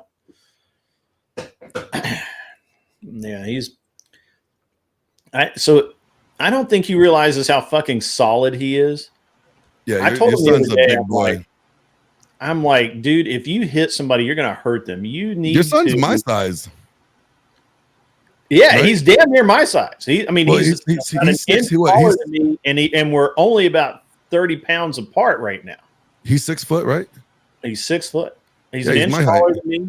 What does he weigh? 180, 182. Oh yeah, no, he's smaller than me. Yeah, he's about about 30 pounds smaller than me. He's a big boy. He's 30 pounds smaller than me too. And he's a big boy. Big boy. He's a big boy for 14. You're gonna do what my dad told me. My dad's like, look, I ain't gonna fight you. I will shoot you, and I'll just make one just like you. I already got one. I know. My dad's like, I could always replace you. My dad's like, you're replaceable. I could make one just like you. I'm like, really? Just like me? He's like, you're not that special. Glenn, that's not true. You're a very special kid. I saw the road in school. Window liquor special. No, that's my son. Okay, my son is window liquor. Wonder where he got it from, Glenn. His mom. Anyways, she got the bad genes. Gentlemen, I am going to go. I'm going to go to bed because I do have to go be a sheep in the morning. So, good night. It was a great conversation. You were a great sport throughout. I'm always I wasn't specifically trying to be contrarian or anything, but yes, you were. You stop that now. I really wasn't. I just hold feet to fire. You know, like if you're gonna say something, I'm gonna not just let it go. Well, you do have to. One thing that we didn't acknowledge that we would have to address is that we would have to redefine marriage. We'd have to redefine marriage. 4 hours, fucker. Well, that was the whole point of me saying take it to the priest then, because you got to get a priest willing to even marry. Marry them off. And it's so we have to look at what we have. I'm leaving. I love you. I'm not getting into it. Have a good night. But look at what we have right now. We have a state marriage, right? So then the state we have to redefine, a state marriage, and it has to go back to one woman. Because if you keep it as the way it is, then you could have men going looking for little boys, at the daycare, like he's shopping for a new shirt. Oh, this one looks nice. I'll take this one home with me. Well. So actually, somebody posted in, I think it was Sport Brand, that in California, as of today, you can, a same-sex couple can go out, adopt a 10-year-old boy or girl, bring them home, and then legally sign for that child to be married to a 30-year-old dude. That can happen today. Don't need any. Yeah, that sounds like a whole lot of nasty shit, doesn't it? Yeah. And so this is the thing that you remove the consent age. This is what you're gonna have more of an issue of. But there's no consent there. The parents are signing away. I know, but if you do away with the consent age, like you're just going to run into that more often, though, because now they could bypass the parents and just be like, "Well, we got the kid." The kid said, "Yeah." That's why you have to move the consent age, to the adult age, and then make it. You can't just okay like inmates. Like inmates, while they're in prison, they cannot give consent to sex. That's why it's called PREA, right? PREA is like they can't have any type of sex. So it's always going to be considered an assault, right? Because they don't have the right to consent. I don't think kids have the right to consent. While you're under your parents', guardianship until you are legal age, you don't have the right to consent for anything. That's why you have to ask for your parents' permission. So they should not have a consent age at 16, allowing someone that's underage, under the adult age, to make a decision as an adult to be able to engage in anything that an adult would be able to engage in on their own. You know what I'm saying? So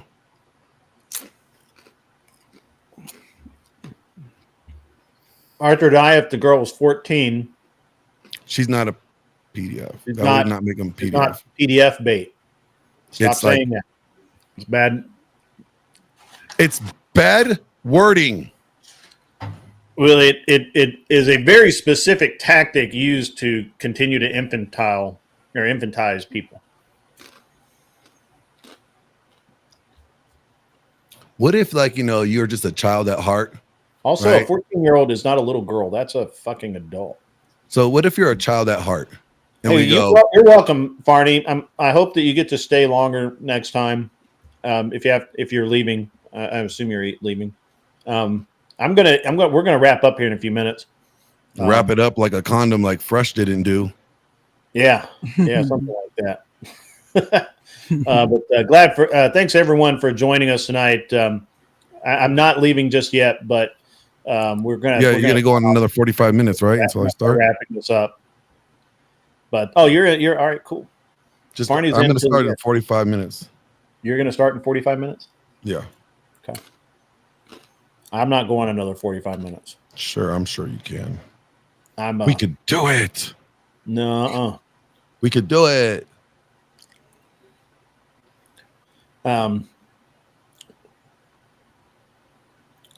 No. This is not like. But there's a bunch of differences between my stream and whatever. Number one, I start on time every time. I don't think I've ever really been late. Oh, what are you trying to say now? Nobody would be able to tell if you were late because, your intro is 25 minutes long. I have a 20-minute intro. Yeah, you could be as late as you fucking want. That's true. Well, the thing is that the reason it's a 20-minute, there's two reasons. First, it gives the chat time, people to come in, and they can just kind of bullshit around for that period of time, which they do. Mm-hmm. Yeah. Chat fills up. The second thing is I can, especially if I'm running tight on time, I can come in and just hit the intro reel and just let it start playing.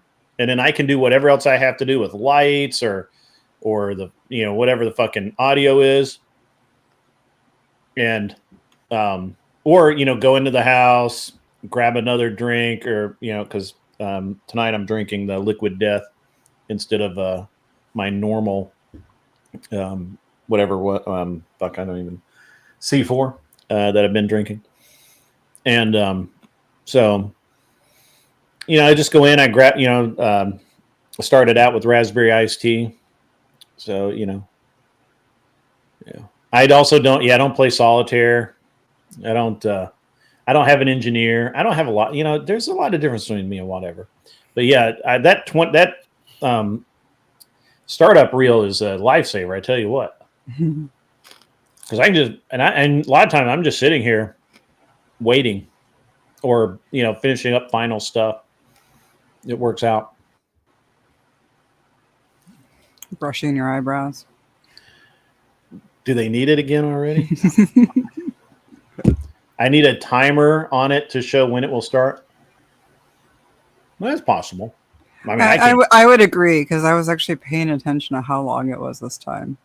And I thought you were going to take us through that whole album. No, it's 20 minutes. It's exactly 20 minutes. Okay. So, yeah, I'm also not coordinating 12 rabid hoes either. That's true. No, dude. But my intro reel has great music, good video. Like, you can just turn it on and just listen to music, and it's awesome. So, I know how long is left. So, it was 23 minutes long tonight because I put the short reel on, which is the one song, the reel. It's one song. So, yeah. Well, normally I've already ended. We're about 18 minutes long. I haven't turned into a pumpkin yet, so But yeah. Anyway, I'm out of here. You're out of here. Yeah, people are stupid. People are stupid. People are stupid. Yeah. Every day. When did you just learn? Did you just realize that? No. I just wanted to just reinforce that fact and end on a high note. Stupid, but stupid is stupid does.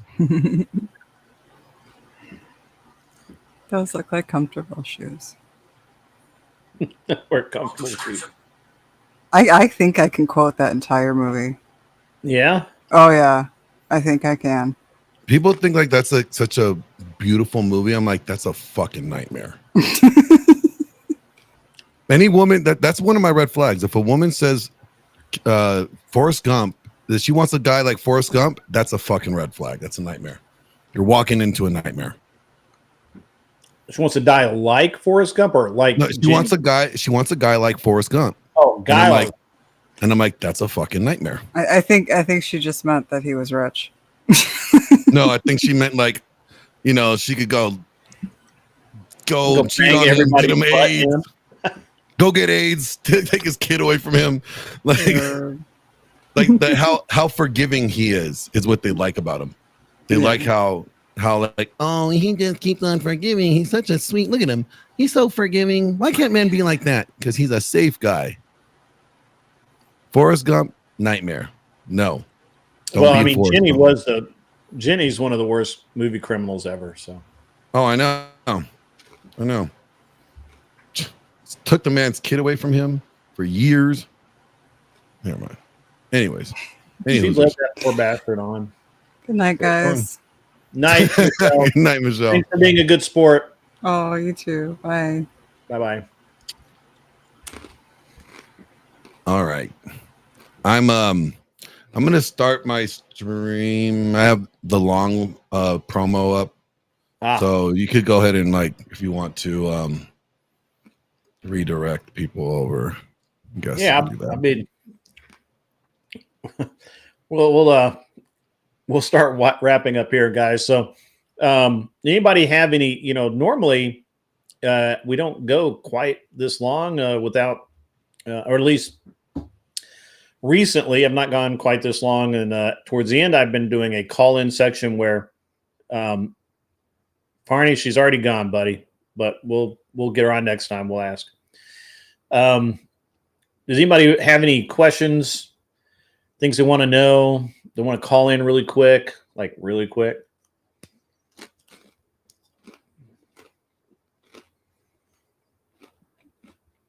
Basically, if you got something to say, this is your time. Speak now or forever hold your peace, you little Mitches. That was good. You sounded just hood enough right there. Yeah.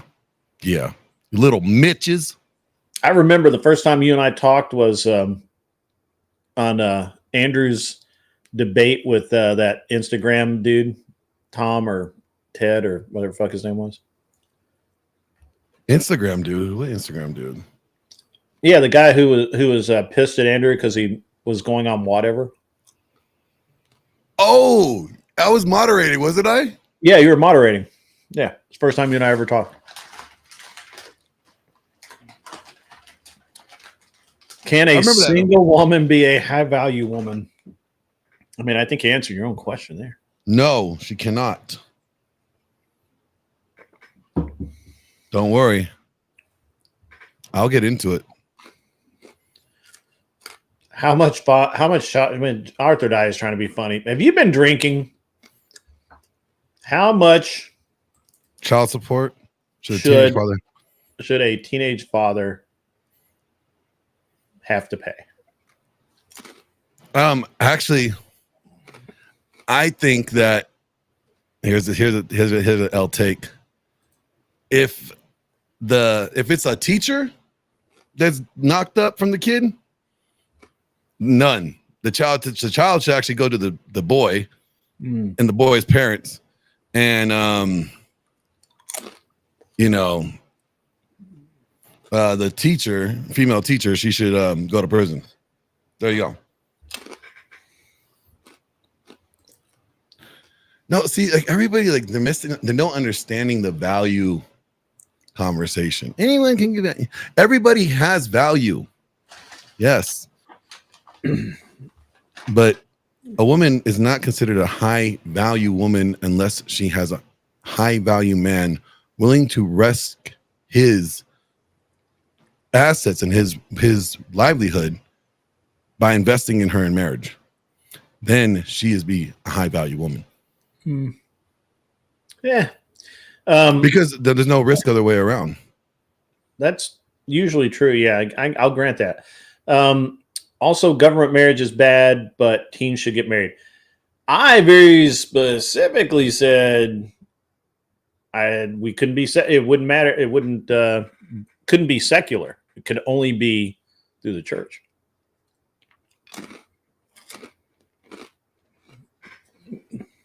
Of course, I always say that because that's how I perceive things at this moment in time. I could be wrong. Which church? The real church or the fake church? Oh my God. My church.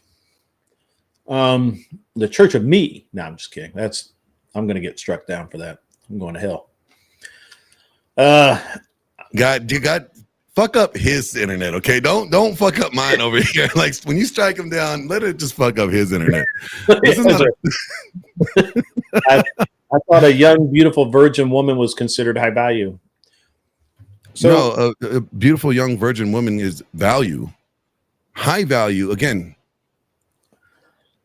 The guy risks everything in today's day and age. The guy risks everything and to get marriage. All right, that's it.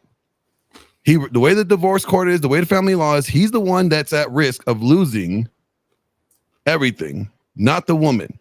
So if a high value guy invests in a woman in marriage, he is now saying she is an extension of him, which makes her high value. And plus the fact that he is investing and taking all the risk in the relationship. If it ends in divorce, that's what makes her high value. A guy saying, I'm willing to bet on her is what makes her high value. So I will say that I think we're hung up on some semantics here. So to me, not being a red pill dude, a high value woman is one that I value highly, right? Like my wife. Like the only woman that can possibly be high value to me is my wife. A woman of value could be a young, beautiful virgin woman. It could also be a woman that has, that is beautiful, that is moral and, goes whatever meets my specific criteria. But having morals or pardon me, just there's no way for a woman to be high value to me if I'm not married to her. Now that,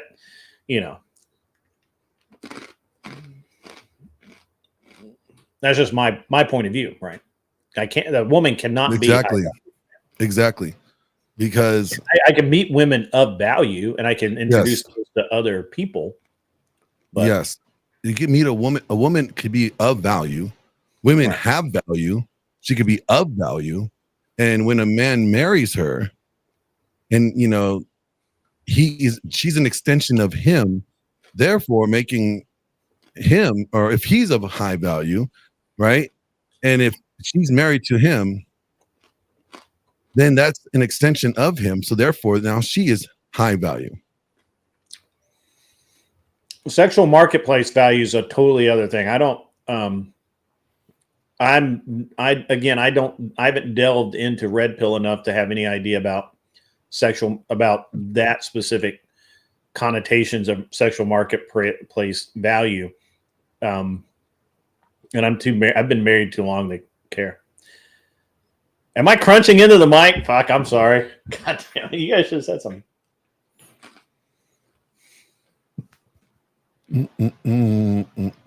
What's with the call in? People are supposed to be able to call in. That means not like send messages in the chat. That means call in. Yeah, the way it works is the train moves and not the station. Oh man. Okay, I wanted to ask you, what is with your thumbnail? Oh, what about it? What's with the Anna gay? Oh, I just thought it looked cool. Okay. I had to do it. My artist is, I think my artist has got a girlfriend or something. He hasn't been online in like a while. Fire him. No, I'm kidding. I would if he'd answer his fucking email. He's the most unfireable guy I've ever met in my life. I'd love to fire you, but I can't get you on the phone to fire you. Hey, I would fire you, but you're not available. So can you answer the phone so I can fire you? I thought the thumbnail came out pretty good. And I think so too. Exactly what I just was like, it's kind of weird though. Like, it's like way off your baseline. So that's why I'm like, wild. Way off my wild. Baseline. Well, the problem is, it's like your baseline, as in like baseline, like thumb, like your norm. Oh, my boilerplate. Yeah. Yeah, I got to change my boilerplate one too. I gotta get some ideas together. Maybe I'll hold a design contest to do that shit. So. There's a few in my Discord. Like, there's what's her name? Janine. I think it's Janine. I think she's ZT Dan's friend. She made a couple of templates for me that worked out really good, and I liked them. So, you got to send me a link, fucker. Who? You. If you want me to do the yeah, because I got to do that. Where is it at? I was watching something about Michigan today, Michigan Christian. I can't remember what it was about, but I was like, oh, I know too many people from there now. Do you hang out with Andrew? Do you go over to Andrew's house and hang out with Andrew? That seems fun. So people have been asking me, like, is Josie like a feminist? Is she like really working with? I don't know, dude. I don't know. I don't want to talk about, dude. I'm like, I don't know, nor do I care about it when whenever you want. Yeah. But I'm just gonna say this: I've had enough of bullshit. Like, matter of fact, I just don't have any time for it at all. If there's, are you allergic to it like me? It's not that I'm allergic to it. I just don't want to have anything to do with people who are going to be full of shit, right? And most people can be, but most people try not to be. But I was like, I'm not really pissed, but I'm. No, you're pissed. Maybe a little. Let's be real. Let's be honest. You're a little upset. So I wasn't pissed until the Destiny thing, and I'm like, "Are you fucking kidding me?" And then I was like, "Yeah." So here's how we handle this shit, right? Like, this isn't worth me getting pissed off about, but at the same time, I guess I just had enough, right? Like, I just had, you know, it seems like that despite my best efforts to just kind of be not neutral, but not, you know, I just want to be like a normal dude. I don't need anyone being all, you know, I don't need to start beefs with everybody. Mm-hmm. Yeah, that kind of shit. Yeah, I hear you. But I got reports back that, you know, I mean, not that anybody was like doing anything wrong or whatever, but I would hear that, you know, I was being, you know, that people were making fun of me, which is fine. That's valid. Who's making fun of you? Huh? Who's making fun of you? I'll tell you. That they were, you know, just talking shit about me, and then all that. I don't know. It's just the stupid drama that I don't care about. And the way that I deal with it is we've talked about this. I just cut it out. Like, it's like a fucking cancer, dude. Just fucking cut it out, be done, move on. And, you know, the Destiny thing really, really irked me, though. Yeah. Yeah. Yeah, no, I hear you on that. Yeah.